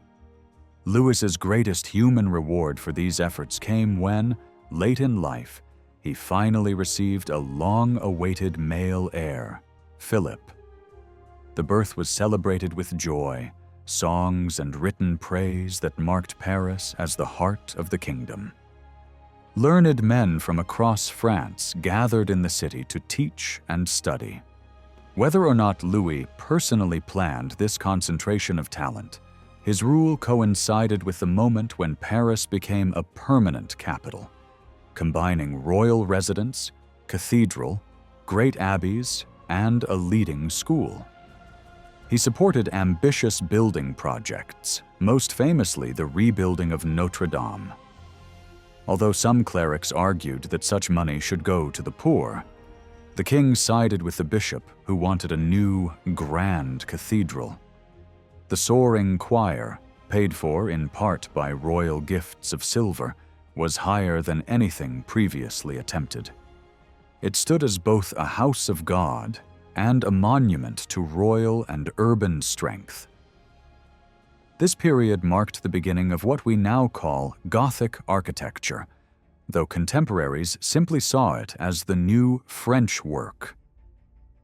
The model had taken shape first at Saint-Denis, where Abbot Suger sought to express in stone the idea that God is light, and that all of creation reflects that light. Large windows, delicate vaults, and sculpted facades were meant to surround worshippers with signs of divine grace and to teach them through images of Christ as brother, friend, and judge. Bishops across the royal heartland quickly adopted this model. Craftsmen, sculptors, and glaziers moved from one site to another, leaving similar styles at places like Chartres and Paris, while adapting details to local tastes. There was a clear shift. Building energy and funds were no longer centered on monasteries alone. Cathedrals in the cities became the main focus of monumental art. This change reflected deeper currents. Church reform had placed bishops at the top of the religious hierarchy, and they now had a stronger sense of responsibility for the spiritual instruction of ordinary believers. Cathedrals were not just places of ritual, they were schools made stone, meant to transmit a moral and intellectual vision shaped in the schools of theology. At the same time, the growth of towns made urban resources available for building, and cathedral chapters did not hesitate to demand heavy contributions from merchants and guilds. There were tensions and even revolts when demand seemed too great, but in the end, the tall towers and vast naves of cathedrals publicly displayed both church authority and urban pride. Merchants might grumble about dues, yet they wanted their donations to be visible, often arranging to have their guild emblems or scenes of their trade represented in stained glass. In this way, money acquired from the countryside through trade and credit flowed back into church building, binding city, church, and crown together in a shared visual language. These great cathedrals also symbolized the revival of royal power. Since late Roman times, major churches in cities had been linked to public authority, and their strong walls, towers, and gates had evoked both heavenly and earthly order. Now, in the 12th century, the French monarchy drew on this tradition in a new way. Kings like Louis VII were constantly surrounded by bishops, abbots, and learned clerics. Their seals, their crowns, and their funerals were embedded in church ceremony. When Louis died, he was buried in a Cistercian house, but royal symbols such as crown, scepter, and seal were laid beside him, emphasizing the sacred character of his office and the continuity of the state he had served. Meanwhile, the upper church dreamed of unity across all Western Christendom. The Pope's authority reached further than ever, and the Cistercian order spread across Europe with remarkable cohesion. Many of the best clergy had studied together in Paris. They prayed for the unity of God's people, especially because the Holy Land was in danger, and Islamic forces under leaders like Saladin were mounting a strong offensive. Church leaders believed that powerful kings were necessary to control ambitious princes and to lead Christendom in defense of sacred places. They supported monarchies when these were strong, disciplined, and open to papal guidance. In this setting, the King of France, with his solid base in the fertile lands around Paris and his growing cultural capital, looked to many like a natural champion.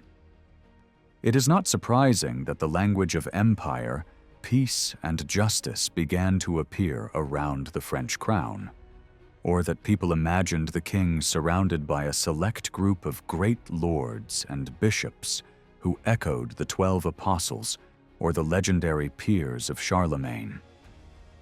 In reality, the kingdom was still a patchwork of principalities, counties and lordships that often pursued their own interests and sometimes resisted royal influence. The crown expanded its authority step by step, often using legal tools, protection agreements, and strategic appointments of royal officials in distant territories. At the same time, other powerful rulers, such as Henry Plantagenet with his wide lands across the Channel and in western France, built up impressive blocks of power of their own. Their strength, like that of the Capetians, rested on money, administrative skill, and clever use of feudal custom. The 12th century was therefore an age of intense competition between overlapping states, each seeking to impose order, control violence, and present itself as the true guardian of peace. In this evolving landscape, ideas of reason, law, sanctity, architecture, and royal authority all intertwined, giving birth to a new and more conscious sense of what a state could be. In this period, the kings of France worked hard to show that royal power stood above all other powers. They did this by constantly referring to the memory of earlier emperors and by shaping new coronation rituals that underlined the sacred and superior role of the crown. The great princes who ruled large regions could feel this growing pressure from Paris. Right beside the royal court stood the main center of theological learning in Europe, and this gave the kings strong support from serious churchmen. To keep their own prestige, these princes responded by investing heavily in a different kind of culture: secular poetry, songs about love, and stories of knightly adventure. Through these choices, they presented an alternative model of honor and identity, one that did not depend on the royal liturgy or on the Parisian bishops. One famous example is William IX of Aquitaine, Count of Poitou, and grandfather of Eleanor. In the early 12th century, he supported the troubadours, poets who wrote in the southern language and sang of love, courtesy, and noble behavior. Their work was as refined and complex as the Latin poems written by clergy in the north, but their themes and tone were very different. By encouraging them, William was not only entertaining his court, he was underlining the special character of his own dynasty and setting himself apart from both the kings of France and the counts of Anjou, who threatened his power. The songs grew from local religious music and from the deep traditions of the Limousin, a region least affected by northern influence. The poets were often knights themselves, and William may even have written some of the verses later attributed to him.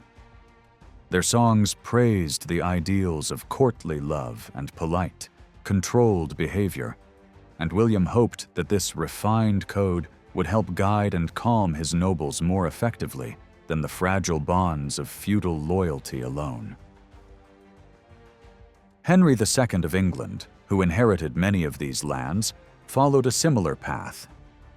He welcomed poets from the south, but also employed educated clerics who raised the dialects of Normandy and Anjou to the level of a literary language. They formally dedicated their works to Queen Eleanor, but it was Henry who paid them and used their words to strengthen his position. Some of these writers retold stories about French history in ways that highlighted the loyalty and bravery of vassals who saved their king, rather than the king's own greatness. Others adapted ancient Roman authors and classical tales for a knightly audience. Above all, Henry and his poets loved stories of Britain and of King Arthur. These legends came from Celtic oral tradition and were carried by traveling singers from Wales and Brittany. In these tales, knights wandered through dangerous wilderness, met strange enemies, freed ladies in remote castles, and sometimes encountered magical beings. They often returned tired or wounded, but glorified by their adventures to the idealized court of Arthur, where they were received among equals at the round table. Henry wanted some of this brightness to reflect back onto his own image, and he encouraged people to think of him as Arthur's successor, just as the French king claimed to stand in Charlemagne's line. To support this claim, Henry had one of his clerks, Wace, write a poetic history of Britain in French. This work drew heavily on an earlier Latin chronicle that traced the Britons back to Trojan ancestors, just as other peoples of Western Europe did. In this version, the House of Anjou, Henry's family, appeared as the rightful rulers who had triumphed over both Normans and Saxons. King Arthur was presented as a noble and civilizing ruler, loved by the Celtic peoples who still expected his return. Henry wanted to step into this place, so he staged a grand discovery of the tombs of Arthur and Guinevere at an important monastery. The message was clear. Arthur was truly dead and would not come back, so the living king could legitimately take his role. Wrapped in these legends, Henry set himself in direct competition with the French king. The works written for Henry did more than tell entertaining stories. They openly favored knightly values over clerical ideals. They showed courage, loyalty, desire, and personal honor shining in the face of danger and mystery, often in places marked as pagan or enchanted. They celebrated intense love under strict rules of behavior. All this expressed a world where secular chivalry, not church discipline, set the tone. At the same time, some thinkers tried to fit the knights into a moral and political framework. Henry's chancellor, John of Salisbury, described chivalry as a divinely appointed order that should serve the common good. In his view, knights were meant to protect the poor, keep the land at peace, and be ready to give their lives for others. When Henry's position became more fragile in the 1170s, with unrest in Aquitaine and growing tension with France after the death of Thomas Becket, he ordered a new history of the Dukes of Normandy from another writer, Benedict of Saint-Maur. This poet reshaped older material so that the prince, not the churchman, explained the structure of society. He set out three main groups: knights, clergy, and peasants, and placed the ruler above them, managing their roles for the sake of justice and peace. In this retelling, the Duke was no longer simply one member of a balanced, divinely ordered society. His place lay above all others, since he commanded their service and used their abilities. The sacred aura that once surrounded kingship and tied it closely to the church was played down. Instead, the prince appeared as a purely secular authority whose strength came from his own energy, his knights' support, and his control over land and law. The order of knighthood was given clear priority, even over the clergy, because in Henry's world, the fighting nobility were his most reliable allies, whereas the church often stood closer to the French crown. Wrapped in the glamour of romance and battle, he tried to shine more brightly than his Capetian rival. Poets spread these ideas to other courts. Chrétien de Troyes, for example, moved from the court of Champagne to that of Flanders, and, in his story of Percival, described knighthood as the highest order of armed men, created and blessed by God. At the same time, tournaments and large gatherings of knights reinforced new feelings of regional identity. Teams were often grouped by region, and rivalries between Normans, English, or other groups became sharper. Lords could use these emotions to strengthen the loyalty of their own followers and to resist the centralizing efforts of the French king.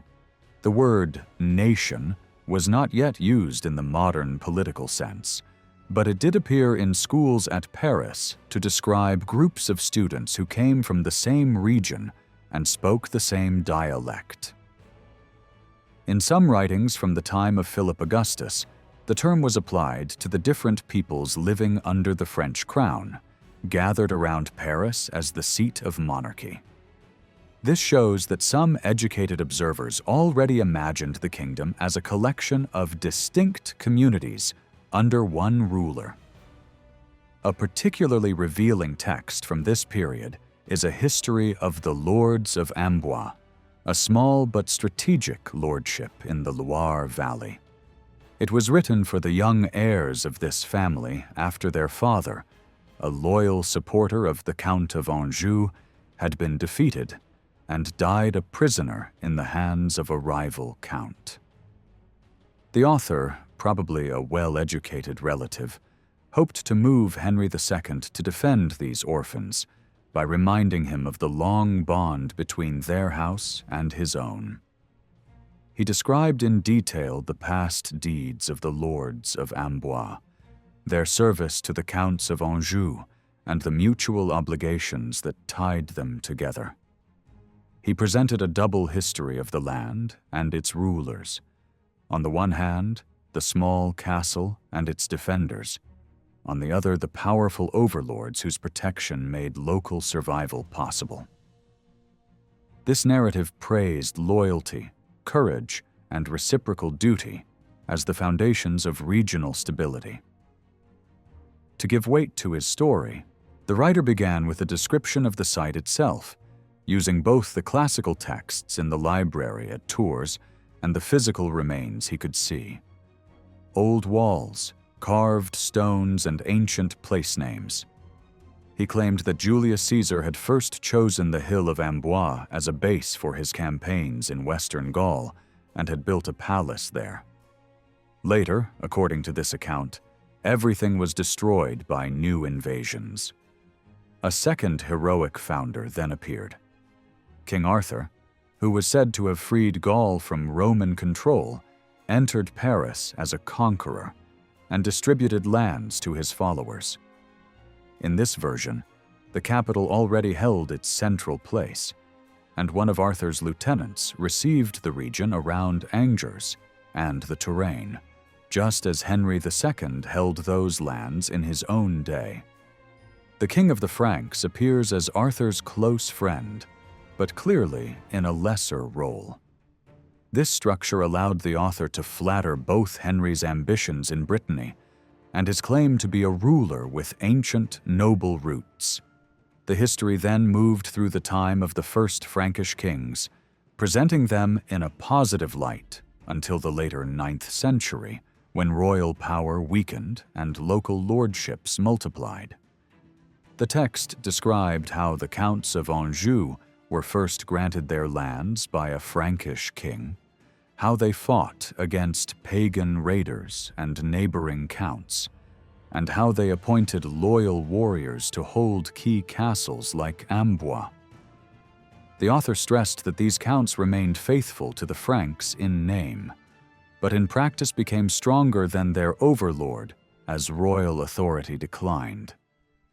New enemies appeared, such as the Count of Blois, and the story narrowed its focus to specific groups: the men of Amboise, the Knights of Anjou, the people of the Touraine.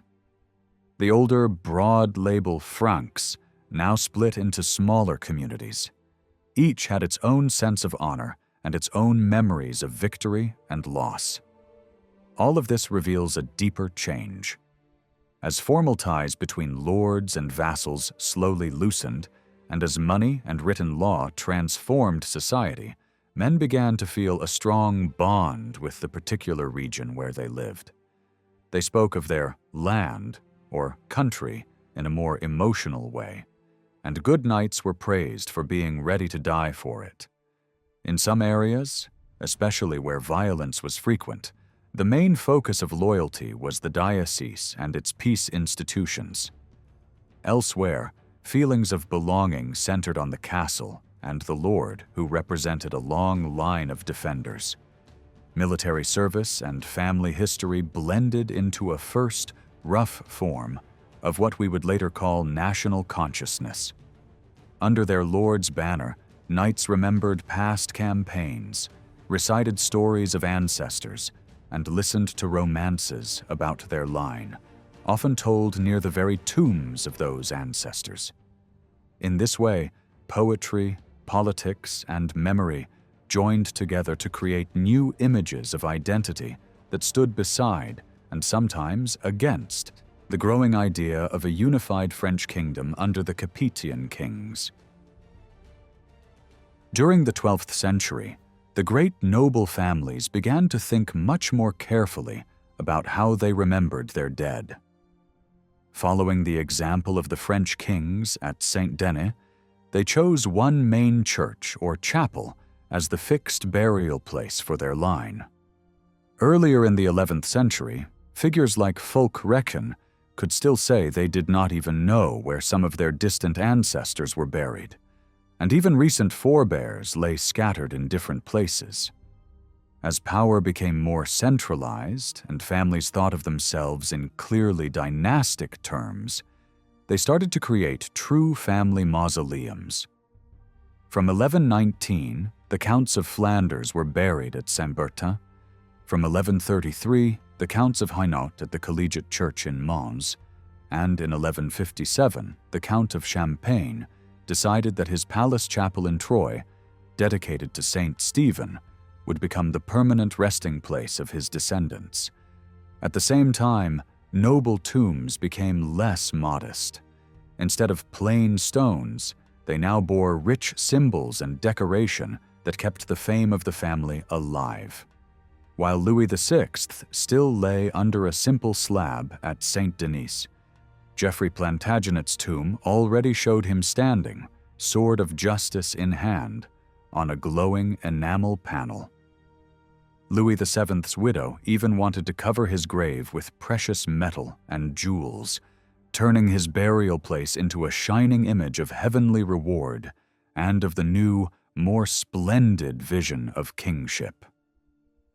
In this same period, sculpted effigies of princes and great lords appeared on tombs for the first time. These figures were larger than life, carved with the calm, idealized features usually reserved for prophets or saints on cathedral portals.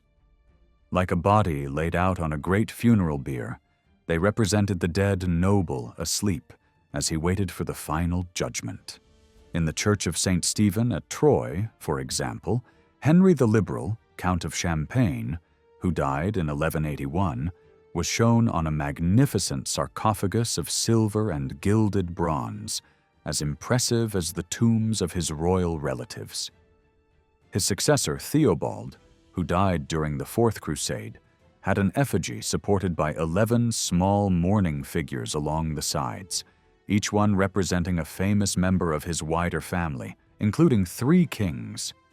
In this way, the princes never denied the special prestige of monarchy. They clearly respected the crown. But by placing royal ancestors on their own tombs, they also reminded everyone of their close blood ties to kings and quietly reinforced their own claims and rights whenever they disagreed with the reigning ruler. Alongside these monuments, a huge body of family stories and written histories grew up, although only a small part has survived. These works told the tales that stone could not show and reached back beyond living memory.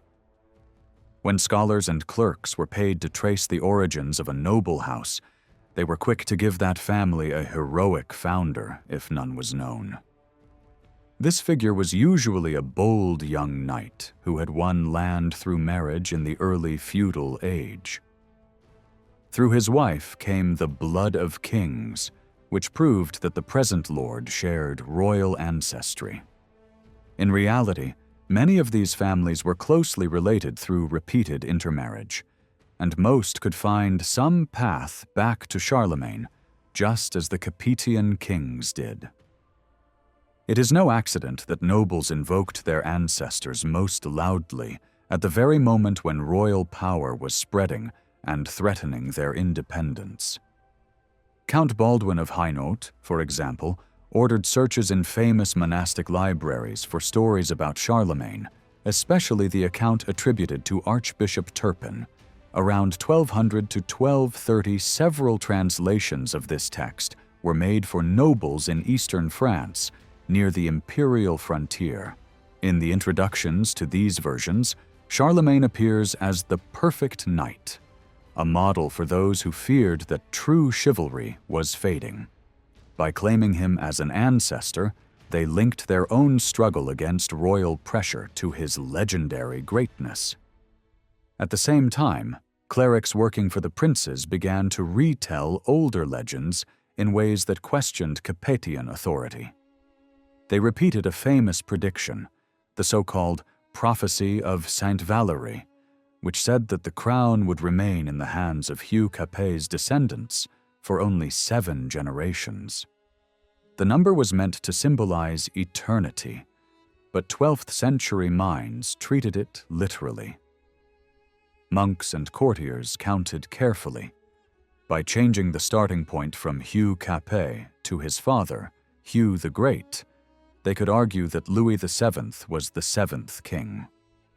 When he died, some claimed the period of usurpation would end and the crown should return to the true heirs of Charlemagne.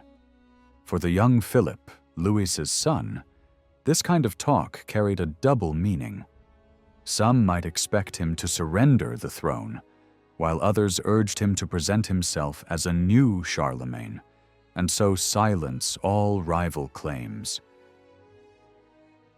Writers in the service of princes, such as Baldwin of Hainaut, praised their patrons for marrying into the royal family and giving new life to the monarchy. But behind such compliments lay a clear message. The great territorial lords were not mere subjects. They saw themselves as partners in rule, backed by ancient bloodlines, proud tombs, and carefully shaped memories of the past. Philip II of France is remembered as Philip Augustus, a title given to him during his lifetime to highlight the expansion of royal power under his rule. He inherited the throne at a very young age after surviving a near-fatal illness and becoming the only hope of an aging king.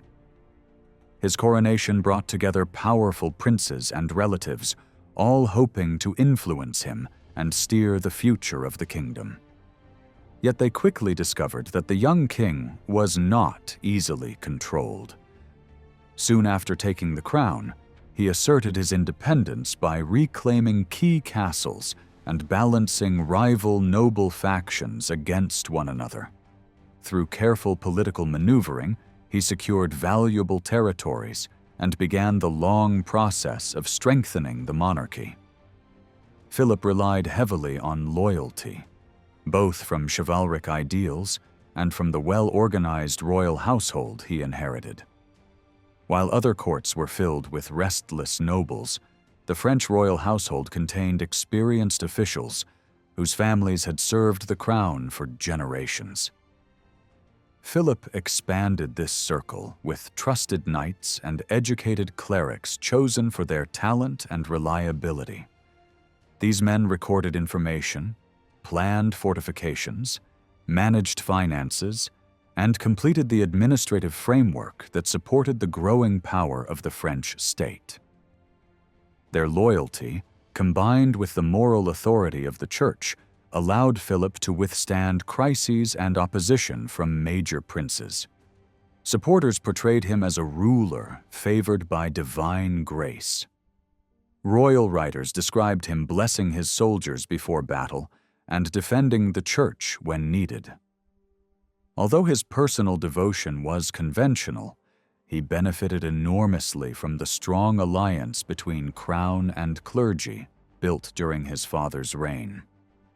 This alliance proved invaluable when Philip dismissed his second wife and attempted to declare the marriage invalid. Even when the Pope issued a severe sentence against the kingdom, most bishops quietly ignored it, since they depended on royal protection. In the meantime, Philip strengthened the administration of justice and allowed the University of Paris to flourish, which further increased the prestige of the monarchy. From the beginning of his reign, Philip used the tools of secular power to restore order. He cleaned the capital, removed criminal elements, punished heresy, and dealt ruthlessly with mercenary bands that threatened peace. He also targeted Jewish communities through expulsions, heavy fines, and strict financial regulations, allowing the crown to extract large sums of money. Over time, he built a system that closely monitored credit, property, and revenue, ensuring steady income for the royal treasury. Philip's participation in the crusade added both glory and hardship to his career. After the fall of Jerusalem, he and other rulers vowed to lead a new expedition. Before leaving, he issued detailed instructions for the government of the realm, marking one of the earliest attempts to define the responsibilities of royal officers in the king's absence. He placed trusted administrators in charge of justice, finance, and local governance, requiring them to keep careful records and send revenues to Paris several times a year. Although the journey damaged his health, Philip fought bravely overseas and returned as soon as he judged the opportunity right. Back in France, he gave thanks for his survival and set out to make full use of the political advantages gained through his role in the crusade. The crusade brought Philip many advantages. His main rivals were far away, and the most dangerous of them, Richard the Lionheart, stayed in the east for years. Of the three kings who took the cross, only Richard pushed on like a hero from romance, fighting in tournaments on the road and testing himself in single combat against Muslim warriors. On his way home, he was captured by his German enemies and held for a long time while they demanded an ever higher ransom. They justified imprisoning a crusader by spreading stories about Richard's own violence and betrayal in the Holy Land. These rumors traveled quickly.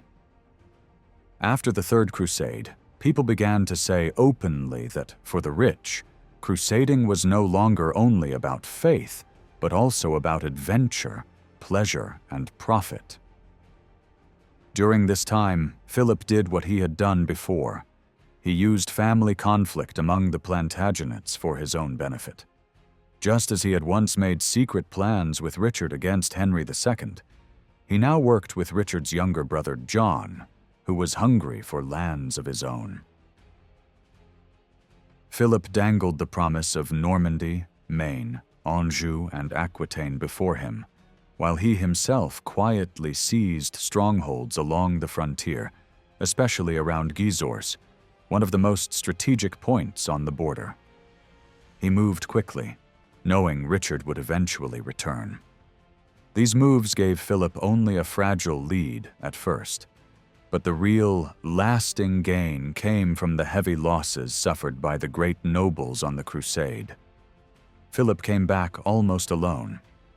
Many of the greatest lords who had followed him died at Acre, including his most powerful vassals, 3 brothers from the House of Champagne and the Count of Flanders. The Count of Flanders left no direct heir, and Philip, who had strong claims through his late wife, immediately looked toward that inheritance. As the monarchy grew stronger, the principalities had also become more powerful, but now their weaknesses became clear. Each principality needed a warlike prince at its head, someone able to lead armies in person. The crown needed the same, but the great lordships were more exposed when a ruler died suddenly or left no clear successor. Because their lands were held from the king, and because the king now stood firmly at the top of the feudal pyramid, he could intervene whenever a line failed or a succession was disputed. Each gap in a dynasty gave the crown a legal opening to take lands, rearrange lordships, or at least make sure they no longer threatened royal power. By the time Philip came to the throne, a more formal system of royal justice already existed. Years earlier, at an assembly in Montmirail, Henry II of England had brought his sons to do homage for their French lands directly into the hands of the child Prince Philip. From that moment, nobody could deny that homage must be given to the king in person, simply because he was king. This principle was applied again when powers in towns like Amiens passed to the crown. During Philip's reign, royal legal experts slowly tightened the bonds that held the great lords. When the king granted a principality as a fief, he demanded guarantors who swore to cover any losses if the new lord failed in his duties. After 1202, this rule reached further down the feudal chain. When a vassal swore loyalty to his immediate lord, the oath included an explicit clause stating that his first loyalty still belonged to the king. In 1209, while staying near the new fortress of Villeneuve-sur-Yonne, Philip ordered that when a fief held in liege homage was divided among heirs, each heir should pay homage to the direct lord, not to the head of the whole family, and that military service followed the same rule. Major lords like the Duke of Burgundy and the Count of Nevers welcomed this change because it strengthened their own grip over their vassals. Yet the crown still kept watch to prevent them from turning these new powers into open oppression. Because landholding now passed mainly through feudal grants, feudal law was defined and sharpened very quickly. Who owned a fief and what happened when its holder died became a central legal concern. Once, homage had been an emotional bond, rooted in friendship and loyalty. Over time, it turned into a more formal step, required simply to enter into legal possession of land. This made it easier for women to do homage as heiresses or widows, even though they did not fight in person. Actual fighting had become less important than control of property. The king still expected warriors who knelt before him to fight at his side, and officials drew up detailed lists of knights responsible for defending towns and castles. These records carefully noted who owed service for 40 days and who could pay money instead of serving in the field. In practice, during war, Philip relied most on devoted household companions and on professional troops he paid directly. Whenever he tightened his authority in a lordship, his first aim was to secure steady income from feudal dues and to increase his political influence, taking advantage of divided noble families and weak successions. Feudal custom also gave the lord of a fief strong rights over the families of his vassals. He could claim paid guardianship of underage heirs and control the marriages of widows and children. From the start of his reign, Philip pressed every advantage these rules offered. When the Count of Nevers and Auxerre died in 1191, leaving only a daughter, the king acted as her guardian.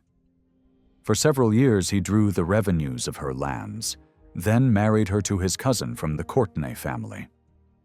When she was widowed, she returned to royal custody, and Philip arranged a second marriage to Hervé of Donzy, once again collecting a large payment for confirming the succession. He did not forget the next generation either. He later secured the daughter of that second marriage as a bride for his own grandson, and forced Hervé to promise that no other match would be made without royal permission. In 1201, the death of the Count of Champagne placed another major principality under his control.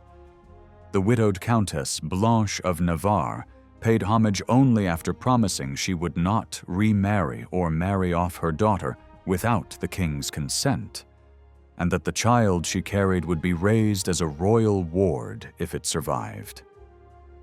Philip took 2 castles as guarantees, binding the chief barons of Champagne into this network of obligations. A letter Blanche later sent to the Pope describes how Prince Louis, Philip's eldest son, burst into her hall with armed men, trying to pressure her for money during a meal with her son. She fled into her private rooms, while her servants held the attackers back. The incident reveals how hard the crown pushed its rights of wardship in daily practice. The same powers allowed Philip tight control over the daughters of the dead Count of Flanders, and over the heiress of Brittany.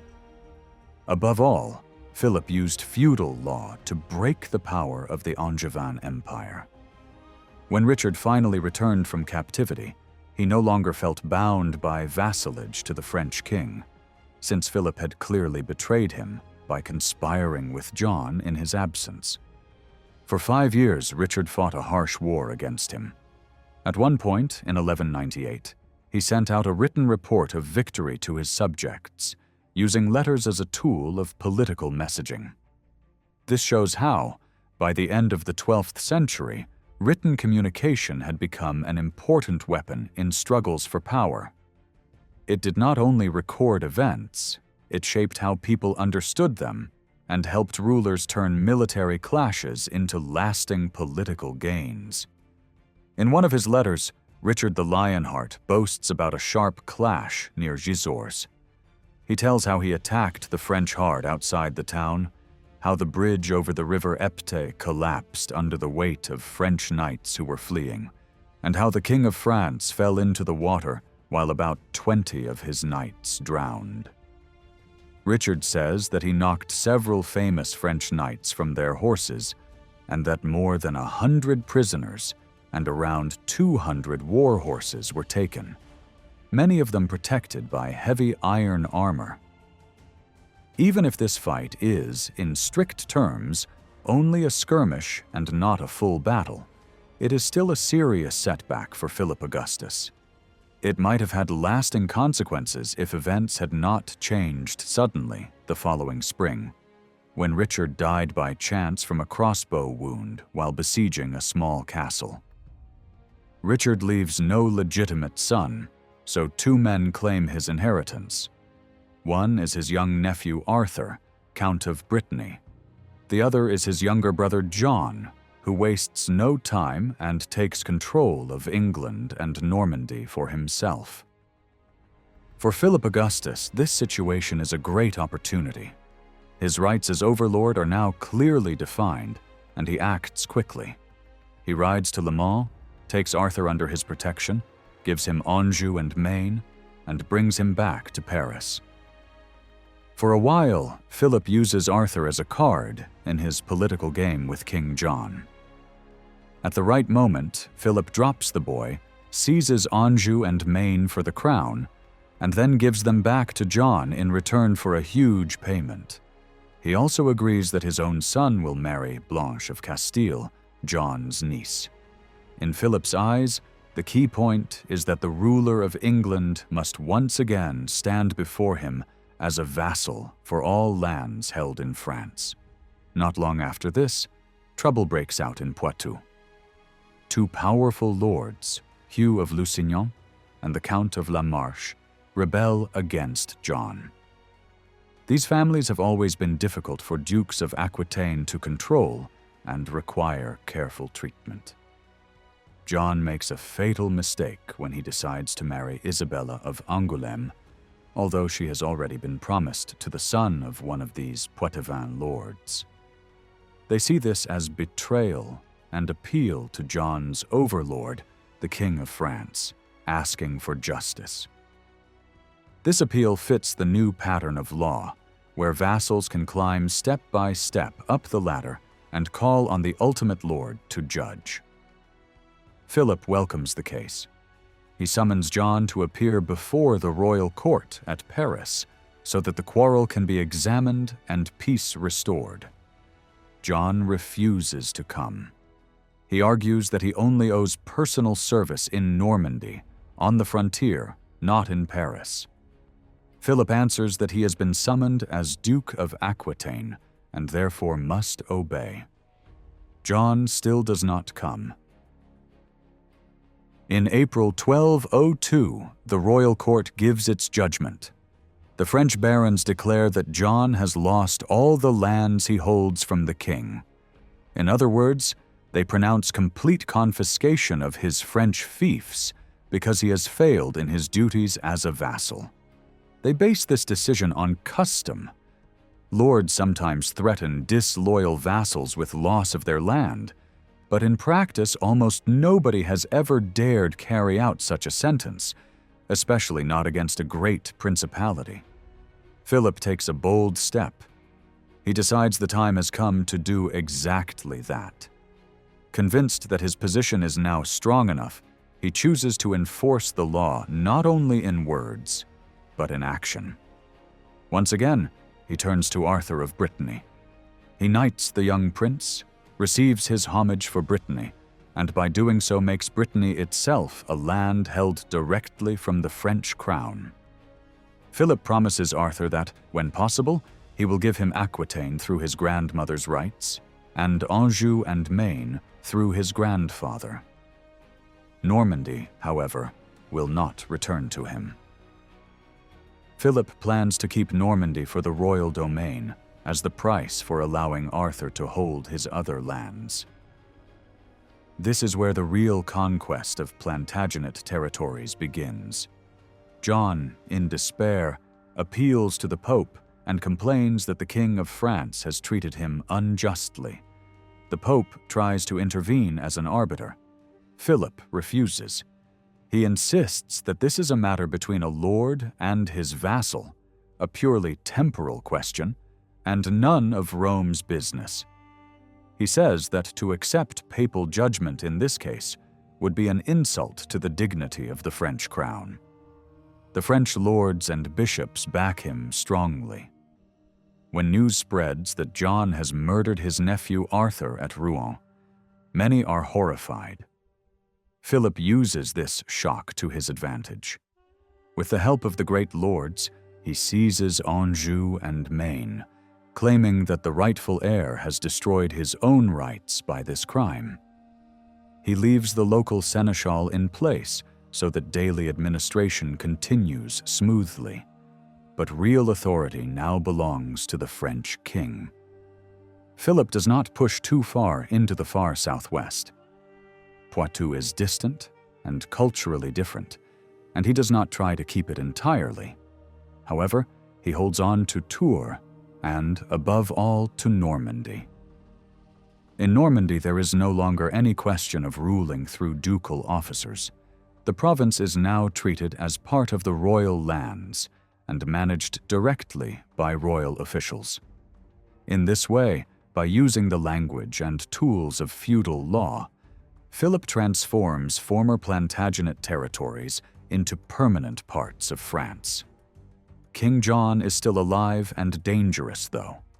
By 1213, Philip is preparing to cross the Channel and pursue him into England. John has been excommunicated for his harsh pressure on the church. Philip's army marches into Flanders. John replies by throwing money and promises around. He persuades the counts of Boulogne and Flanders to join him, and he brings in the German king and emperor, Otto. Renaud of Damartin, Count of Boulogne, has once been one of Philip's own men. The king has knighted him and showered him with favor, even giving him lands after the conquest of Normandy. But Renaud has turned his back on friendship and changed sides. By marrying the heiress of Boulogne, he has taken over that family's proud claims, rooted in descent from Charlemagne and from the crusading hero Godfrey of Bouillon. He now holds the key port on the Channel and openly opposes his former master. The Count of Flanders, Ferrand, is equally bitter, especially after the high payment demanded by Philip when Ferrand took control of the county through his wife. The Flemish nobles share his anger. At the same time, Otto needs John's support because he is locked in conflict with the Pope and with a rival German king. All three see the French monarch as their main enemy and form a broad coalition. John plans to attack from the south, while Flanders, Boulogne, and Otto move from the north. In early 1214, John lands at La Rochelle. He marches inland, captures Angers, and then lays siege to La Roche-aux-Moines. Philip has entrusted this front to his son, Louis, who gathers the knights of the southern royal lands. Philip himself leads the northern contingents into Flanders, burning and devastating the lands of rebel vassals. His barons advise him to avoid a direct clash for the moment, and he pulls back near Lille. John suddenly abandons the siege and retreats when Louis approaches, so the southern threat fades. The decisive showdown comes a few weeks later, on 27th July 1214, at Bouvines. Bouvines is a rare full-scale medieval battle, fought in daylight and according to the formal rules of the age, so that God's judgment can be read in the result. 3 large groups of mounted warriors stand on each side, facing one another across the chosen field. In the center of each army stand the kings of France and Germany, with their banners raised high. On the French side, one banner shows the sacred red standard known as the oriflamme. The other shows the lilies of France. On the imperial side, people see a war chariot with the imperial eagle and a dragon-shaped standard, symbols that many churchmen regard as arrogant and almost demonic. Philip is nearly 50 years old, an age when many lords no longer fight in person, but he still rides into the thick of combat. Around him are his household knights, a tight-knit corps of men drawn from his own kingdom and bound by long service. His enemies are a loose alliance of different peoples and cannot match this unity. Philip does not rush to fight. He knows that a good Christian should not seek battle lightly, especially on a Sunday, but he believes that the aggression of his opponents leaves him no choice. Before the armies clash, he prays, stretches out his hands over his kneeling troops, and gives them his blessing. Priests beside him chant psalms as the battle begins. The king's chaplain later describes the enemy as servants of evil, fighting for a ruler who has been cast out by the church, using weapons that true knights avoid, like long knives that can slip through mail. By contrast, Philip stands as the protector of priests and poor people, supported by loyal knights, city militias, and infantry from the communes. During the fighting, some of the enemy riders even manage to hook Philip from his horse, but his closest companions shield him with their bodies and lift him back into the saddle. At last, the imperial line breaks. The emperor escapes only by changing horses and fleeing at a gallop, leaving behind his broken war chariot and his fallen eagle. Philip refuses to claim these imperial symbols for himself and sends them to his ally, the rival German king backed by the Pope. On the field, many infantry soldiers die, especially the mercenary troops from Brabant hired by the Count of Boulogne. The losses among the knights are much smaller. Instead of slaughtering noble prisoners, Philip chooses the more useful path of ransom and long captivity. Important enemies like Renaud of Dammartin are chained and locked away for life. Clerks draw up careful lists of captured knights and calculate the money that can be raised from them. The victory transforms Philip's standing. As he returns, people at all levels of society pour out into the roads and villages to see him and his prisoners. Peasants carrying tools drop their work to stare and shout insults at the chained Count of Flanders. In the towns, bells ring, flowers and branches are scattered in the streets, clergy sing hymns, and citizens dance. When the procession finally reaches Paris, the celebrations last for days. At night, torches and lamps turn the darkness almost into daylight. In the eyes of many, the king enters his capital like a chosen ruler entering a holy city. They believe that God has clearly shown whose cause is just and has restored peace to the kingdom. In that moment, the union of crown and people is not just an idea. It is a living reality, sung by scholars, priests, and townsfolk together as they celebrate the triumph of their king. William the Breton later turned his first account of these events into a long Latin poem of nearly 10,000 lines. He offered it to King Louis VIII in 1224 as a grand monument to royal power. In this poem, called the Philippide, he follows the style of ancient Roman stories and places Philip at the center as the great king of the Franks. The Battle of Bouvines becomes not just a victory in a feud between princes, but a triumph for the whole Frankish people. The French knights are said to have been heavily outnumbered, yet they still rode into danger with burning courage and won by their bravery. Brother Guerin addresses the army and reminds them that their people have always beaten their enemies. Even their opponents on that day share the same blood, since many of them are also Franks. William even says that a traitor like Renaud of Dammartin shows his Frankish nature in battle through his courage, and that France should not feel shame for him as a warrior. By contrast, the German forces and their allies from the Empire are portrayed as weaker in character. William mocks them as men who prefer drinking and pleasure to the hard life of war. He insists that their wild fury is useless when it meets the steady courage of the children of France. At one point he widens his view and speaks not only of Francia, the old core around Paris, but of the children of Gaul, using the name and territory known from Caesar's writings. For him, France now stretches across a much larger land and appears as a single people with one king as its head.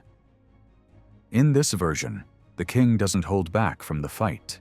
He rages like his knights and longs to meet the emperor in single combat, dreaming of striking him down like a holy warrior defeating a demon. When he raises the oriflamme, a banner that resembles the flags carried in religious processions, he appears as the avenger of all Christian society. His task is to defend the faith against the errors linked with Otto of Brunswick, who, William says, has robbed pilgrims in Rome and helped to block new efforts to free the Holy Land. William also puts bold words into the mouth of the emperor before the battle. Otto urges his followers to cut down or capture the clergy and monks, whom Philip protects.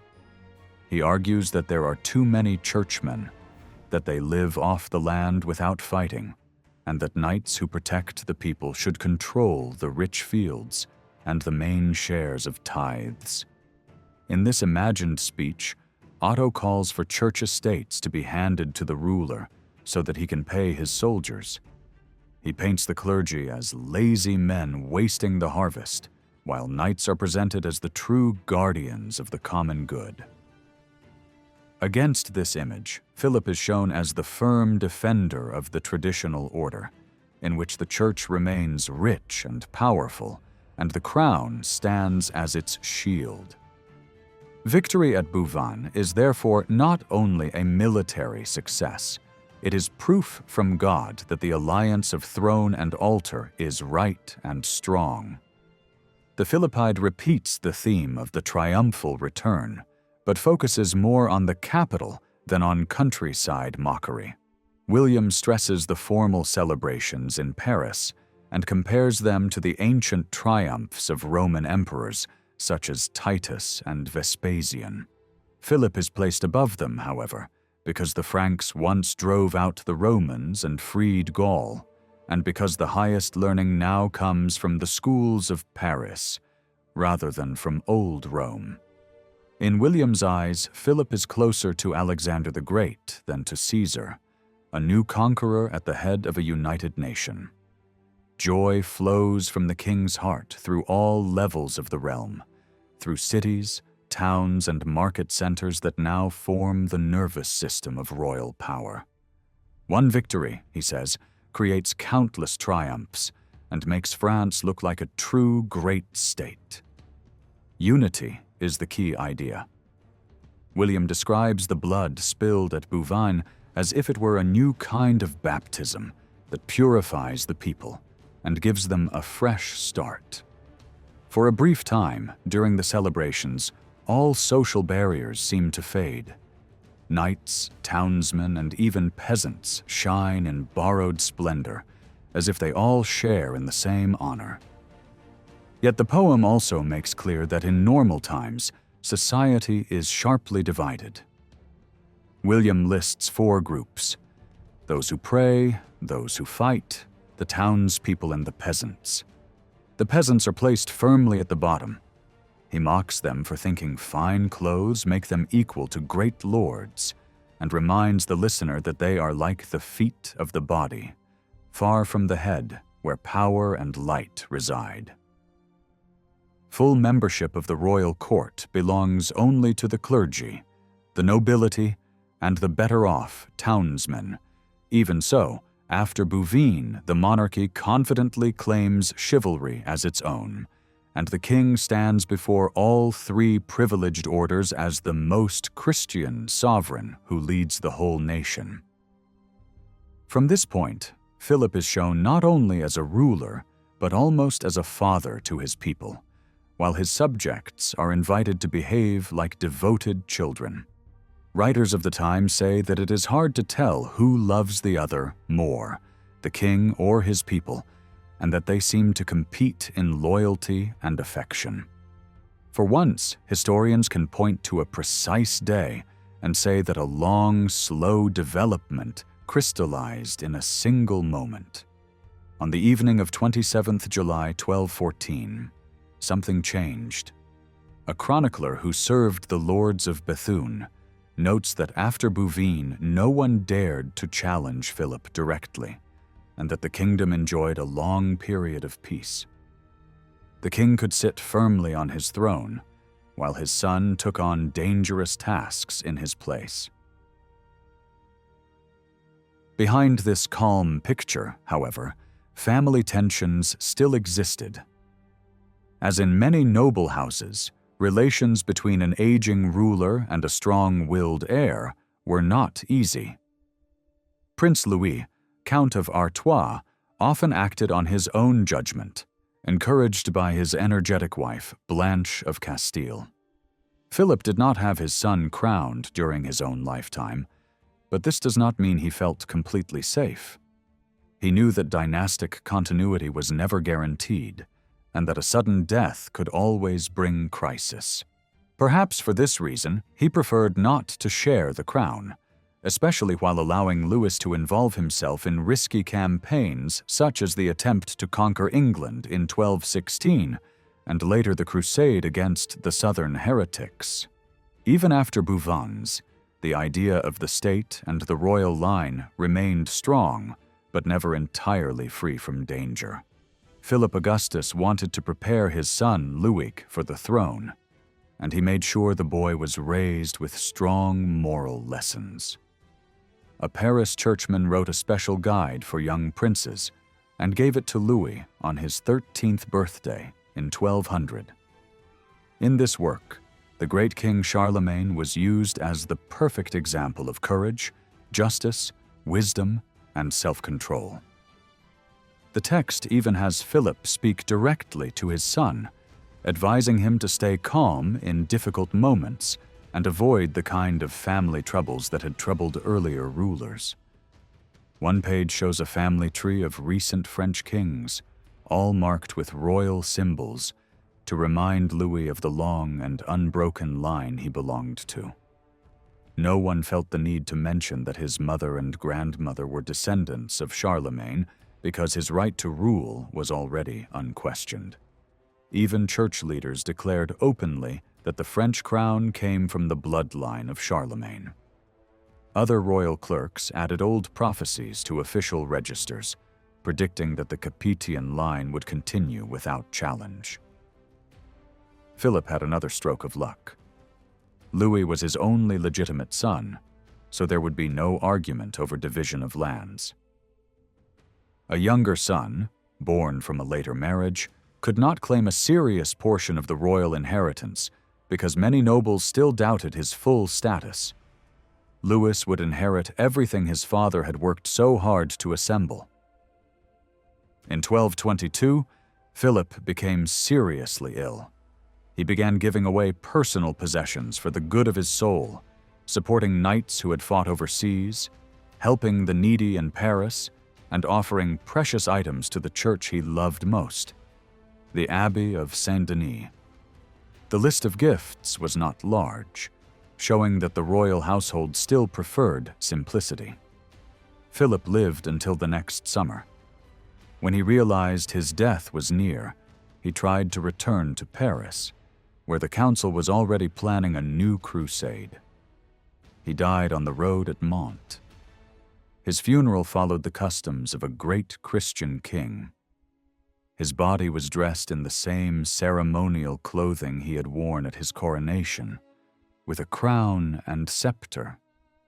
A vast procession of bishops followed him as he was carried across Paris to Saint-Denis. People said miracles occurred along the way, and many whispered that he should be honored as a saint. Chroniclers praised him as the ruler who expanded and protected the kingdom, defended the rights of the crown, shielded the church, fought for the Holy Land, and gave generously to the poor. His legacy rested not only on military success and political skill, but also on the way he fulfilled the moral duties expected of a Christian ruler. During his reign, the fronts of French cathedrals became powerful instruments of royal symbolism. Two artistic themes began to shape how people saw the monarchy. One was the long line of biblical kings, ancestors of Jesus, carved on the main entrances of great churches. These statues were meant to represent the rulers of ancient Israel, but everyone who passed by understood that they also mirrored the kings of France. The idea grew even stronger in the great new towers of Notre-Dame in Paris, where rows of crowned figures were placed directly above the main doors. For centuries, they reminded the population that the French monarchy stood in a sacred line of kingship. When revolutionaries destroyed these statues in 1793, they proved just how powerful these symbols had become. The second great theme was the coronation of the Virgin Mary. It appeared first on a cathedral doorway in the late 12th century and spread widely in the early 13th. At Notre-Dame in Paris, the image shows Mary seated beside Christ, both crowned, with Christ raising a crown to place on her head. The scene belongs to heaven, not to earthly politics, but its message was understood clearly. Christ the King crowns Mary, and his crown reflects all earthly kingship. The French ruler, seen as Christ's representative on earth, drew strength from this image. The scene also mirrors the belief of the time that spiritual authority stood higher than earthly power, yet depended on it as well. Around this period, the idea re-emerged that the king stood directly under Christ, holding supreme authority over all three orders of society: clergy, nobles, and common people. Even bishops, powerful as they were, acted as royal delegates when shaping and decorating their cathedrals. The artwork on church fronts showed that the king was not just protector of the faith, but also director of the realm.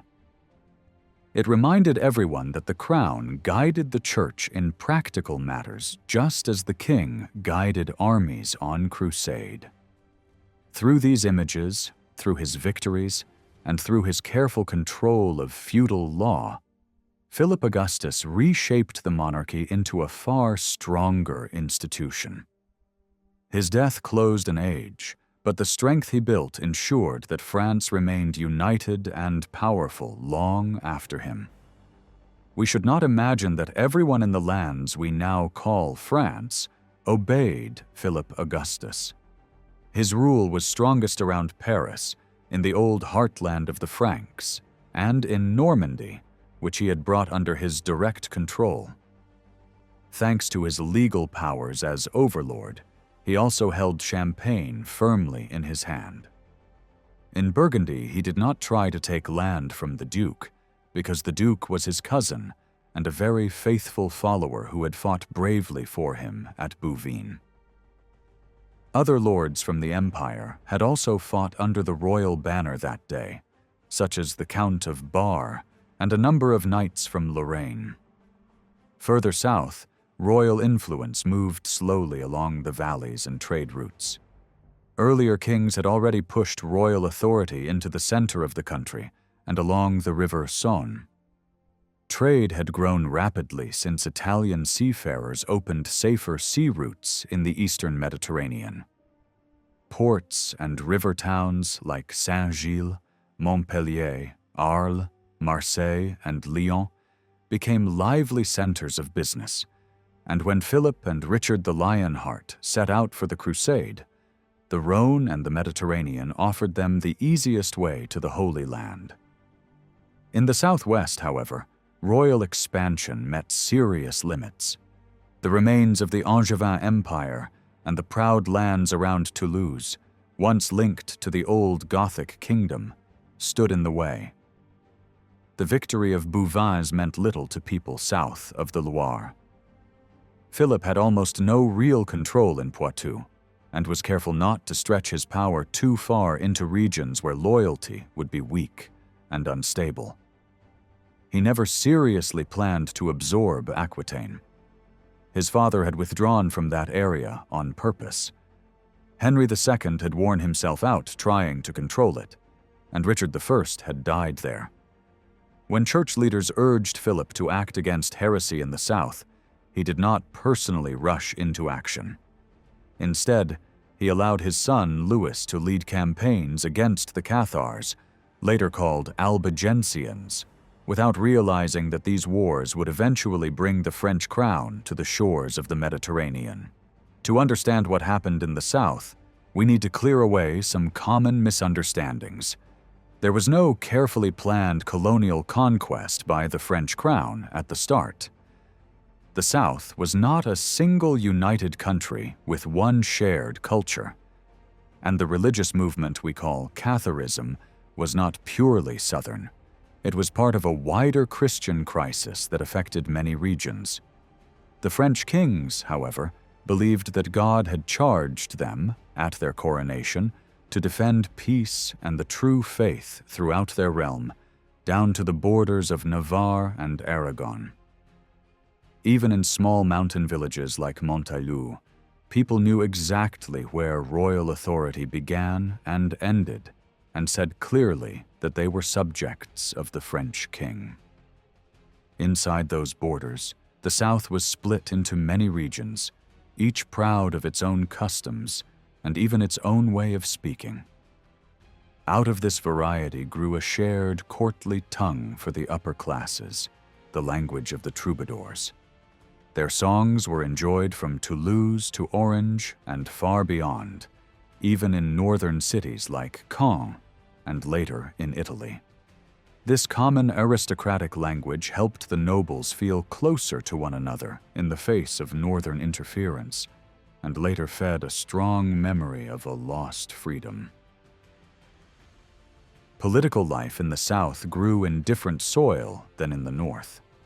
Great lords had become stronger in the 12th century, but their power did not come from the same kind of rigid ladder of lord and vassal that shaped the North. Local customs stressed agreements freely made between men.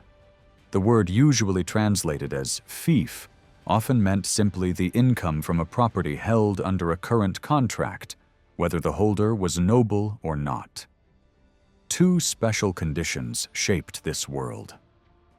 First, the whole area attracted bands of professional fighters.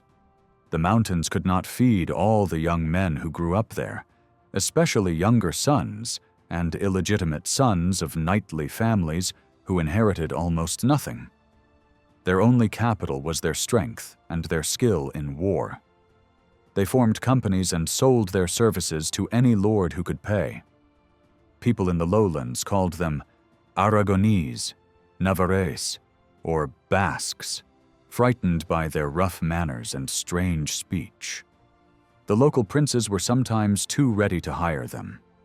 At the same time, rich towns and markets meant that plenty of money circulated in the south. Records of legal disputes show sums running into thousands of coins already in the 11th century. Moneylenders and financial experts, often simply called men from Sahors, were active across Europe. The presence of poor fighting men and rich trading cities side by side explains why mercenary gangs were so common and so dangerous in these lands. Second, the towns themselves had strong and stable structures. In old Roman towns and in new walled settlements around castles, power lay not only with a single lord, but with groups of families who held rights together. Because inheritance laws often divided lordly rights equally between sons and daughters, and because nobles did not think it shameful to trade, many families shared power, business, and authority. Knights and wealthy citizens worked together through councils and magistrates. The nobles had higher status, but they did not crush the townsmen. They needed one another. Both groups were used to reading, writing, and public debate.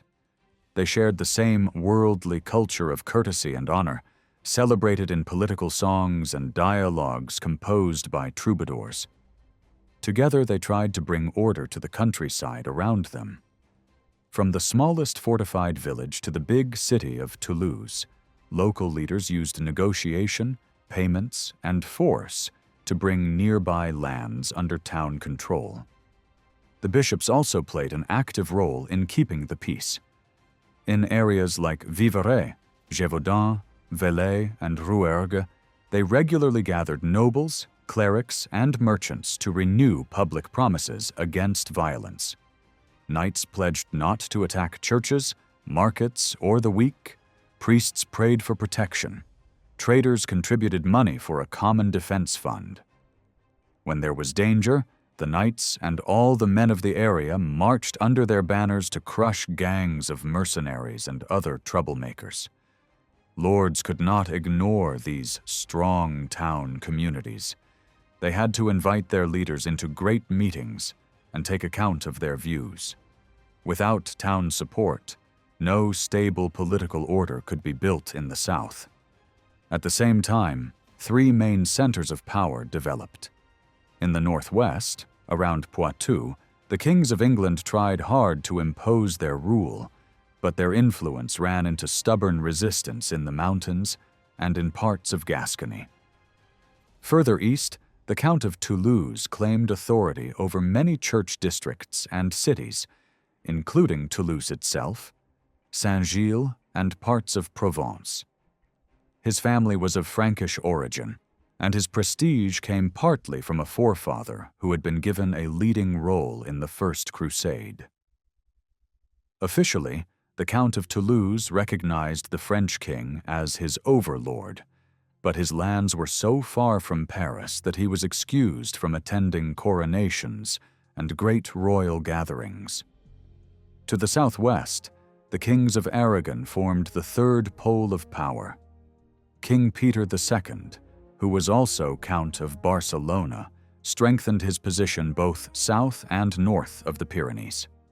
He won a famous victory over Muslim forces at Las Navas de Tolosa, then extended his influence into southern France. Several important lords in Béarn, Foix, Comminges, Béziers, and Carcassonne became his followers. By marrying the heiress of Montpellier, he also secured a key coastal city. In all this, religious authority and papal decisions were deeply involved, and in the south, the ties between politics and religion took forms very different from those in the northern kingdom around Paris. In the south of France, church reform changed power more deeply than in the north.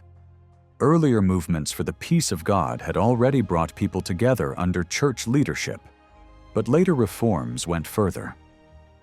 Great noble families lost the influence they once had over the choice of bishops. At the same time, The Pope was not a distant figure. In this region, he was a real political lord. Some territories were held directly from him, and rulers like Peter of Aragon even offered their crowns at Rome and received them back as papal vassals. The papacy acted like a powerful monarchy, but with a wider spiritual claim. Because there was no strong local king and no stable alliance between princes and bishops, church and secular authorities often clashed. These conflicts created space for new religious ideas, which church leaders condemned as heresy. Across 12th century Europe, many people began to search for a more personal and spiritual way of following Christ. They were influenced by closer reading of the New Testament, by preaching, and by a desire to move away from blind obedience. Some rejected church rituals, the role of priests as necessary mediators, and the use of oaths. Many saw sexuality as something dirty and were uneasy with the idea that God had taken human flesh. These concerns were not totally different from those of sincere reformers inside the church. In the South, independent preachers such as Henry of Lausanne and Peter of Blois traveled from town to town, especially in Provence and around Toulouse, attacking images, burning crosses, and calling people back to what they believed was a pure gospel. Most men and women who wanted a better church did not go to such extremes. They were especially shocked by wealth. They criticized rich bishops and canons and officials who treated their office as a way to earn money. Movements such as the followers of Peter Valdes, whom people later called Waldensians, chose a life of poverty, preaching in simple language and living like the poor. Ordinary people respected these good men because they spoke clearly about Christ, used familiar examples, and offered a path to salvation that felt close and direct. At first, many of them did not want to leave the church. They hoped for change from within. But as church authorities pressured them, forbade them to preach, and punished their leaders, they became harder in their position and began to say openly that it was better to obey God than unjust pastors. From that point, hiding, secrecy, and quiet resistance followed naturally. Alongside this, a different type of belief took root, influenced by ideas that came from the East. These groups used Christian language, but at their heart was a dualistic vision. They believed in a good God of the spiritual world and a bad power responsible for matter, the body, and suffering. They rejected the idea that God could truly become human and saw the visible church with suspicion. Later writers called them Cathars, a word of Greek origin, or simply Bulgars, because many thought their teaching had come by way of the Balkans.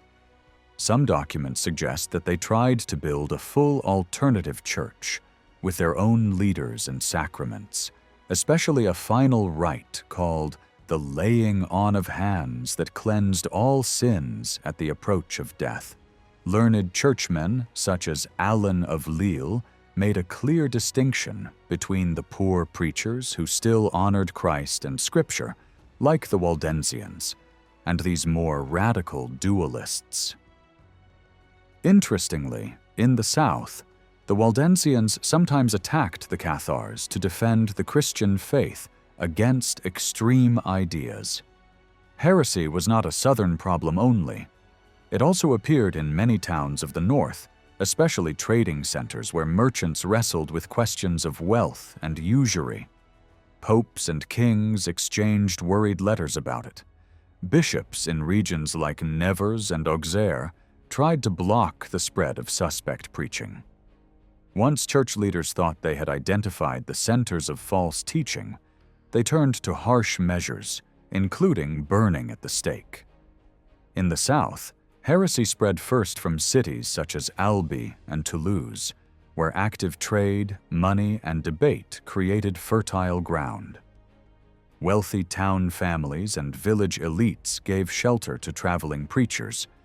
Some may have preferred Cathar consolations about the afterlife, especially when these teachers accepted gifts and loans like any other group. The attitude of ordinary villagers also shaped events. In the north, peasants had long paid tithes on their harvests. These payments were disliked, but they rested on habits going back to Carolingian times and on the authority of Scripture. In Languedoc and Provence, regular tithes were much newer. Clergy began to demand a similar levy, just as trade in grain and wine was growing and as churches and monasteries launched ambitious building projects. They justified these demands not by old custom, but by legal arguments. Many people saw this as an aggressive claim by the Roman Church to absolute authority. Resistance and anger were quickly blamed on heretical influence. In reality, it was the mix of local political structures, strong urban communities, and a rich secular culture, combined with these financial tensions that made the region especially open to alternative religious voices. The ruling class in the south was itself divided. Anything that weakened church land and power was useful to secular lords and their knights. Households of nobles and rich citizens became natural meeting places for new ideas. Preachers were invited to meals and discussions. They argued that marriage was not a sacrament in the strict sense, and that corrupt priests had no right to rule consciences. Women listened closely, because in these movements they could have a more active role. Some groups allowed them to preach, to perform the laying on of hands, and to pass on the Spirit. In the tight, crowded streets of fortified villages, where houses leaned against each other and families lived side by side, beliefs spread quickly from one household to another. In fact, it was often these smaller fortified settlements rather than the largest cities that became the deepest centers of heretical practice. The people of these regions were used to arguing about law and politics in public. They brought the same habits into religious life. The border between matters of faith and ordinary public business was not sharp. One famous example, described by a local chronicler, tells of a great public disputation at Montreal in 1207. On one side stood a papal envoy, on the other trained Cathar leaders. Knights and citizens acted as referees. Both parties presented written arguments, and the lay audience was expected to judge which side was right. In the end, they declined to issue a decision, partly because tensions were already so high. Even so, this scene shows how far the community had moved away from the traditional model where bishops and priests alone spoke for God. Church leaders eventually realized that they had to answer with both teaching and force. They strengthened their preaching, using sculpture, painting, and public sermons to explain key doctrines, such as the Incarnation, the Cross, and the Eucharist. Great sculpted facades, like that of Saint-Gilles, displayed the story of Christ and the authority of the apostles in a powerful visual language that anyone could read. At the same time, they trained clergy in argument and debate so that they could meet heretical teachers on their own ground. Monks from strict orders, such as the Cistercians, were first sent south, but their reputation for sharp dealing in land and tithes weakened their impact. What was really needed was poor, educated preachers who traveled with no wealth and lived close to the people. Some canons and later preachers followed this model. They managed to win back many Waldensians and created a new style of popular preaching that prepared the way for the Dominican order. Yet persuasion was only one part of the response. The Church also borrowed legal and political tools. heresy was treated as an attack on public peace and on divine majesty, similar to treason against a king. Church councils targeted the southern provinces as a special danger zone. Local rulers, such as the Count of Toulouse, wrote to great abbots saying that heresies were spreading in their lands, tearing families apart, weakening respect for the sacraments, and undermining churches. They admitted that they needed help. Bishops reported the same to Rome. Eventually, church authorities offered crusading privileges to those who took up arms against heretics. Fighters were promised remission of sins, indulgences, and, in many cases, the right to seize the lands and goods of those condemned. Those who refused to act could themselves be punished spiritually. Even if the word was not yet widely used, what followed was, in every practical sense, a crusade carried out step by step, region by region, in the name of both faith and peace. In Montpellier, it quickly became clear that the local knights could not always be trusted. Many lords in the region were more interested in fighting their rivals, especially the Trencavel family, than in defending the faith. Some had already made quiet arrangements with the heretical groups. The papal court tried to lean on the town governments, as it had done in parts of Italy, and forced the city consuls to swear that they would oppose false teaching. But the bishops were often hesitant, and the consuls were still too dependent on church authority to act freely. At this point, the new pope, Innocent III, removed several bishops he considered unreliable in key cities such as Béziers, Narbonne, and Toulouse. He also excommunicated Count Raymond VI, who refused to stop his private wars and refused to create the peace that was needed for any joint campaign. The Pope accused him of using his intelligence against God and against the whole Church instead of defending unity. In Rome, people believed that the fate of the entire Christian community now depended on what happened in the south of France. Again and again, in 1204, 1205, and 1207, the Pope asked King Philip Augustus to lead an armed expedition. He promised that lands taken from lords judged guilty of protecting heresy could be added to the royal domain. The decisive moment came in early 1208, when the papal envoy Peter of Castelnau was murdered near Saint-Gilles. The Pope was convinced that Raymond was morally responsible. He declared that the Count and his allies should be stripped of their lands so that loyal Christians could take their place. His plan was extreme: to destroy heresy by fire and sword, and to repopulate the ruined territories with new, Orthodox settlers. These settlers would naturally come from the Kingdom of France. Philip Augustus, however, refused to turn a crusade against provinces that were, at least in theory, part of his own feudal world. Still, preparations for war went ahead without him. In June 1209, prelates, nobles, and knights from the north and from Burgundy moved down the valley of the Rhône. Many were linked to the Cistercian order and to a small group of knights from the region around Paris, who still clung to the crusading ideal. They had tried to reach Jerusalem with the great expedition that had been diverted to other targets earlier in the century. When that expedition had turned aside, they had refused to follow and were left bitter and disappointed. Now they threw themselves completely into this new campaign, convinced that they were making up for past failures by absolute loyalty to the cause of God. At their head stood Simon of Montfort, a vassal of the French king, surrounded by his household and the monks and abbots he trusted.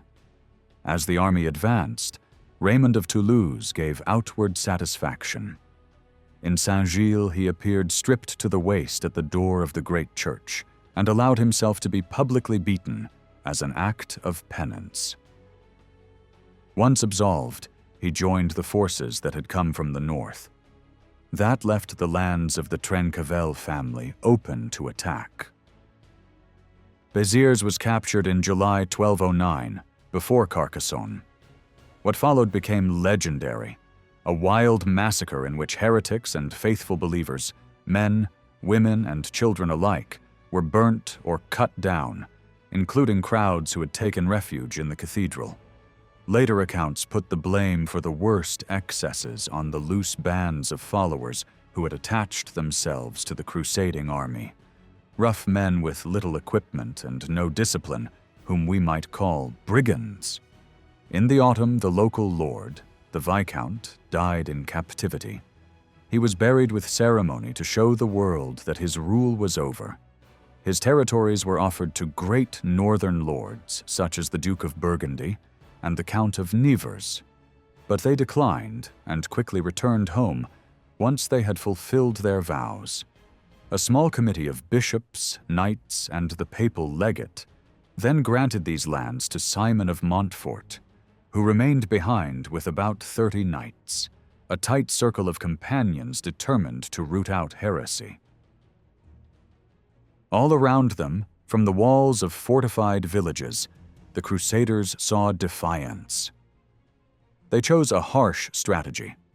One by one, they besieged strongholds such as Minerve, Termes, and Lavaur, crushing resistance and marking victory by raising the cross on the towers above Montfort's own banner to show that, in their eyes, Christ had conquered. Groups of Cathar leaders were put to death by burning in groups of dozens or even hundreds. Local nobles were executed as if their guilt were beyond doubt. The work was difficult and costly, so the Crusaders hired professional soldiers from the north and relied on powerful siege engines. A financier from Montpellier organized the loans and payments needed to keep the army in the field. From 1210 onwards, new waves of volunteers arrived. Some came moved by genuine piety and by the promise of spiritual rewards, others attracted by the indulgences and by the hope of gain. Preachers active in France, Gascony, Aquitaine, and the Rhineland fired up people's emotions. Even unstable groups of poor wanderers, stirred by visions and dreams, began to move towards the south, convinced that they were taking part in a final cleansing of Christendom. In 1210, there was a fresh offensive against Raymond VI.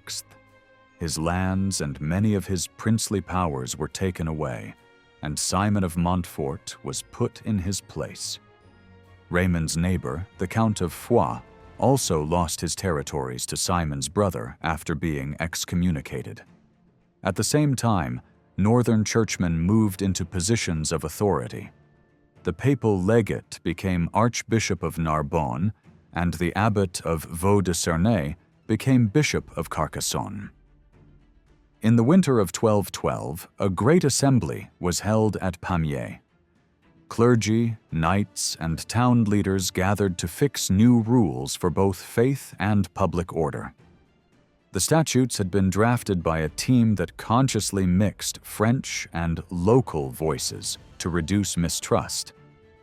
They imported strict northern customs of inheritance and lordship, especially in the way fiefs were held. For 10 years, no heiress to a castle in the region was allowed to marry a local knight without Montfort's approval, while there was no such limit on marriage with men from the north. The goal was clear. Over time, northern families would replace the old southern aristocracy through marriage and land transfers, reshaping the ruling class of the region. Soon afterwards, the political landscape shifted again. The Pope turned his main attention back to the eastern Mediterranean and began to favor an agreement in the south. He called on Peter II, King of Aragon, who had recently won a brilliant victory over Muslim forces in Spain, to act as mediator and protector. Peter traveled to Toulouse, where the city leaders and Count Raymond, together with Raymond's young son, did homage to him. Peter assumed control over the county and took charge of the boy, who had not been personally involved in the accusations of heresy. He promised the Pope that he would raise the child in the Catholic faith. This new arrangement, which placed a powerful Iberian king over much of the region, challenged the position of the French crown. Philip Augustus therefore gave his son, Prince Louis, permission to join the Crusaders in order to defend French interests. At Muret in September 1213, Simon of Montfort and his companions fought a decisive battle against the King of Aragon, the Counts of Foix and Comminges, and the militia of Toulouse. Simon's men prepared themselves with confession, mass, and the veneration of a relic of the cross. Peter, by contrast, was said to have spent the night in pleasure. In the battle he was killed, and his defeat was seen as a sign that heaven supported the crusade. By spring 1215, Louis had completed the period of service required by his vow. He entered key cities such as Montpellier, Narbonne, and Toulouse at Simon's side, then returned north after hearing the instructions of the papal legate. He had taken part as a pilgrim and armed penitent, not as a conqueror. After Muret, Philip Augustus could largely rely on Simon of Montfort to represent royal interests in the south. The Pope, on the other hand, insisted that the lands of those judged heretical had been seized in the name of the Apostle Peter. A great council in Rome decided how they should be shared. Part of the old inheritance of the Counts of Toulouse, especially the lands that lay within the wider empire, were kept under papal control to be returned one day to Raymond VII if he proved worthy of forgiveness. The rest, from the Rhone to the sea and up to the Pyrenees, were assigned to Simon of Montfort. He was told to receive proper feudal recognition for these territories from all who had the right to grant it. Simon moved quickly and did homage for his new possessions to the King of France, binding the reshaped south more tightly to the Capetian monarchy.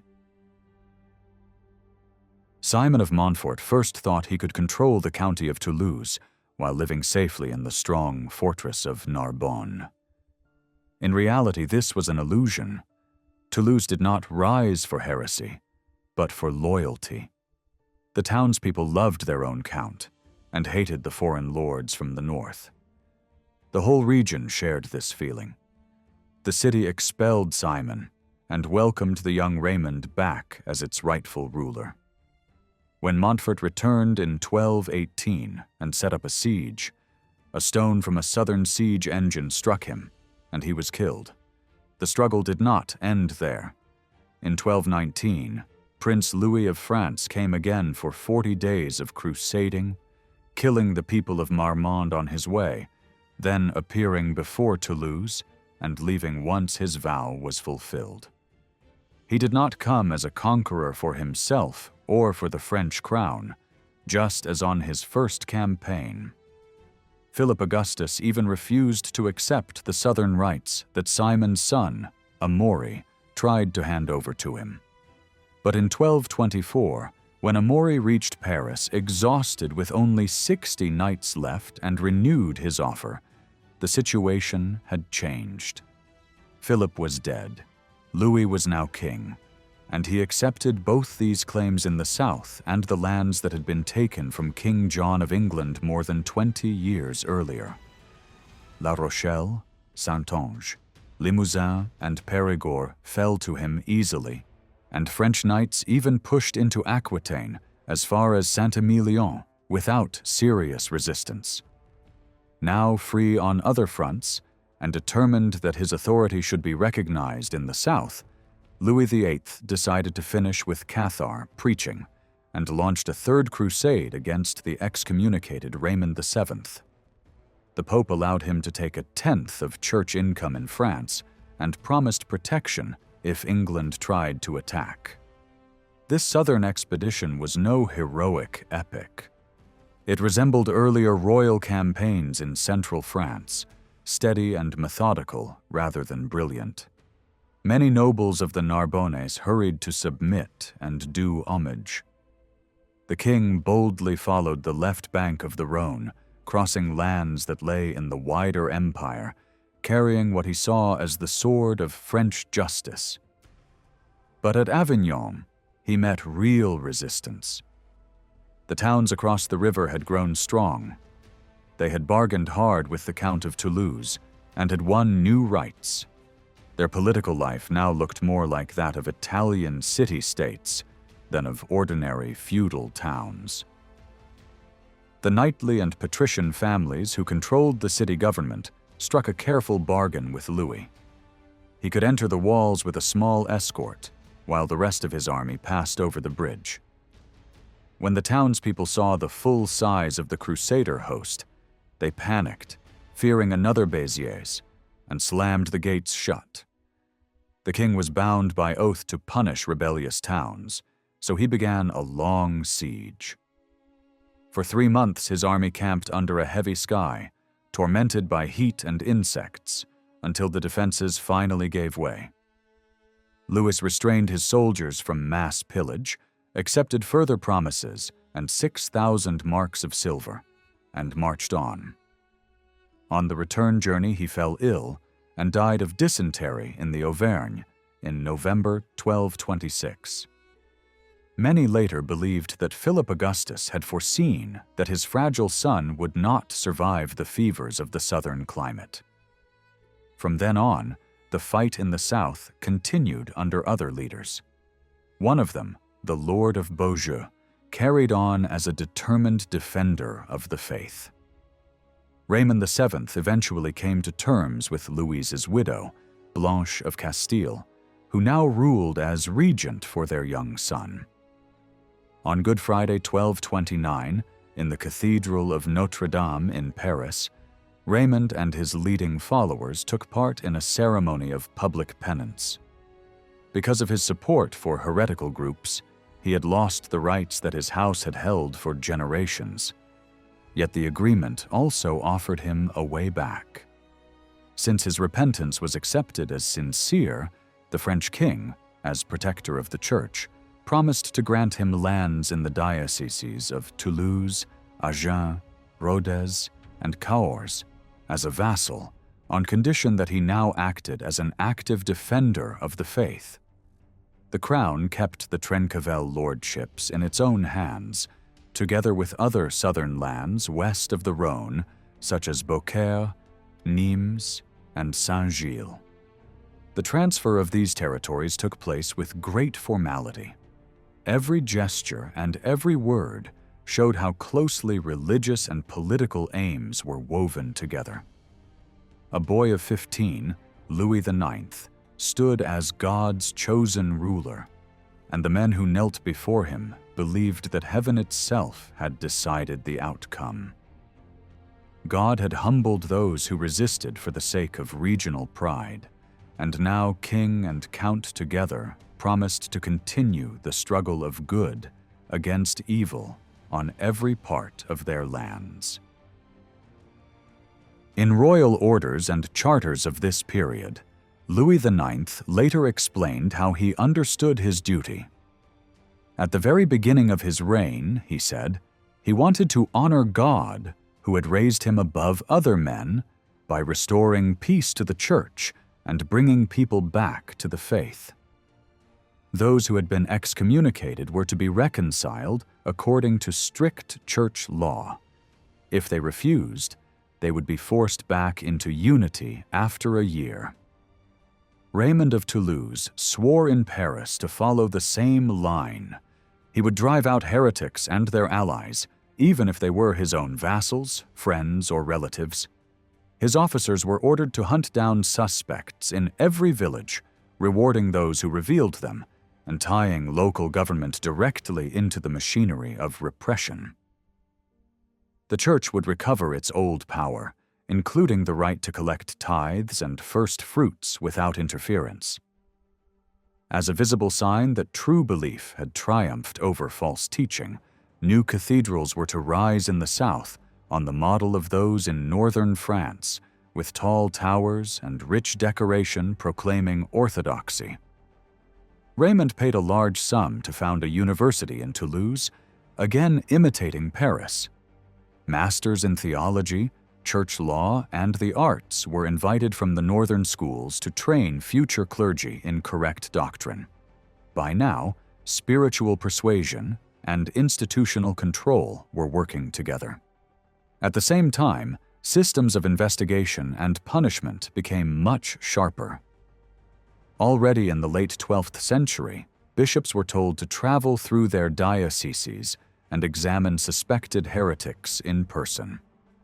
Later popes insisted that they must not rely only on rumor, but conduct careful inquiries. A council held at Toulouse in 1229 laid down detailed rules. In each parish, a priest and 3 laymen were to search houses, cellars, lofts, and hiding places for heretics and their protectors, and then hand them over swiftly to church and local authorities. Those who came back voluntarily to the faith had to wear 2 visible crosses on their clothes and carry written proof of reconciliation. Those who refused were to be imprisoned. All lay people above a certain age had to swear to report heresy and to take communion regularly so that they would not themselves fall under suspicion. Ownership of religious books in the local language was sharply limited. A few years later, the new orders of wandering friars, especially the Dominicans and Franciscans, were given responsibility for the inquisition into heresy. They combined strict poverty, strong loyalty to the papacy, and good training, and they carried out their task with determination. In Toulouse alone, over one short period in 1246, they condemned many people to lifelong signs of shame or to permanent imprisonment. For decades, they struggled against close family loyalties and regional pride. Armed resistance did not end immediately. In 1242, several inquisitors were murdered at Avignonnet, and their killers fled to the mountain fortress of Montségur, which fell in 1244. After that, heresy retreated from the towns into the surrounding countryside, and then further into remote valleys.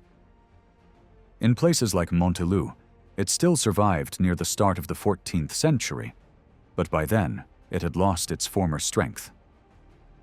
The Peace of Paris in 1229 tied Carcassonne, Beaucaire, and their surroundings firmly to the French royal domain.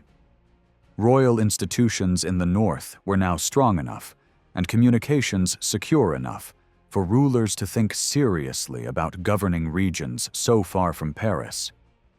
Kings themselves rarely traveled to the south.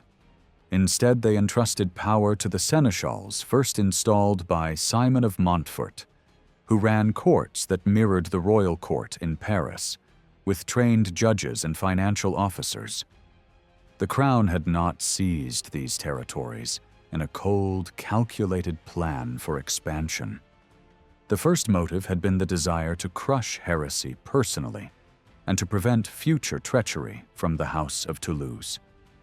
Control of ports and sea routes also mattered, since the royal household still dreamed above all of another crusade to free Jerusalem. Even after victory, nobody imagined that the entire heritage of the Counts of Toulouse would one day be fully absorbed into the French kingdom. In law, that inheritance had passed into God's hands as the prize of a holy war. The king, as God's representative on earth, was free to arrange it as he saw fit. He kept much of it close to the crown, but did not present this as full annexation. Raymond kept Toulouse only for his lifetime. After his death, it was to pass to his daughter Jeanne, who had been promised in marriage to one of Louis VIII's younger sons. Only the descendants of that union would truly inherit. Jeanne was brought up under close watch at the French court, and in 1237 married Alfonso, the king's brother. No one foresaw that Raymond would never have a son, or that Jeanne would have no children. When both she and Alfonso died in 1271, their line ended, and all of Languedoc fell almost by chance to the French king. By then the monarchy was strong enough to absorb it. 40 years earlier, it would have been impossible. People still imagined the kingdom as a loose collection of principalities joined to the crown by family ties and mutual promises. A broad, centrally governed royal territory was something new, not the result of an early imperial plan, but of many accidents and slow institutional growth. Women played a quiet but powerful part in this story. In the 11th and 12th centuries, they had already been central to political life. They bore heirs, carried claims and lands into their husbands' houses, and continued to advise their sons when widowed. Later, they sometimes performed homage in the absence of their male relatives and managed estates for underage sons. During Louis IX's coronation, several great ladies stood in for their absent husbands. Yet the position of Blanche of Castile went far beyond this. As queen, wearing a crown herself, she was compared in people's minds to the image of the Virgin holding the Christ child at the doors of the cathedrals. Her husband had no earthly lord above him, only God, so only God could be seen as the guardian of their young son. In practice, this guardianship was exercised by high churchmen and by Blanche herself. We have already seen archbishop and papal legate acting alongside queens as protectors. But the most constant support came from the core of royal servants, knights and clerics, whose families had served the crown for generations, passing church offices from uncle to nephew, and court posts from father to son. These networks created a stable circle around the royal children and allowed Blanche to govern during Louise's minority, even when powerful nobles tried to throw off royal control. Before his death in 1226, Louis VIII arranged the succession carefully. Blanche's many children were a blessing and a problem. 5 sons survived infancy. Following the normal practice of great houses, he divided the family lands. The eldest son received the crown of France, the treasures in the Louvre Tower, and the ancient heartlands around Paris and in Normandy. The younger sons received important territories as their share: Artois to Robert, Anjou and Maine to a later-born son, Charles, Poitou and the Auvergne to Alfonso. These were not independent kingdoms. They remained tied to the crown by obligations, and the younger princes accepted without question the senior authority of their eldest brother. Only they could carry the royal lilies in their coats of arms, and their loyalty strengthened the ruling house rather than weakening it. Later stories about the foundation of the Abbey of Royaumont, where Louis IX made his brothers help carry stones, picture them working together in harmony under a strict but loving elder brother. This family model, with a strong father figure and obedient sons, became a pattern for the whole monarchy in the 13th century. Louis IX ruled according to these same principles. His mother's firmness shaped him, but his main example was his grandfather, Philip Augustus, whose memory he honored deeply. Louis completed the picture of kingship that had begun to take shape after the Battle of Bouvines. He strengthened the sacred image of the French monarchy through his personal honesty and piety, which even critics found hard to question. He also used every symbol he could to make royal power more visible and more respected. He was a learned man who read the Bible regularly and tried to live according to its teaching. Under his influence, the ceremony of coronation at Reims was slightly altered. The act of knighting the new king was placed between his solemn promise to keep peace fairly and the moment of anointing. In this way, the rite said clearly what many already felt. In France, the crown and the knightly ideal belonged together, and the king stood at the point where sacred authority and chivalry met. In 1240, Louis IX added a new sacred symbol to his authority, the crown of thorns that people believed Christ had worn on the cross. He placed this relic in the center of the Sainte-Chapelle in Paris, a palace chapel built almost like a jewel box of stone and glass. Louis spent enormous sums to create this brilliant setting, because for him, the relic was not only an object of devotion, but also a visible sign that God's favor rested on the French king. At the same time, scholars trained in law were sharpening ideas about royal power. One of them, John of Blenot, argued that the king had the right to call even the vassals of his vassals to serve him, because they were bound to work for the public good and for their wider homeland, which he described not simply as a local region, but as the whole kingdom. In his view, this kingdom was nothing less than the realm of Gaul, reviving an ancient name and linking the French monarchy with the old Roman world. Louis also wanted learned works that reflected his vision of the world. He asked his Dominican librarian, Vincent of Beauvais, to compile a vast encyclopedia.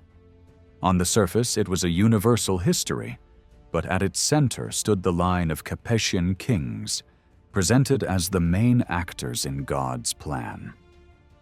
The work showed how old prophecies about the return of power to rulers descended from Charlemagne were now fulfilled in the French royal house. To reinforce this message, Louis reorganized the royal tombs at the Abbey of Saint-Denis. The church, rebuilt in the Gothic style and flooded with light, became a great stage of royal memory. New carved monuments were erected for important Merovingian and Carolingian rulers, and for Philip Augustus and Louis VIII. The old dynasties were arranged along the choir, with the Capetians opposite them, and 3 special tombs were reserved at the front for Louis VIII, his father, and Louis IX himself. Anyone entering the church could see in stone the claim that a new era in the government of France had begun with Philip Augustus and continued with his heirs. Later generations liked to remember the time of Louis IX as an age of perfect justice and happiness, speaking of him as Saint Louis and imagining his reign as a golden age. In reality, conditions were harder than memory allowed. Serious epidemics and frequent food shortages weakened the population and slowed the economic growth that had marked the previous century. In both town and countryside, the poor were squeezed more and more by the rich. The last great cathedrals of France, with their soaring stone and glass, were built at the cost of heavy burdens on those at the bottom of society. Money flowed through the towns and into public works, but this prosperity was fragile. At the same time, government institutions reached a more finished, tightly controlled form. Buildings that had once shown bold invention now settled into fixed, repetitive patterns. In a similar way, the flexible customs of earlier law were shaped into a more rigid system. While famous theologians in Paris were showing how reason reflected God's order in creation, Louis himself used arguments of reason when he resisted excessive demands from the papacy. He never set reason against faith. For him, the two belonged together. He told his heir that the first duty of a king was to love God, because God gives wisdom and protects people from serious sin. His reign was marked by this double ideal of rational judgment and deep piety.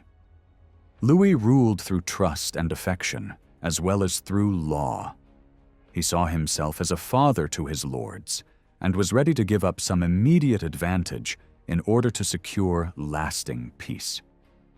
A clear example of this came in 1259, when the English king Henry III finally accepted that he held his remaining lands in southwestern France as a vassal of the French crown and did homage to Louis in Paris. In return, Louis restored to him a large part of the territories that he and his father had conquered.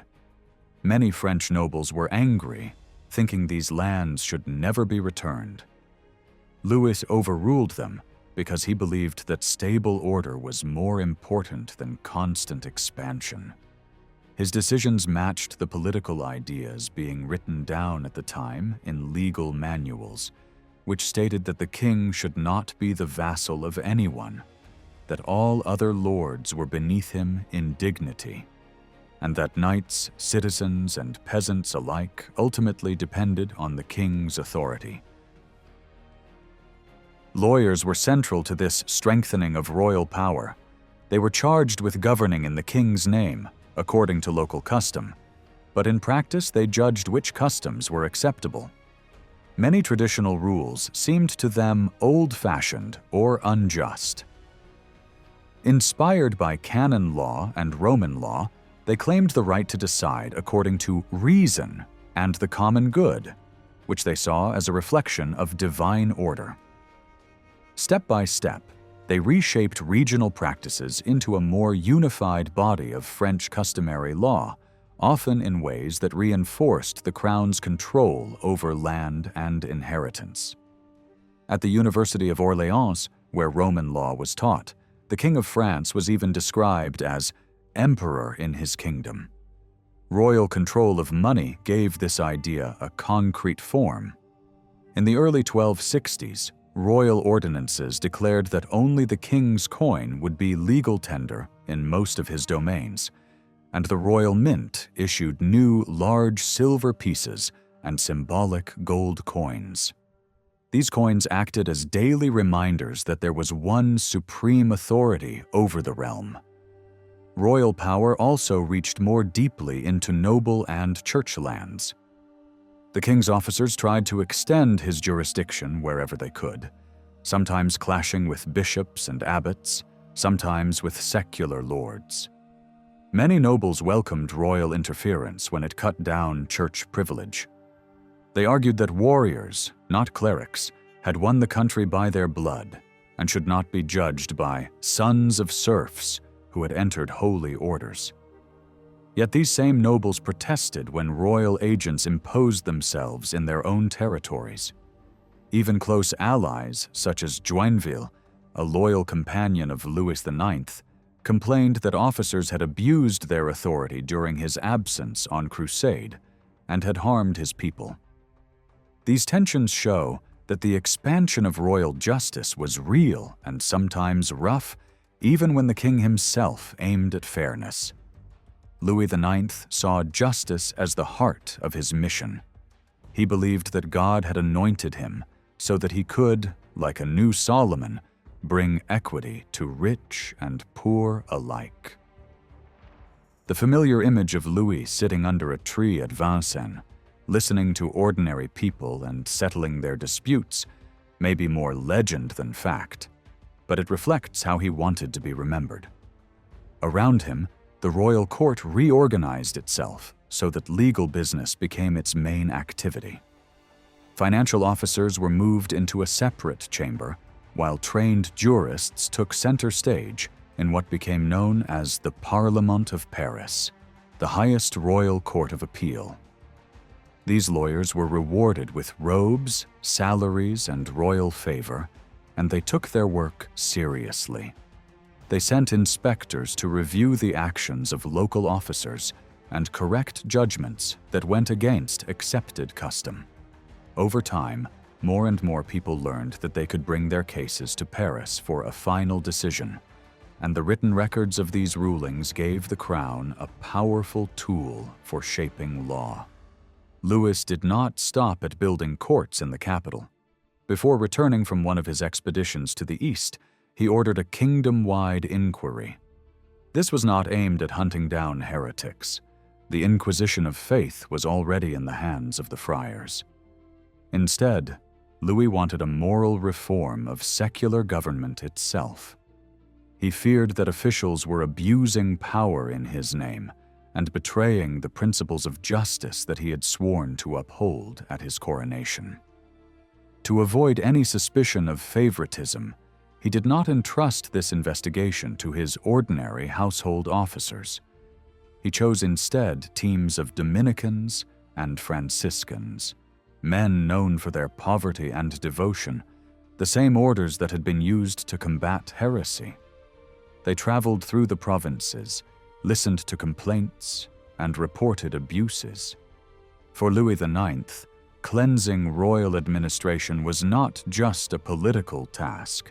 It was, in his eyes, another work of faith, as necessary for the health of Christian society as the suppression of dangerous doctrines in the South. Louis IX took the cross in 1244 when he was about 30 years old.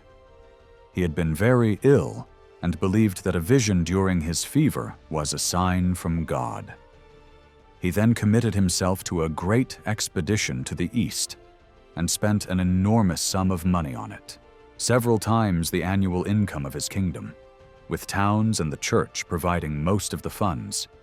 In 1248, he set out in full public ceremony, walking barefoot with pilgrim's staff and cloak, raising the royal war banner and traveling to the new port of Aigues-Mortes, built at the edge of the realm for this purpose. The campaign in Egypt ended in disaster.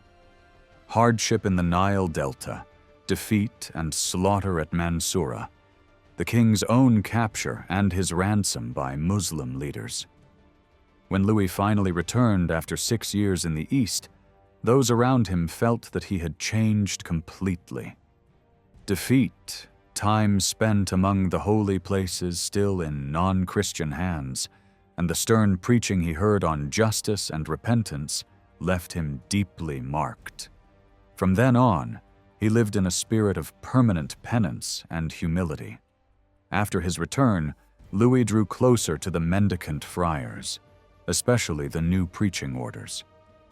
He spent long periods at the Abbey of Royaumont, in a room that opened directly onto the church, and surrounded himself with friars who advised him on his reading and prayer.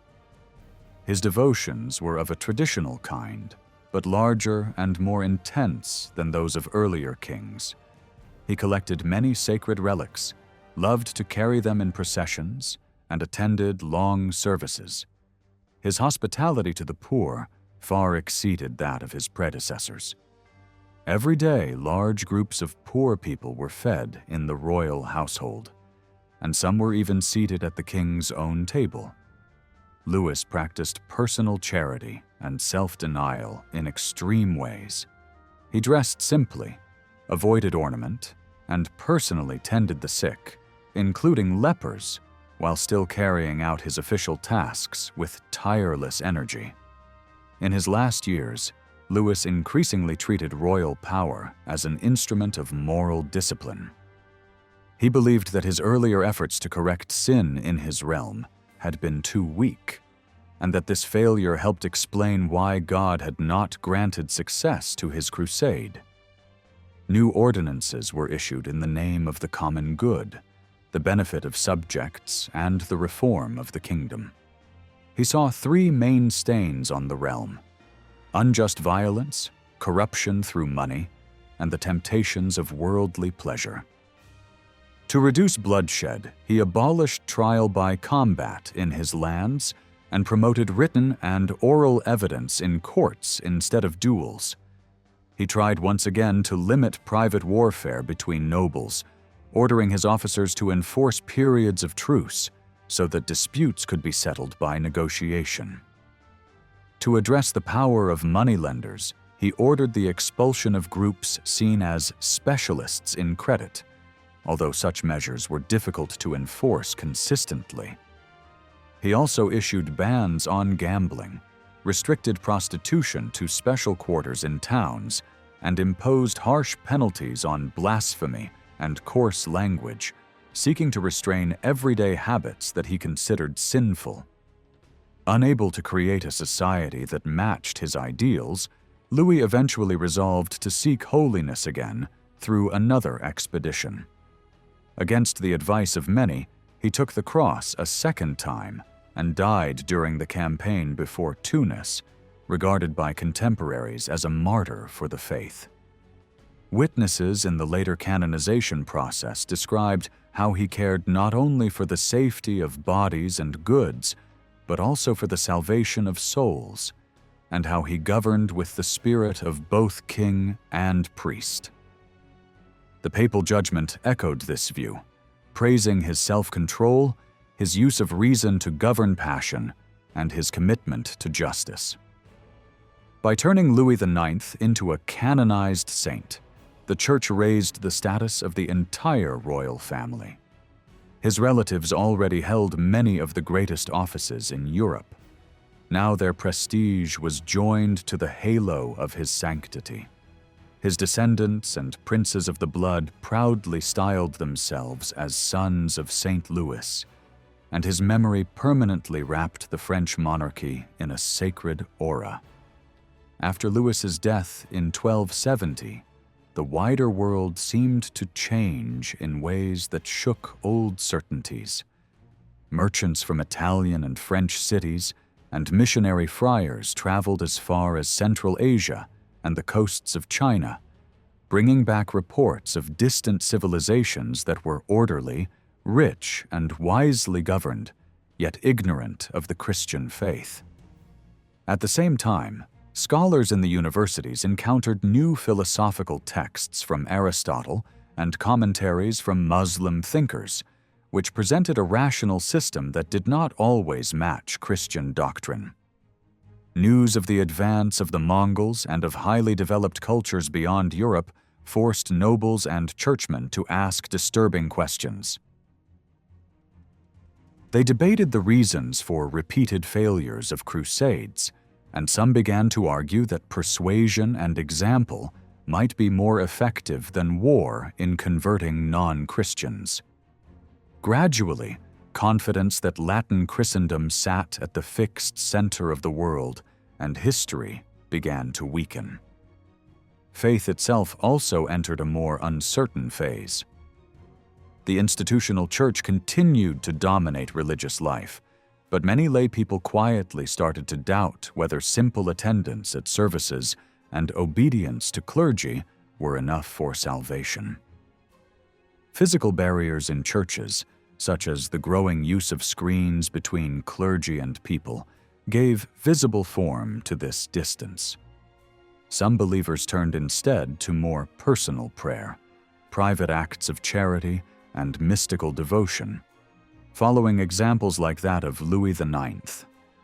At the same time, they were less willing to renounce all earthly joy, believing that creation was fundamentally good.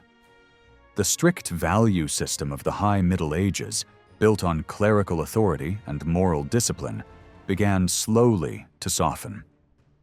Economic and social changes added to this shift. For a long time, the Kingdom of France had been a model of prosperity and cultural influence. Its universities, Gothic architecture, and courtly language had spread across Europe. But as international trade, exchange rates, and banking became more central, financial leadership passed to Italian city-states.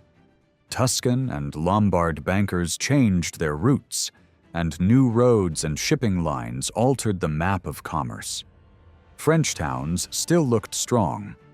They controlled wide hinterlands, invested heavily in vineyards, sheep, and woodland, and their ruling families dominated both trade and local government.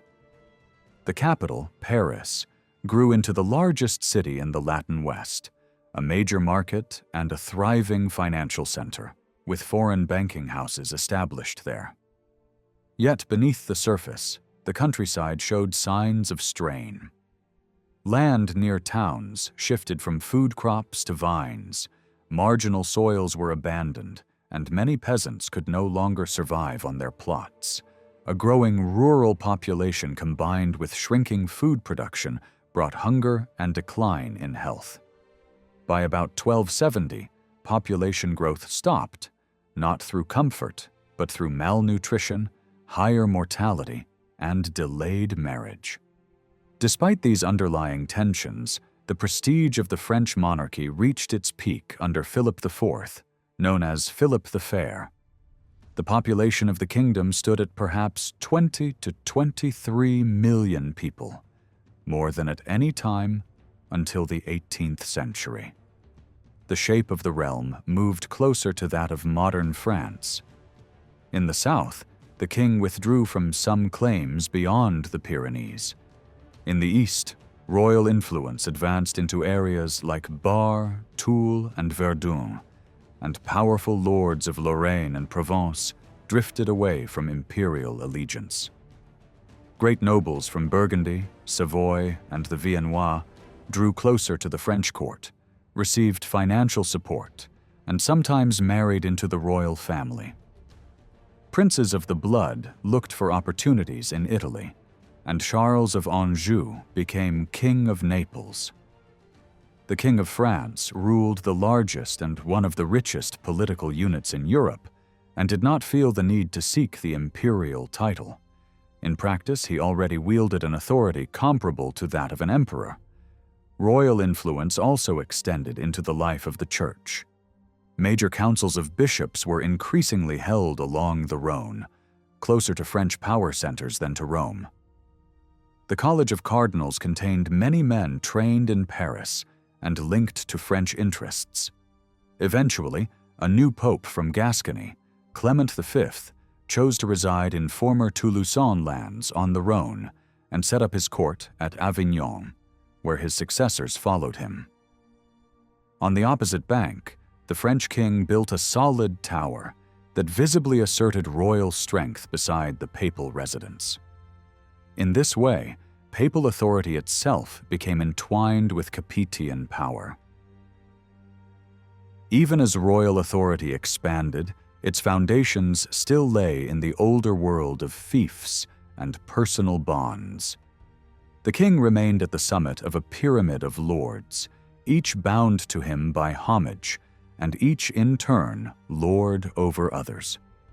Legal thinkers like Philip of Beaumanoir, a knight and royal officer, described this order in detail.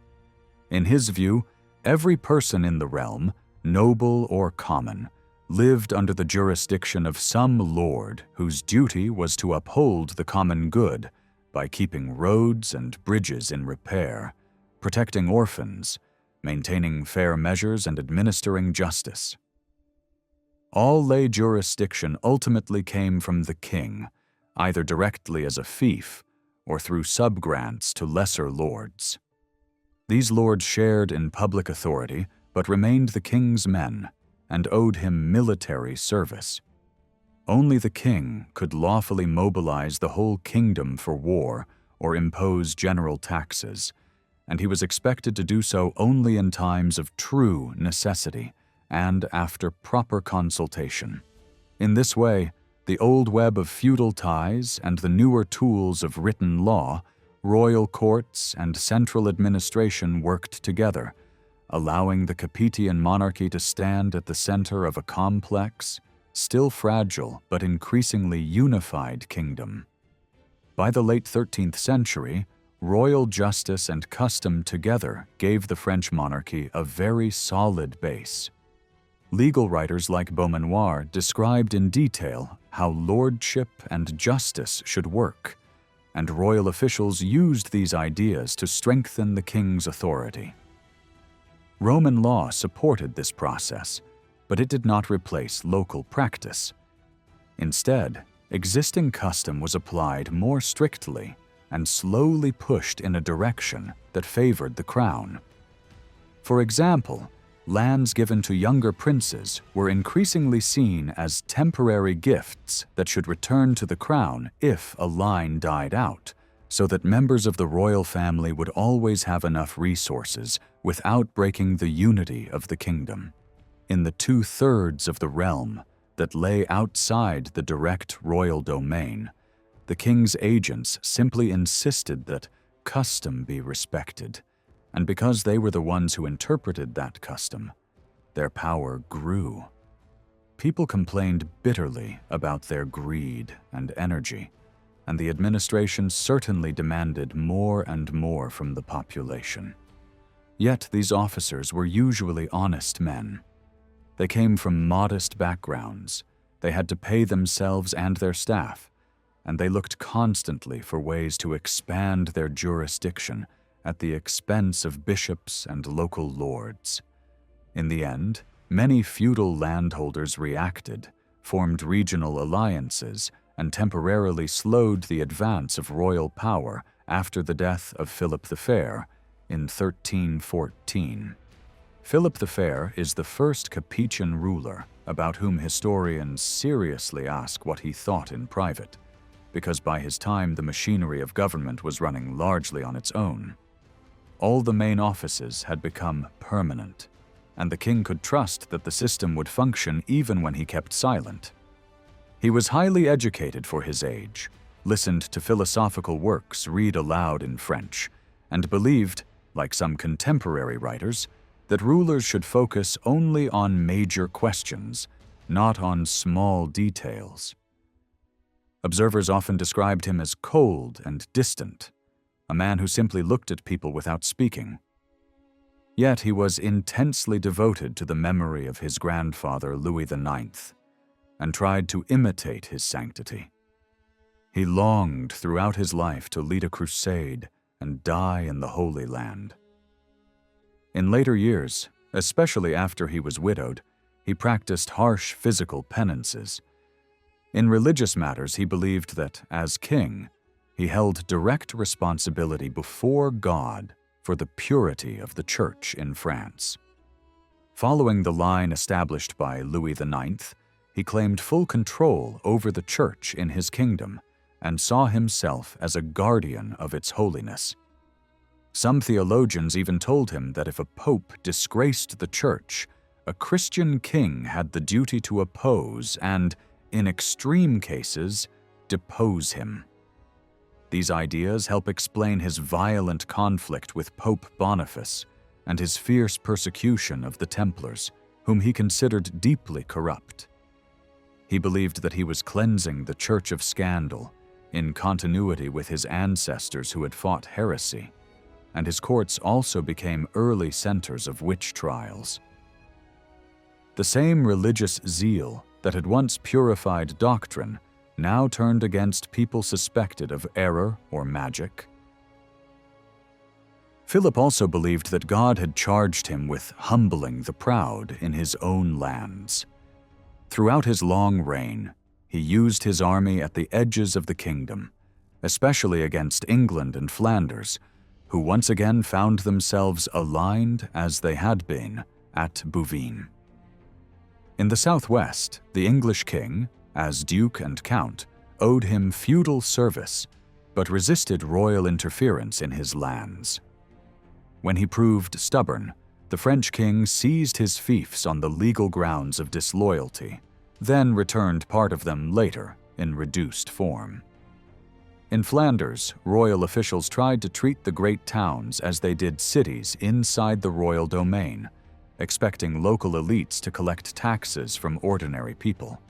They underestimated the strength of Flemish identity and the anger of the weavers and workers who were tired of both their own patricians and foreign demands. In 1302, near Courtrai, these artisans and town militias defeated the royal cavalry in a bloody battle. Many French nobles died, and Philip only restored his honor with great difficulty 2 years later.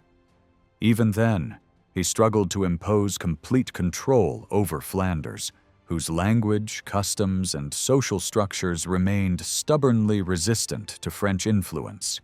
War on this scale was extremely expensive. Mounted troops needed constant replacement of horses and equipment, and Philip made the costly decision to pay wages even to those nobles who, by feudal law, were supposed to serve at their own expense. To fund all this, the crown began to use every possible source of income. It drew heavily on the wealth of the church in France, often by claiming tenths of clerical income that were officially meant for future crusades, but in practice served the needs of the state. It experimented with new forms of taxation on towns and subjects, often justified as necessary for defense or the common good. Royal councils also turned to the coinage itself. Since only the king could strike money, he altered the silver content, withdrew and reissued types of coins, and tried to profit from the difference. These policies disturbed trade, upset prices, and shook confidence in money. People accused the government of irresponsibility and greed. To answer criticism and secure support, the monarchy felt increasingly obliged to explain its actions, negotiate with its subjects, and seek some form of consent. This led to large assemblies of representatives from the three orders of society, where royal agents spoke at length while the king remained silent. In these gatherings, which were the first steps towards formal political debate in France, the crown defended its policies on taxation, currency, and church affairs, while towns and nobles demanded reforms and the punishment of corrupt officials. As financial pressure grew, the crown sometimes sacrificed its own servants to calm public anger. Wealthy officers were accused of abuse, put on trial, and made examples, even if their only real crime was their success and visibility. Enguerrand de Marigny, the king's chamberlain and a central figure in the treasury, became one such scapegoat. At the same time, royal moral discipline inside the palace itself began to crumble. In the last years of Philip's life, a scandal broke involving the wives of his 3 sons. 2 were accused of adultery, and the punishments were deliberately brutal. Their supposed lovers were mutilated and executed, and the princesses were imprisoned in harsh conditions. One died quickly, the other lived for years in confinement, and ended her life in a convent. For contemporaries, this affair was not a trivial court drama. It symbolized the shift from the strict, almost austere morality of Louis IX's time to a more frivolous and pleasure-seeking noble culture. It also deeply marked Philip, who reacted with a lasting mistrust of women and a determination to prevent important lands from passing into female hands. In one key case, he decreed that if a certain princely line produced no male heir, the lands would revert to the crown. This decision became a precedent for excluding women from some inheritances. Women had already been barred from inheriting the crown itself. Medieval theologians argued that kingship was not an ordinary inheritance, but a sacred dignity, like the high priesthood in the Bible, which was reserved to men. Since the French king was understood as both ruler and a kind of lay priest, women were seen as ineligible to wear the crown. When Philip's 3 sons each died without surviving sons of their own, the direct male Capetian line came to an end. Their daughters were passed over in favor of more distant male relatives. Many contemporaries saw in this a sign of divine judgment. They connected the downfall of the dynasty with the earlier scandal in the royal family and the growing worldliness and moral weakness of the court after the death of St. Louis. In their eyes, the spiritual and moral failings of the royal household were linked to the political crises that followed. The centuries of slow, careful construction of royal authority had created a powerful state, but they had not freed it from the belief that God punished kings and dynasties for sin. Under Philip the Fair and his sons, this belief colored the way people interpreted every misfortune that struck the monarchy, from military defeat and financial strain to the sudden extinction of a royal line that had once seemed unshakable. The year 1348 was a breaking point for France and for all of Western Europe. In that year, the Black Death arrived, bringing both bubonic plague, carried by rat fleas, and pneumonic plague, passed directly from person to person. The death rate was terrifying. The population had already been shrinking slowly, but now it collapsed. In crowded regions, in monasteries, in armies, and especially in towns, whole communities were struck down in a matter of days. The disease came back again and again in the following decades. By the end of the century, many regions had lost about half their people. In places like Normandy, the population fell to less than half of what it had been in 1300. It is almost impossible to imagine how shocking this was. In the Paris region alone, millions fell sick in one summer and died within hours, with no cure and no explanation. At first, people struggled simply to bury the dead. Then they began to ask what sin or fault could have brought such a punishment, and what kind of penance might protect them in the future. Their view of the universe and of God's judgment was shaken. They looked to the church and the king, but quickly realized that their leaders were just as helpless as they were. Many concluded that the sins of rulers were being punished on the whole people. As trust in traditional authorities weakened, new forms of devotion, extreme movements, and a growing interest in magic and witchcraft appeared more openly. Doubt, anger, and unorthodox beliefs were no longer hidden at the margins of society.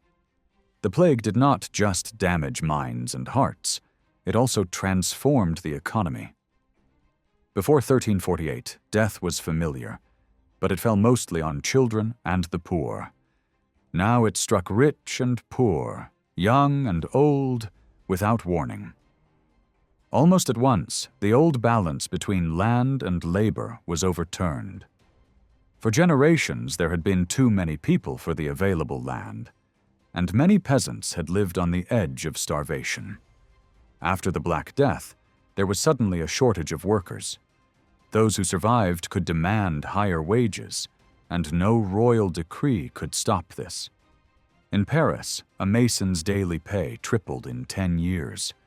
Many villages were abandoned, but not because the land was worthless. In many cases, peasants simply left poor, exhausted fields and moved to better soil in more fertile places. Overall production fell because there were fewer people, but in theory, each survivor had more land, more tools, and more animals per head than before. Standards of living rose across much of society. Most of the everyday objects we find from late medieval peasant life, stone houses, wooden furniture, better tools, wool and linen clothing, proper cups and plates, date from after the Black Death. Before then, most peasants had lived in fragile huts, dressed in skins, and eaten very basic food. After the plague, many could afford wine, meat, and better bread. There were fewer peasants, but on the whole, they were better fed and in a stronger position to pay rents and services to their lords. The nobility, too, was thinned out by plague, but those families that survived often gained by inheriting larger estates. By the end of the 14th century, their social position was more secure than ever. At the same time, people were more willing to accept the need for strong public authority. Heavy taxation, which would later become a permanent feature of the state, was easier to impose in a society already reshaped and traumatized by disease. War pushed this development further. The long conflict we call the 100 Years' War was essentially a permanent state of public war led by the king. Feudal levies were still summoned, but now war was mainly fought by paid forces. In 1340, tens of thousands of knights, squires, and their followers took the field. Recruitment was easy. War in good weather offered nobles and their men the activity they loved most, and now they were paid in gold for it. The crown squeezed money out of its subjects and passed much of it straight to the warrior class, who remained the main defenders of the realm. In peacetime or during truces, many of these fighters turned to private warfare and organized robbery. Bands of soldiers drifted around the countryside, seizing food, animals, and money. So public war and private war fed each other, making everyday life insecure. Because France was the richest country in Europe, struggle over this prize was intense. Unlike earlier wars, which had mostly affected the frontiers, this new wave of conflict reached deep into the interior. The result was a France once again trampled underfoot, as it had been centuries earlier in the age of feudal castles and independent warlords. In this violent context, certain older patterns reappeared in new forms. Nobles increasingly gathered armed followers not just through feudal obligation, but by written contracts and cash payments. This system of paid retinues still rested on the same logic as older feudal bonds: personal loyalty, shared risk, and the pursuit of profit in war. Public authority found it harder to reach every corner of the kingdom. Roads were unsafe, and communications were cut, so defense and administration became more local. Kings, like earlier rulers, had to think in terms of local fortresses and defensive networks. Detailed surveys were ordered to list all fortified places, and many new towers and walls were built, not only on castles, but on churches, bridges, monasteries, and manor houses. These were not just symbols of authority, they were practical military structures. At the same time, the ideal of chivalry was renewed and reshaped. Continuous war gave knights many chances to display courage and skill, but rulers also encouraged chivalric values for political reasons. Orders of knighthood bound select groups of nobles personally to the king or to a prince through shared ceremonies, oaths, and symbols. Like earlier military orders, they combined a moral code and collective worship, but their first loyalty was not to Christendom as a whole, but to a particular ruler. Noble society, which had once been relatively unified, now tended to break up into competing circles of clients and patrons, each centered on a powerful lord or prince. Written contracts, sworn loyalties, and competition for rewards and booty held these groups together. Many lesser men, too, were drawn into this world. Bold adventurers could hope to improve themselves in the profession of arms, which in simple terms meant rising through violence and plunder. Within this harsher world, towns played a much greater role than in earlier centuries. Their stone walls and gates made them vital military positions and attractive refuges. As plague killed inhabitants, waves of refugees from the countryside, including poor peasants, richer farmers, and even lesser nobles, poured into urban centers. In some towns, such as Reims, a quarter of the residents were newcomers fleeing war. In the south, landowners unable to defend their manors relocated to fortified cities like Aix and managed their estates from there. Above all, towns were crucial for royal finance.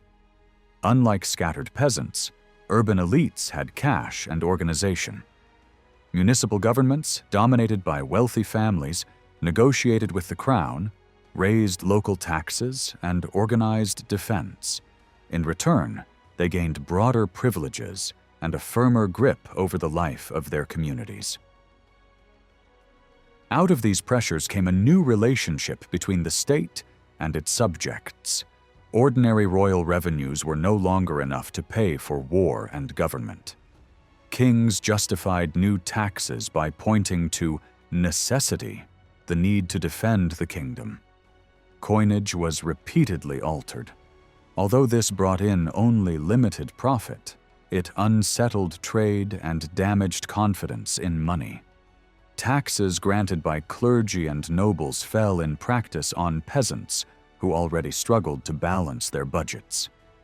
The damage was worst in regions close to royal administration, like Normandy, where the crown's agents skillfully extracted almost all remaining cash from rural society. Small peasant households, which were the backbone of agriculture, suffered badly. Yet villages were ready to endure these burdens in exchange for protection. Taxes financed stronger walls and garrisons. People hoped that royal soldiers would shield them from roaming bands of fighters. By the mid-14th century, common people had become used to paying regular taxes in the name of the common good. In this new world, three main groups gained power. The nobility benefited from the constant praise of chivalric values and found their status renewed. Urban oligarchies benefited from their central role in defense, administration, and taxation. Their political power grew even as long-distance trade faltered. And finally, the secular state, the king and his lay officials, strengthened its position at the expense of the church. Supported by loyal towns, by taxes, and by the personal courage of its military leaders, the monarchy emerged from the chaos of plague and war as the main framework within which society could still function. Even so, royal power was not unshaken. Uncertainty began with the question of succession in 1328. When Philip the Fair's last surviving son died without a male heir, the crown passed to his cousin, Philip of Valois, who became Philip VI. This choice rested on the idea that women could neither wear the crown nor transmit a claim to it, even through a son. This was different from normal noble practice, where daughters could often pass on rights. Two powerful princes had reason to contest the decision in future. Charles, King of Navarre, grandson of Philip the Fair through his daughter Jeanne, and Edward III of England, grandson of the same king through his daughter Isabella. Neither challenged Philip VI while he was alive, because once a king was anointed at Rheims, his person was considered sacred. But their claims were a constant shadow. Philip VI himself was aware of this and hurried to have his own son John crowned when he died. Even then, John II felt insecure. He created an order of chivalry, the Order of the Star, whose ceremonies placed the king symbolically at the center of knighthood, and he lived in constant fear of betrayal. Both Charles of Navarre and Edward III exploited this atmosphere of tension. Edward used discontent in Flanders and among nobles in northern France to strengthen his position. When his duchy of Guyenne was confiscated once more, he formally claimed the French crown and began to use the arms of France. His main goal, however, was to enrich himself and his followers through raids. In 1346, returning from a destructive campaign in Normandy and trying to reach the coast, he was overtaken by Philip VI near Crécy. There, superior English longbowmen shattered the French cavalry, and the defeat seemed to many observers like a sign of divine favor for Edward's claim. In the end, he was content to seize Calais and keep it as a permanent base. Charles of Navarre, more closely tied to the French royal house by birth and marriage, acted more cautiously. He sought to increase his French lands and influence, not to wear the crown. But when John II had him arrested in anger in 1356, his supporters rose in protest and triggered a political crisis. At the same time, new English offensives under the Black Prince ravaged the south, and the Wine Duchy of Guyenne remained steadfastly loyal to England, thanks in part to the immense trade in wine with London. To pay for defense, the crown called a large assembly in Paris with representatives from clergy, nobility, and towns, a meeting later known as the Estates General for northern France. The merchants of Paris, led by the powerful provost Étienne Marcel, played a central role. The royal court still saw Paris as an extension of the palace and its merchants as servants of the household, useful but subordinate.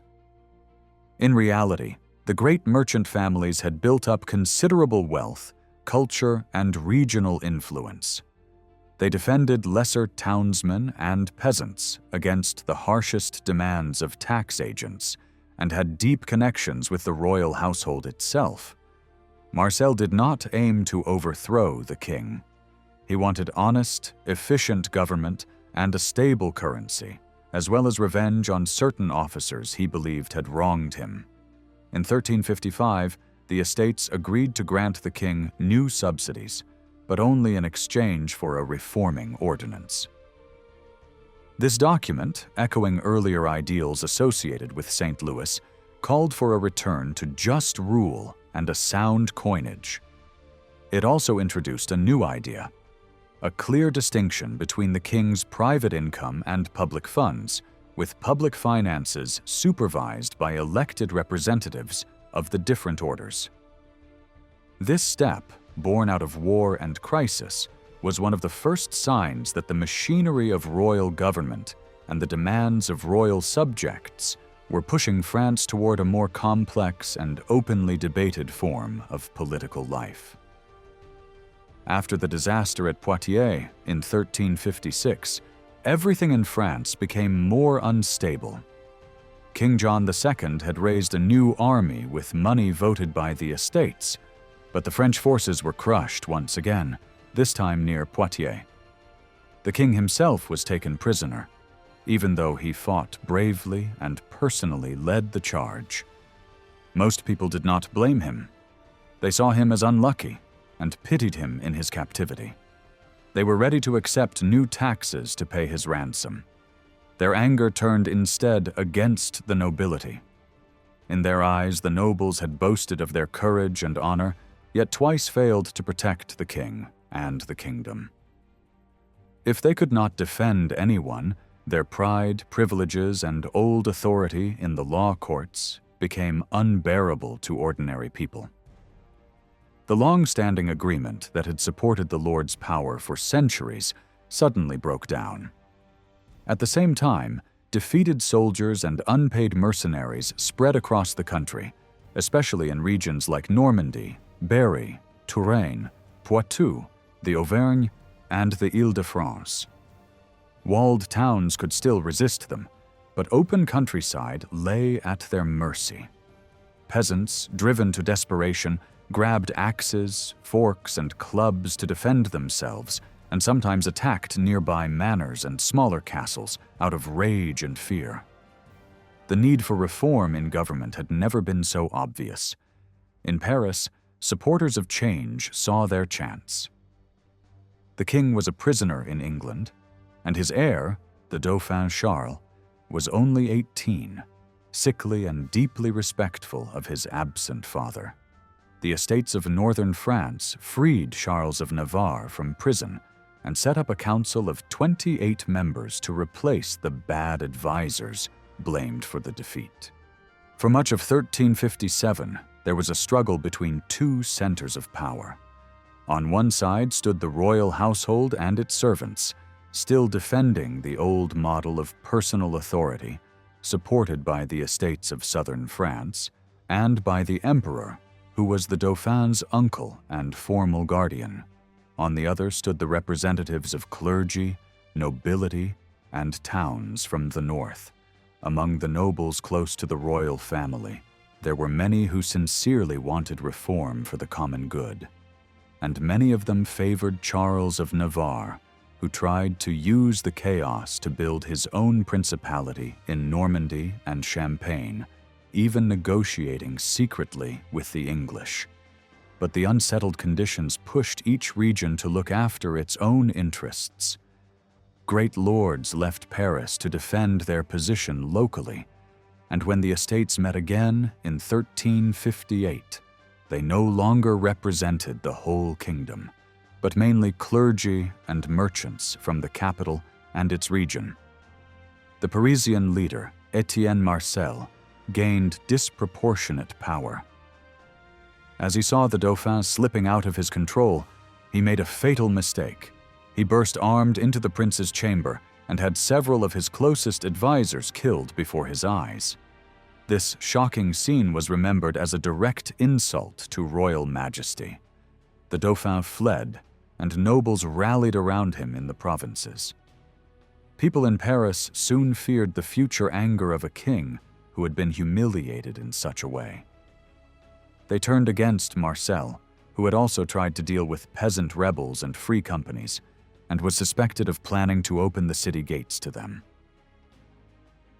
He was killed by his own city, and Paris returned to obedience.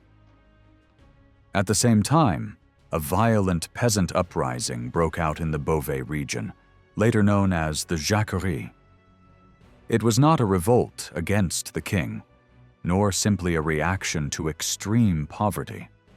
It was mainly the anger of better-off peasants and village leaders who had finally had enough of the cruelty and plundering of soldiers and mercenaries. In one village after another, peasants who had already resisted bandits began burning small castles, killing local nobles and assaulting their families. To the upper classes, this behavior was monstrous. They saw the rebels as wild beasts who had to be crushed without mercy. Nobles of all parties, including Charles of Navarre, united to destroy them. In the end, the two great attempts at change, the reforming movement in Paris and the rural revolt, both failed. The estates would never again be allowed such freedom of action, and the crown would never fully trust the capital. One of Charles V's first major acts as king was to build the Bastille, a fortress symbolizing royal control over Paris. In the countryside, lords reasserted their authority even more strongly. Peasant violence had frightened everyone and made any serious program of reform look dangerous and irresponsible. The monarchy and the nobility came out of this crisis standing side by side, and together they became the twin pillars of a state that continued to grow in strength and reach. England tried to take advantage of French weakness. In 1360, Edward III invaded France again, hoping to reach Reims and have himself crowned king there. The city refused to open its gates, and instead of a coronation, he had to accept negotiations. The resulting treaty granted him full control over a greatly enlarged Aquitaine, similar to the lands once held by Eleanor of Aquitaine in the 12th century, and recognized this territory as fully sovereign under the English crown. The French agreed to pay a huge ransom in gold to secure King John's release. Once free, John II traveled around his kingdom in triumph. His presence reassured many people. He stood for order in a land still threatened by wandering armed bands.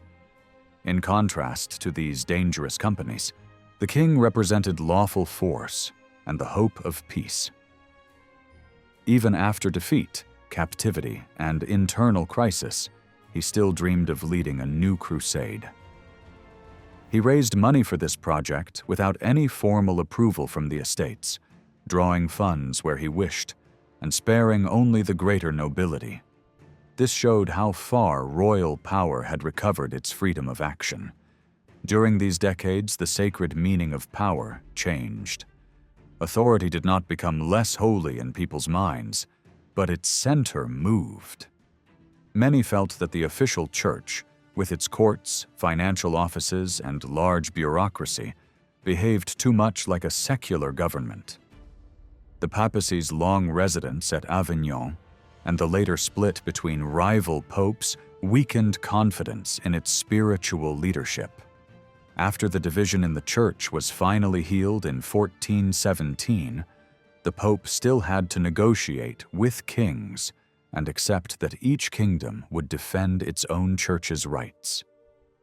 Ordinary believers wanted reform, but they no longer believed that the institution itself could be fully purified. Priests were still needed to preach and administer the sacraments, yet lay people increasingly built their own personal forms of devotion. Preaching, religious plays, songs, and the activities of confraternities had educated them in faith.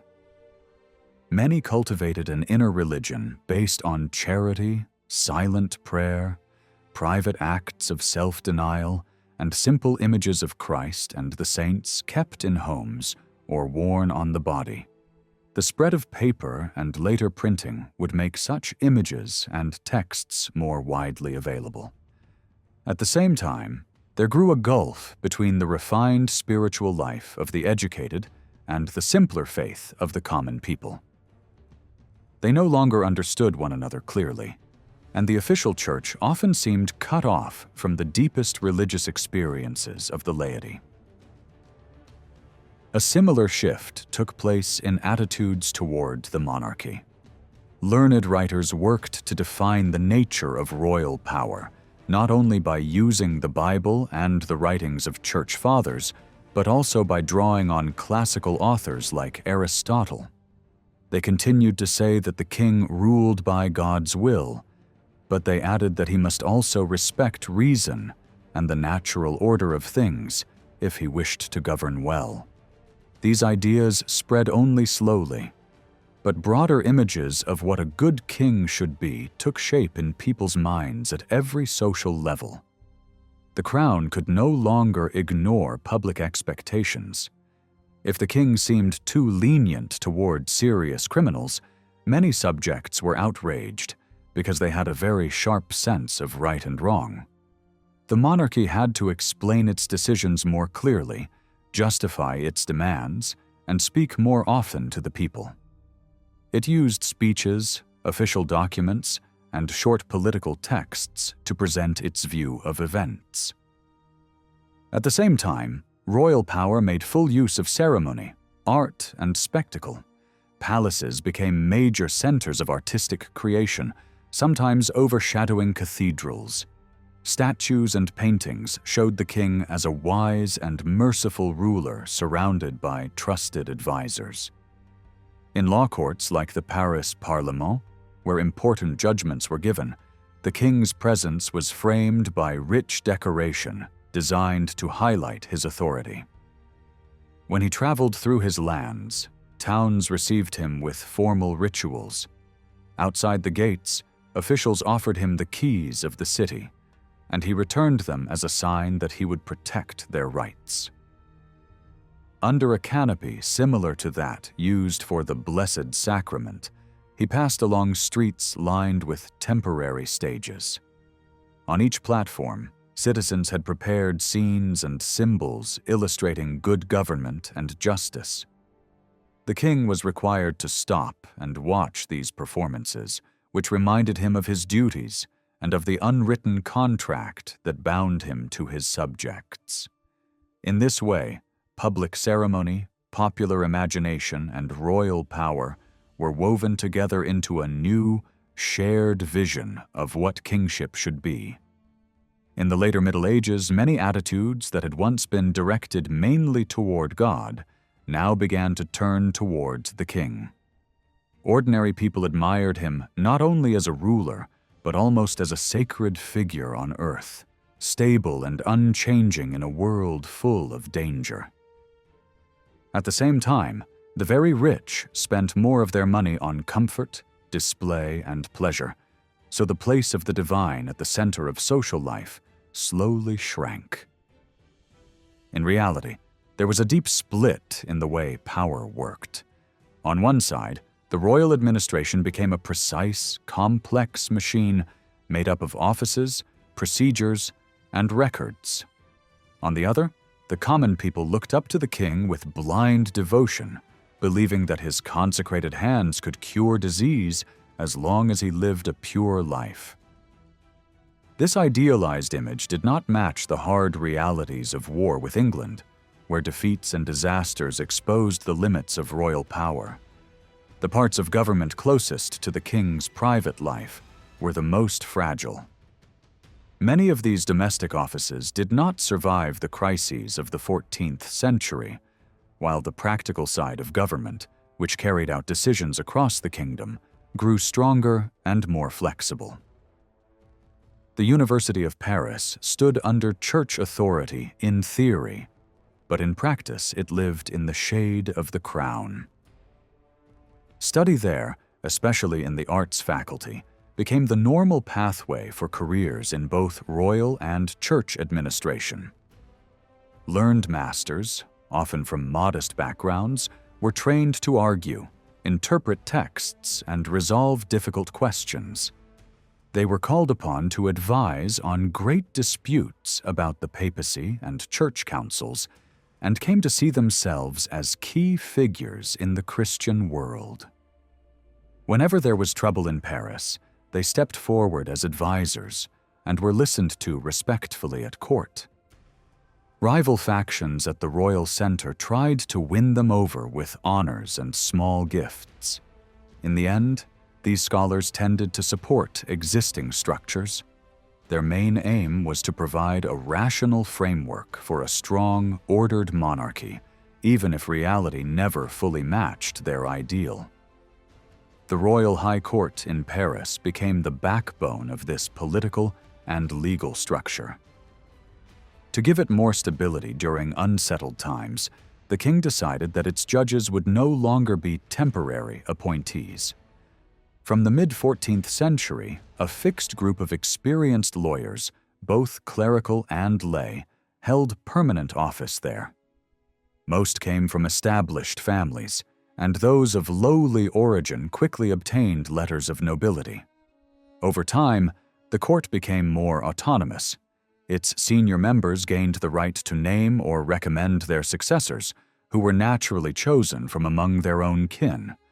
This created a tight network of related families, exempt from taxation and united by office, learning, and social ambition.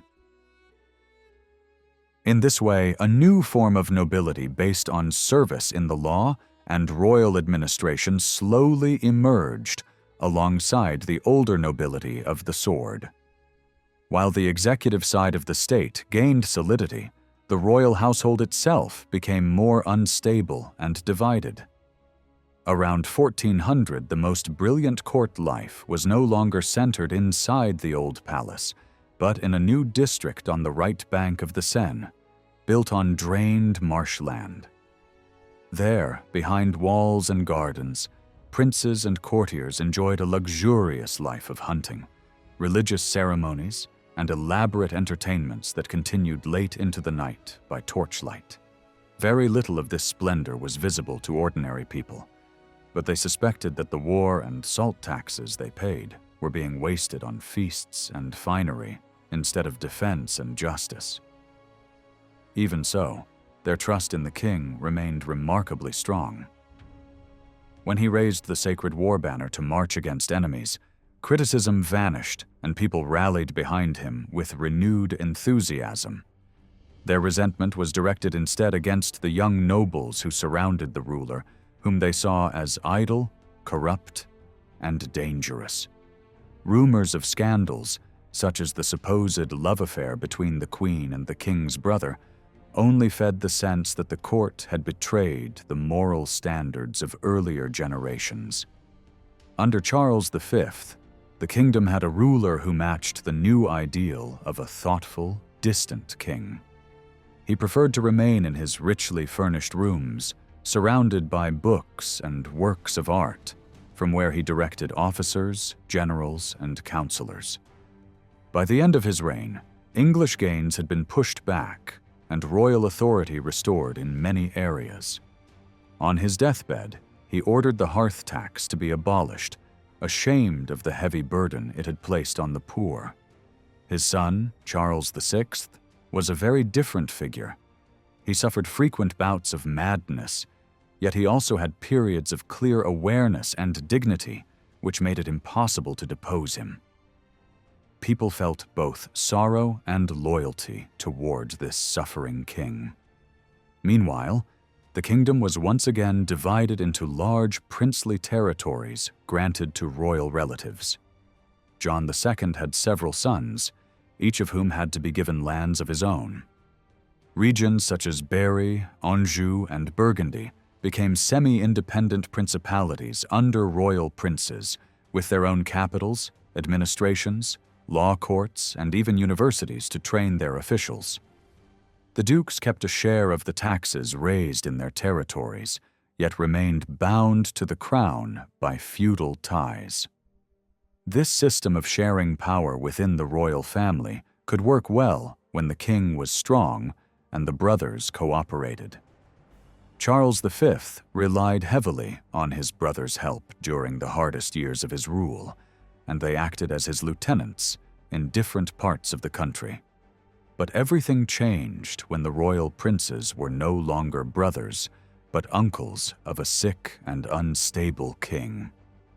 With Charles VI on the throne, his uncles and his younger brother found themselves with enormous freedom and very little restraint. They drew large sums from royal revenues for their own projects. One duke spent vast amounts on building up a famous collection of books and precious objects, while others poured money into risky political adventures in Italy and the Low Countries. Personal ambition and rivalry overshadowed any sense of duty. In this climate, Charles V's last wish to end a key tax was simply ignored. Instead, new tensions grew between the most powerful princes, Louis, Duke of Orleans, brother of Charles VI, and John the Fearless, Duke of Burgundy. Both men gathered loyal followers and claimed to act for the general good of the kingdom. Louis was backed by the king, the queen, most of the royal family, and his in-laws, known collectively as the Armagnacs. John of Burgundy drew support from many citizens of Paris and from scholars at the university. Each prince relied on trusted agents who would carry out any order. At the top of society, power still rested on family ties, personal loyalty, and the sacred aura of royal blood. When such a network was torn apart, the state shook with it. The feud between the Burgundian and Orleanist camps poisoned political life. John the Fearless had Louis of Orleans murdered, and this killing sparked civil war, with Paris at its center and suffering most of the violence. In their hatred and fear, both sides turned to outside help, and the King of England seized the chance to intervene again in French affairs. The result was another disaster. In 1415, French forces suffered a crushing defeat at Agincourt, where a large part of the nobility was killed. A few years later, John the Fearless himself was assassinated in revenge, finally breaking the link between the Burgundian house and the French crown. Burgundy openly aligned itself with England. In 1420, the royal government, dominated by the Burgundian party, signed a treaty with the English king. The Mad King Charles VI was placed under English control, his daughter married to Henry V, and the rightful heir, the Dauphin Charles, was declared disinherited and a criminal. 2 years later, both Henry V and Charles VI died. In 1422, at the Royal Burial Church of Saint-Denis, among the tombs of French kings and surrounded by symbols of long-established monarchy, heralds proclaimed the infant Henry VI king of both England and France. For many, this moment seemed to mark the collapse of everything the Capetian and Valois kings had built over centuries, even though resistance would eventually reverse the outcome. When Joan of Arc appeared, many people in France believed that everything was already lost. The English and their allies seemed too strong, the royal family was divided, and trust in normal politics was very low. In this atmosphere, The idea that God might intervene directly through a young village girl did not seem impossible. For late medieval people, visions, voices, and miracles were part of everyday thinking. If we want to understand Joan, we have to remember that the boundary between religion, magic, and politics was very thin in their minds. The records of her examinations, her trial, and later rehabilitation show us clearly how people of that time thought about God, the devil, and royal authority.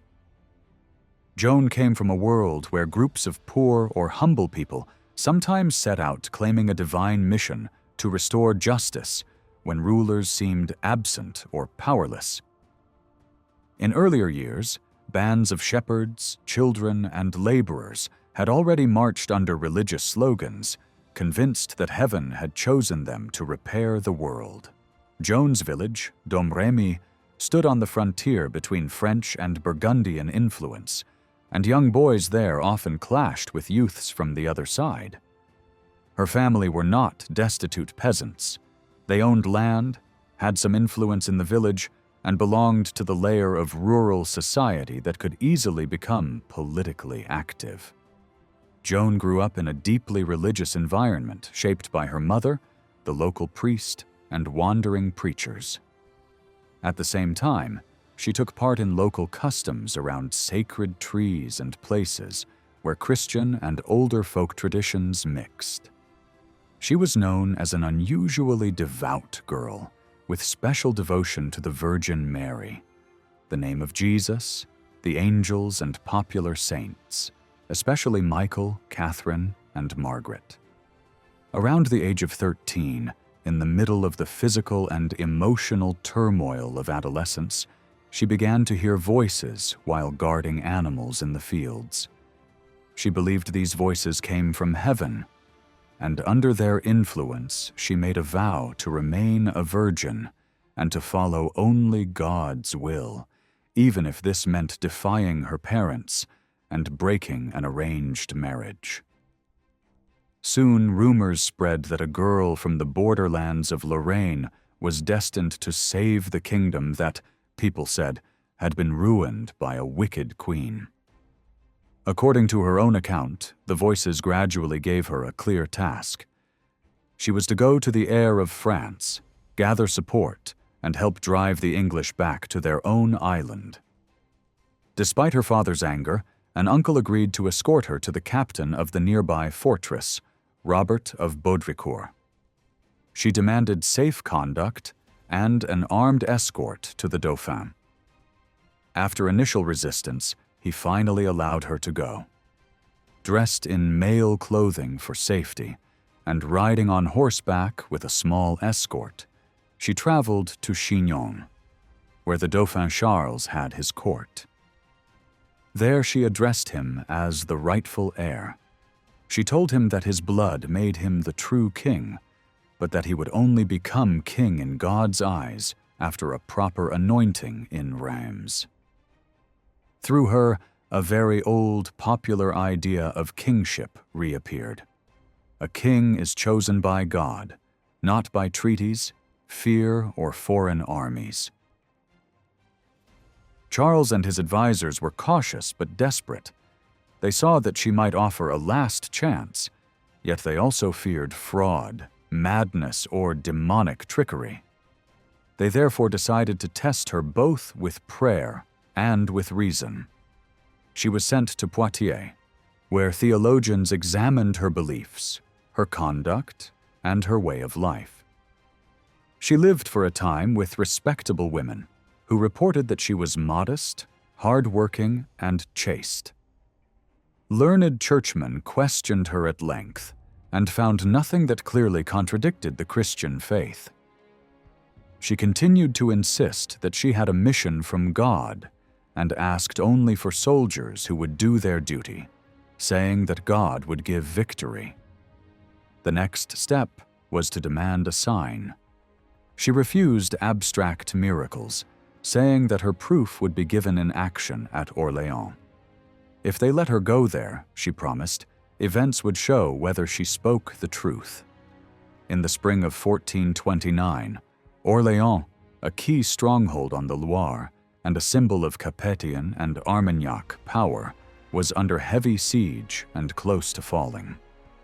If it were lost, most people believed that the cause of Charles VII was finished. At this point, Charles decided to trust Joan.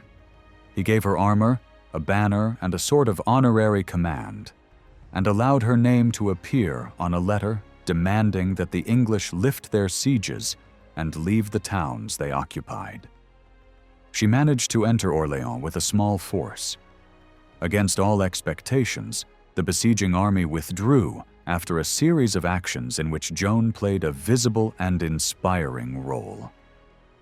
The relief of Orléans on the 8th of May, 1429, seemed to the people of that time like a clear sign that God favored the French side. News spread rapidly. Crowds came to see the young woman who, they believed, had turned the tide of war.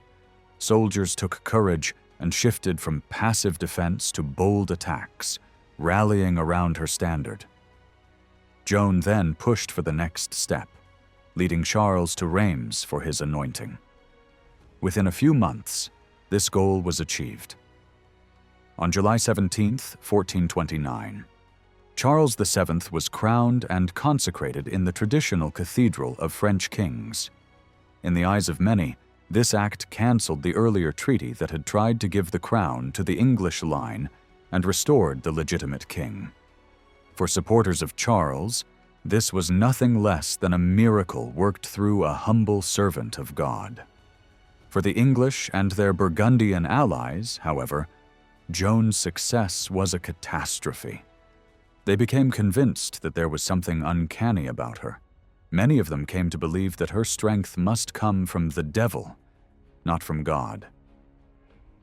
As long as she advanced, both sides watched carefully to see whether heaven or hell was behind these events. Joan's later campaigns were less successful. Attempts to recapture Paris failed, and fighting at other places also stalled. During an operation near Compiègne, she was captured by Burgundian forces and handed over to their leaders. Her capture seemed to some like a sign that God had withdrawn his favor. Her enemies in Paris rejoiced. Preachers denounced her as a violent girl who dressed like a man, mixed freely with soldiers, and committed terrible sins. Very quickly, the University of Paris declared that she should be tried on charges linked to heresy. The English government paid a high price to obtain custody of her, and she was taken to Rouen, their main base in northern France, and held in a strong fortress prison. Their intention was not only to kill her, but to prove that she had been an agent of the devil. If they could show that her visions were demonic, they could claim that Charles VII owed his crown to dark powers and that his rule was invalid. The King of England ordered the Bishop of Beauvais, Pierre Cauchon, to begin a formal trial under church law, since Joan had been captured in his diocese. He was a strong supporter of the English and Burgundian cause and could be trusted to direct the process in their favor. The presence of supposed voices and visions turned a political matter into a religious one. Joan was brought before a panel of churchmen connected with the system that had previously fought heresy in southern France. They lived in a world where belief in spirits, visions, and miracles was extremely intense. Learned theologians, proud of their logic, still had a deep fear of the devil and were convinced that he could deceive even pious people. Their task, as they saw it, was to separate true inspiration from diabolical illusion. They questioned Joan again and again, trying to trap her in contradictions or force her to admit that the voices might be evil. They did not use physical torture, but they used pressure, deception, and threats. Joan was not only a peasant girl by this stage. She had moved in royal circles, spoken with princes and commanders, and become a powerful symbol for ordinary people. Many commoners loved her and saw her as their champion. Some clergy in Rouen also believed in her innocence. The judges therefore stood in a difficult position. They feared her supposed magical strength if she was truly a witch, but they also feared the moral weight of condemning an innocent servant of God. Alongside accusations of sorcery and contact with evil spirits, they charged her with rebellion against the church on earth. She refused to submit fully to the authority of her judges, insisting that she answered first to God and to the heavenly church. This was especially serious in a period still recovering from the great split inside Western Christianity. To the minds of her accusers, her refusal to bend to church authorities proved that she was in error. For a time, Joan held firm, answering with courage, skill, and sometimes wit. Eventually, worn down, deprived of communion, and living in harsh conditions, she signed a brief statement saying she would obey the church and give up wearing men's clothes. Soon after, she went back on this promise, resumed her male dress, and once more insisted that her voices came from God. This return to her previous position removed any doubts her judges still had. They condemned her as obstinate in her supposed errors, cut her off from the Christian community, and handed her over to the secular authorities, who had been waiting for this moment. The local royal officer in Rouen had her burned in the market square on the 30th of May, 1431. To her enemies, this execution ended a dangerous spell over France and destroyed a symbol of resistance. To many others, both then and later, Joan died as a martyr for the true King of France, faithful to what she believed was God's command, even in the face of fire. Joan of Arc left a lasting mark on France because she expressed, more clearly than anyone of her time, the belief that true kingship could only exist under God's direct guidance. Her short appearance on the political stage had an enormous effect. Even though she died, her intervention changed the direction of the war in a way that seemed miraculous to her contemporaries. She restored hope at a moment when despair had settled deeply across the kingdom. The movement she inspired continued for years and eventually led to the full liberation of France from English rule. Because the South had suffered less from occupation and remained loyal, Charles VII finally secured his position as king. He became a symbol of calm leadership, choosing to rebuild the realm with careful judgment rather than harsh central control. He respected the different customs and regional institutions that had formed in earlier decades and used this variety as a foundation for a stable state. Within this framework, the crown managed the distribution of privileges among loyal towns, guilds, and servants of the king. In 1449, after French forces regained Rouen, Charles VII ordered a complete investigation into Joan's trial. He needed the world to understand that his authority did not come from any form of sorcery. The Pope was hesitant, fearing renewed attention on a woman who had challenged official church structures, and he tried to keep the university away from the matter. But a determined cardinal from Normandy pushed the process forward, forcing the royal court to act. A new tribunal was finally created in 1455. Investigations were carried out in her home region, in Orléans, and then in Rouen and Paris. Many of the key figures from the original trial were dead, and few people wished to revisit painful memories. Witnesses were asked only to affirm that Joan could not be considered a heretic or a rebel against the faith.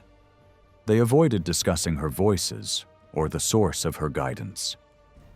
One surviving judge had previously suggested that her visions may have come from natural causes rather than divine ones, but no one wanted to reopen that debate.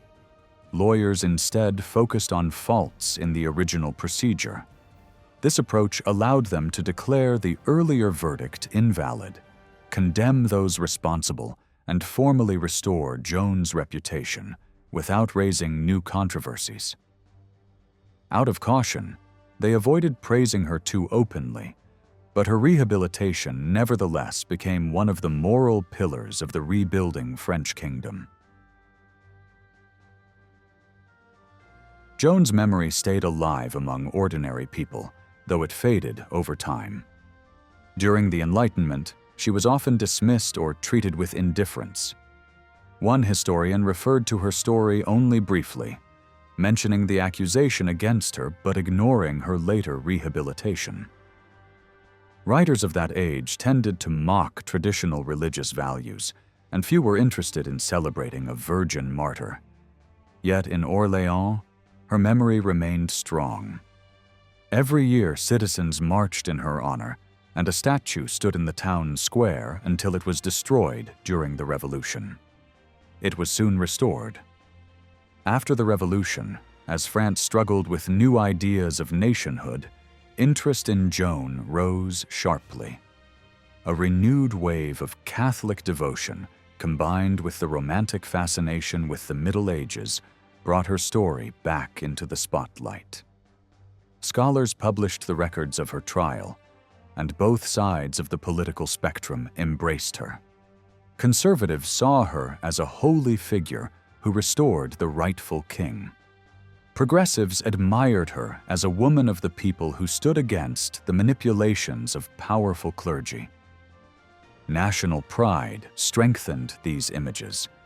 Generations of schoolchildren learned about the young woman who had sacrificed herself to save her homeland. For the Church, Joan became an example of deep spiritual devotion, useful in the struggle against rising anti-clerical sentiment. Over time, this image blended with the popular view of her as a national heroine. She was beatified, and much later, after the First World War, she was declared a saint. The decision came at a moment when France had suffered terribly, and it seems clear that giving the country a unifying spiritual figure was also a political gesture. In a nation that had become firmly Republican and largely secular, Joan's sainthood revived the idea that sacred meaning could still exist at the very heart of the state.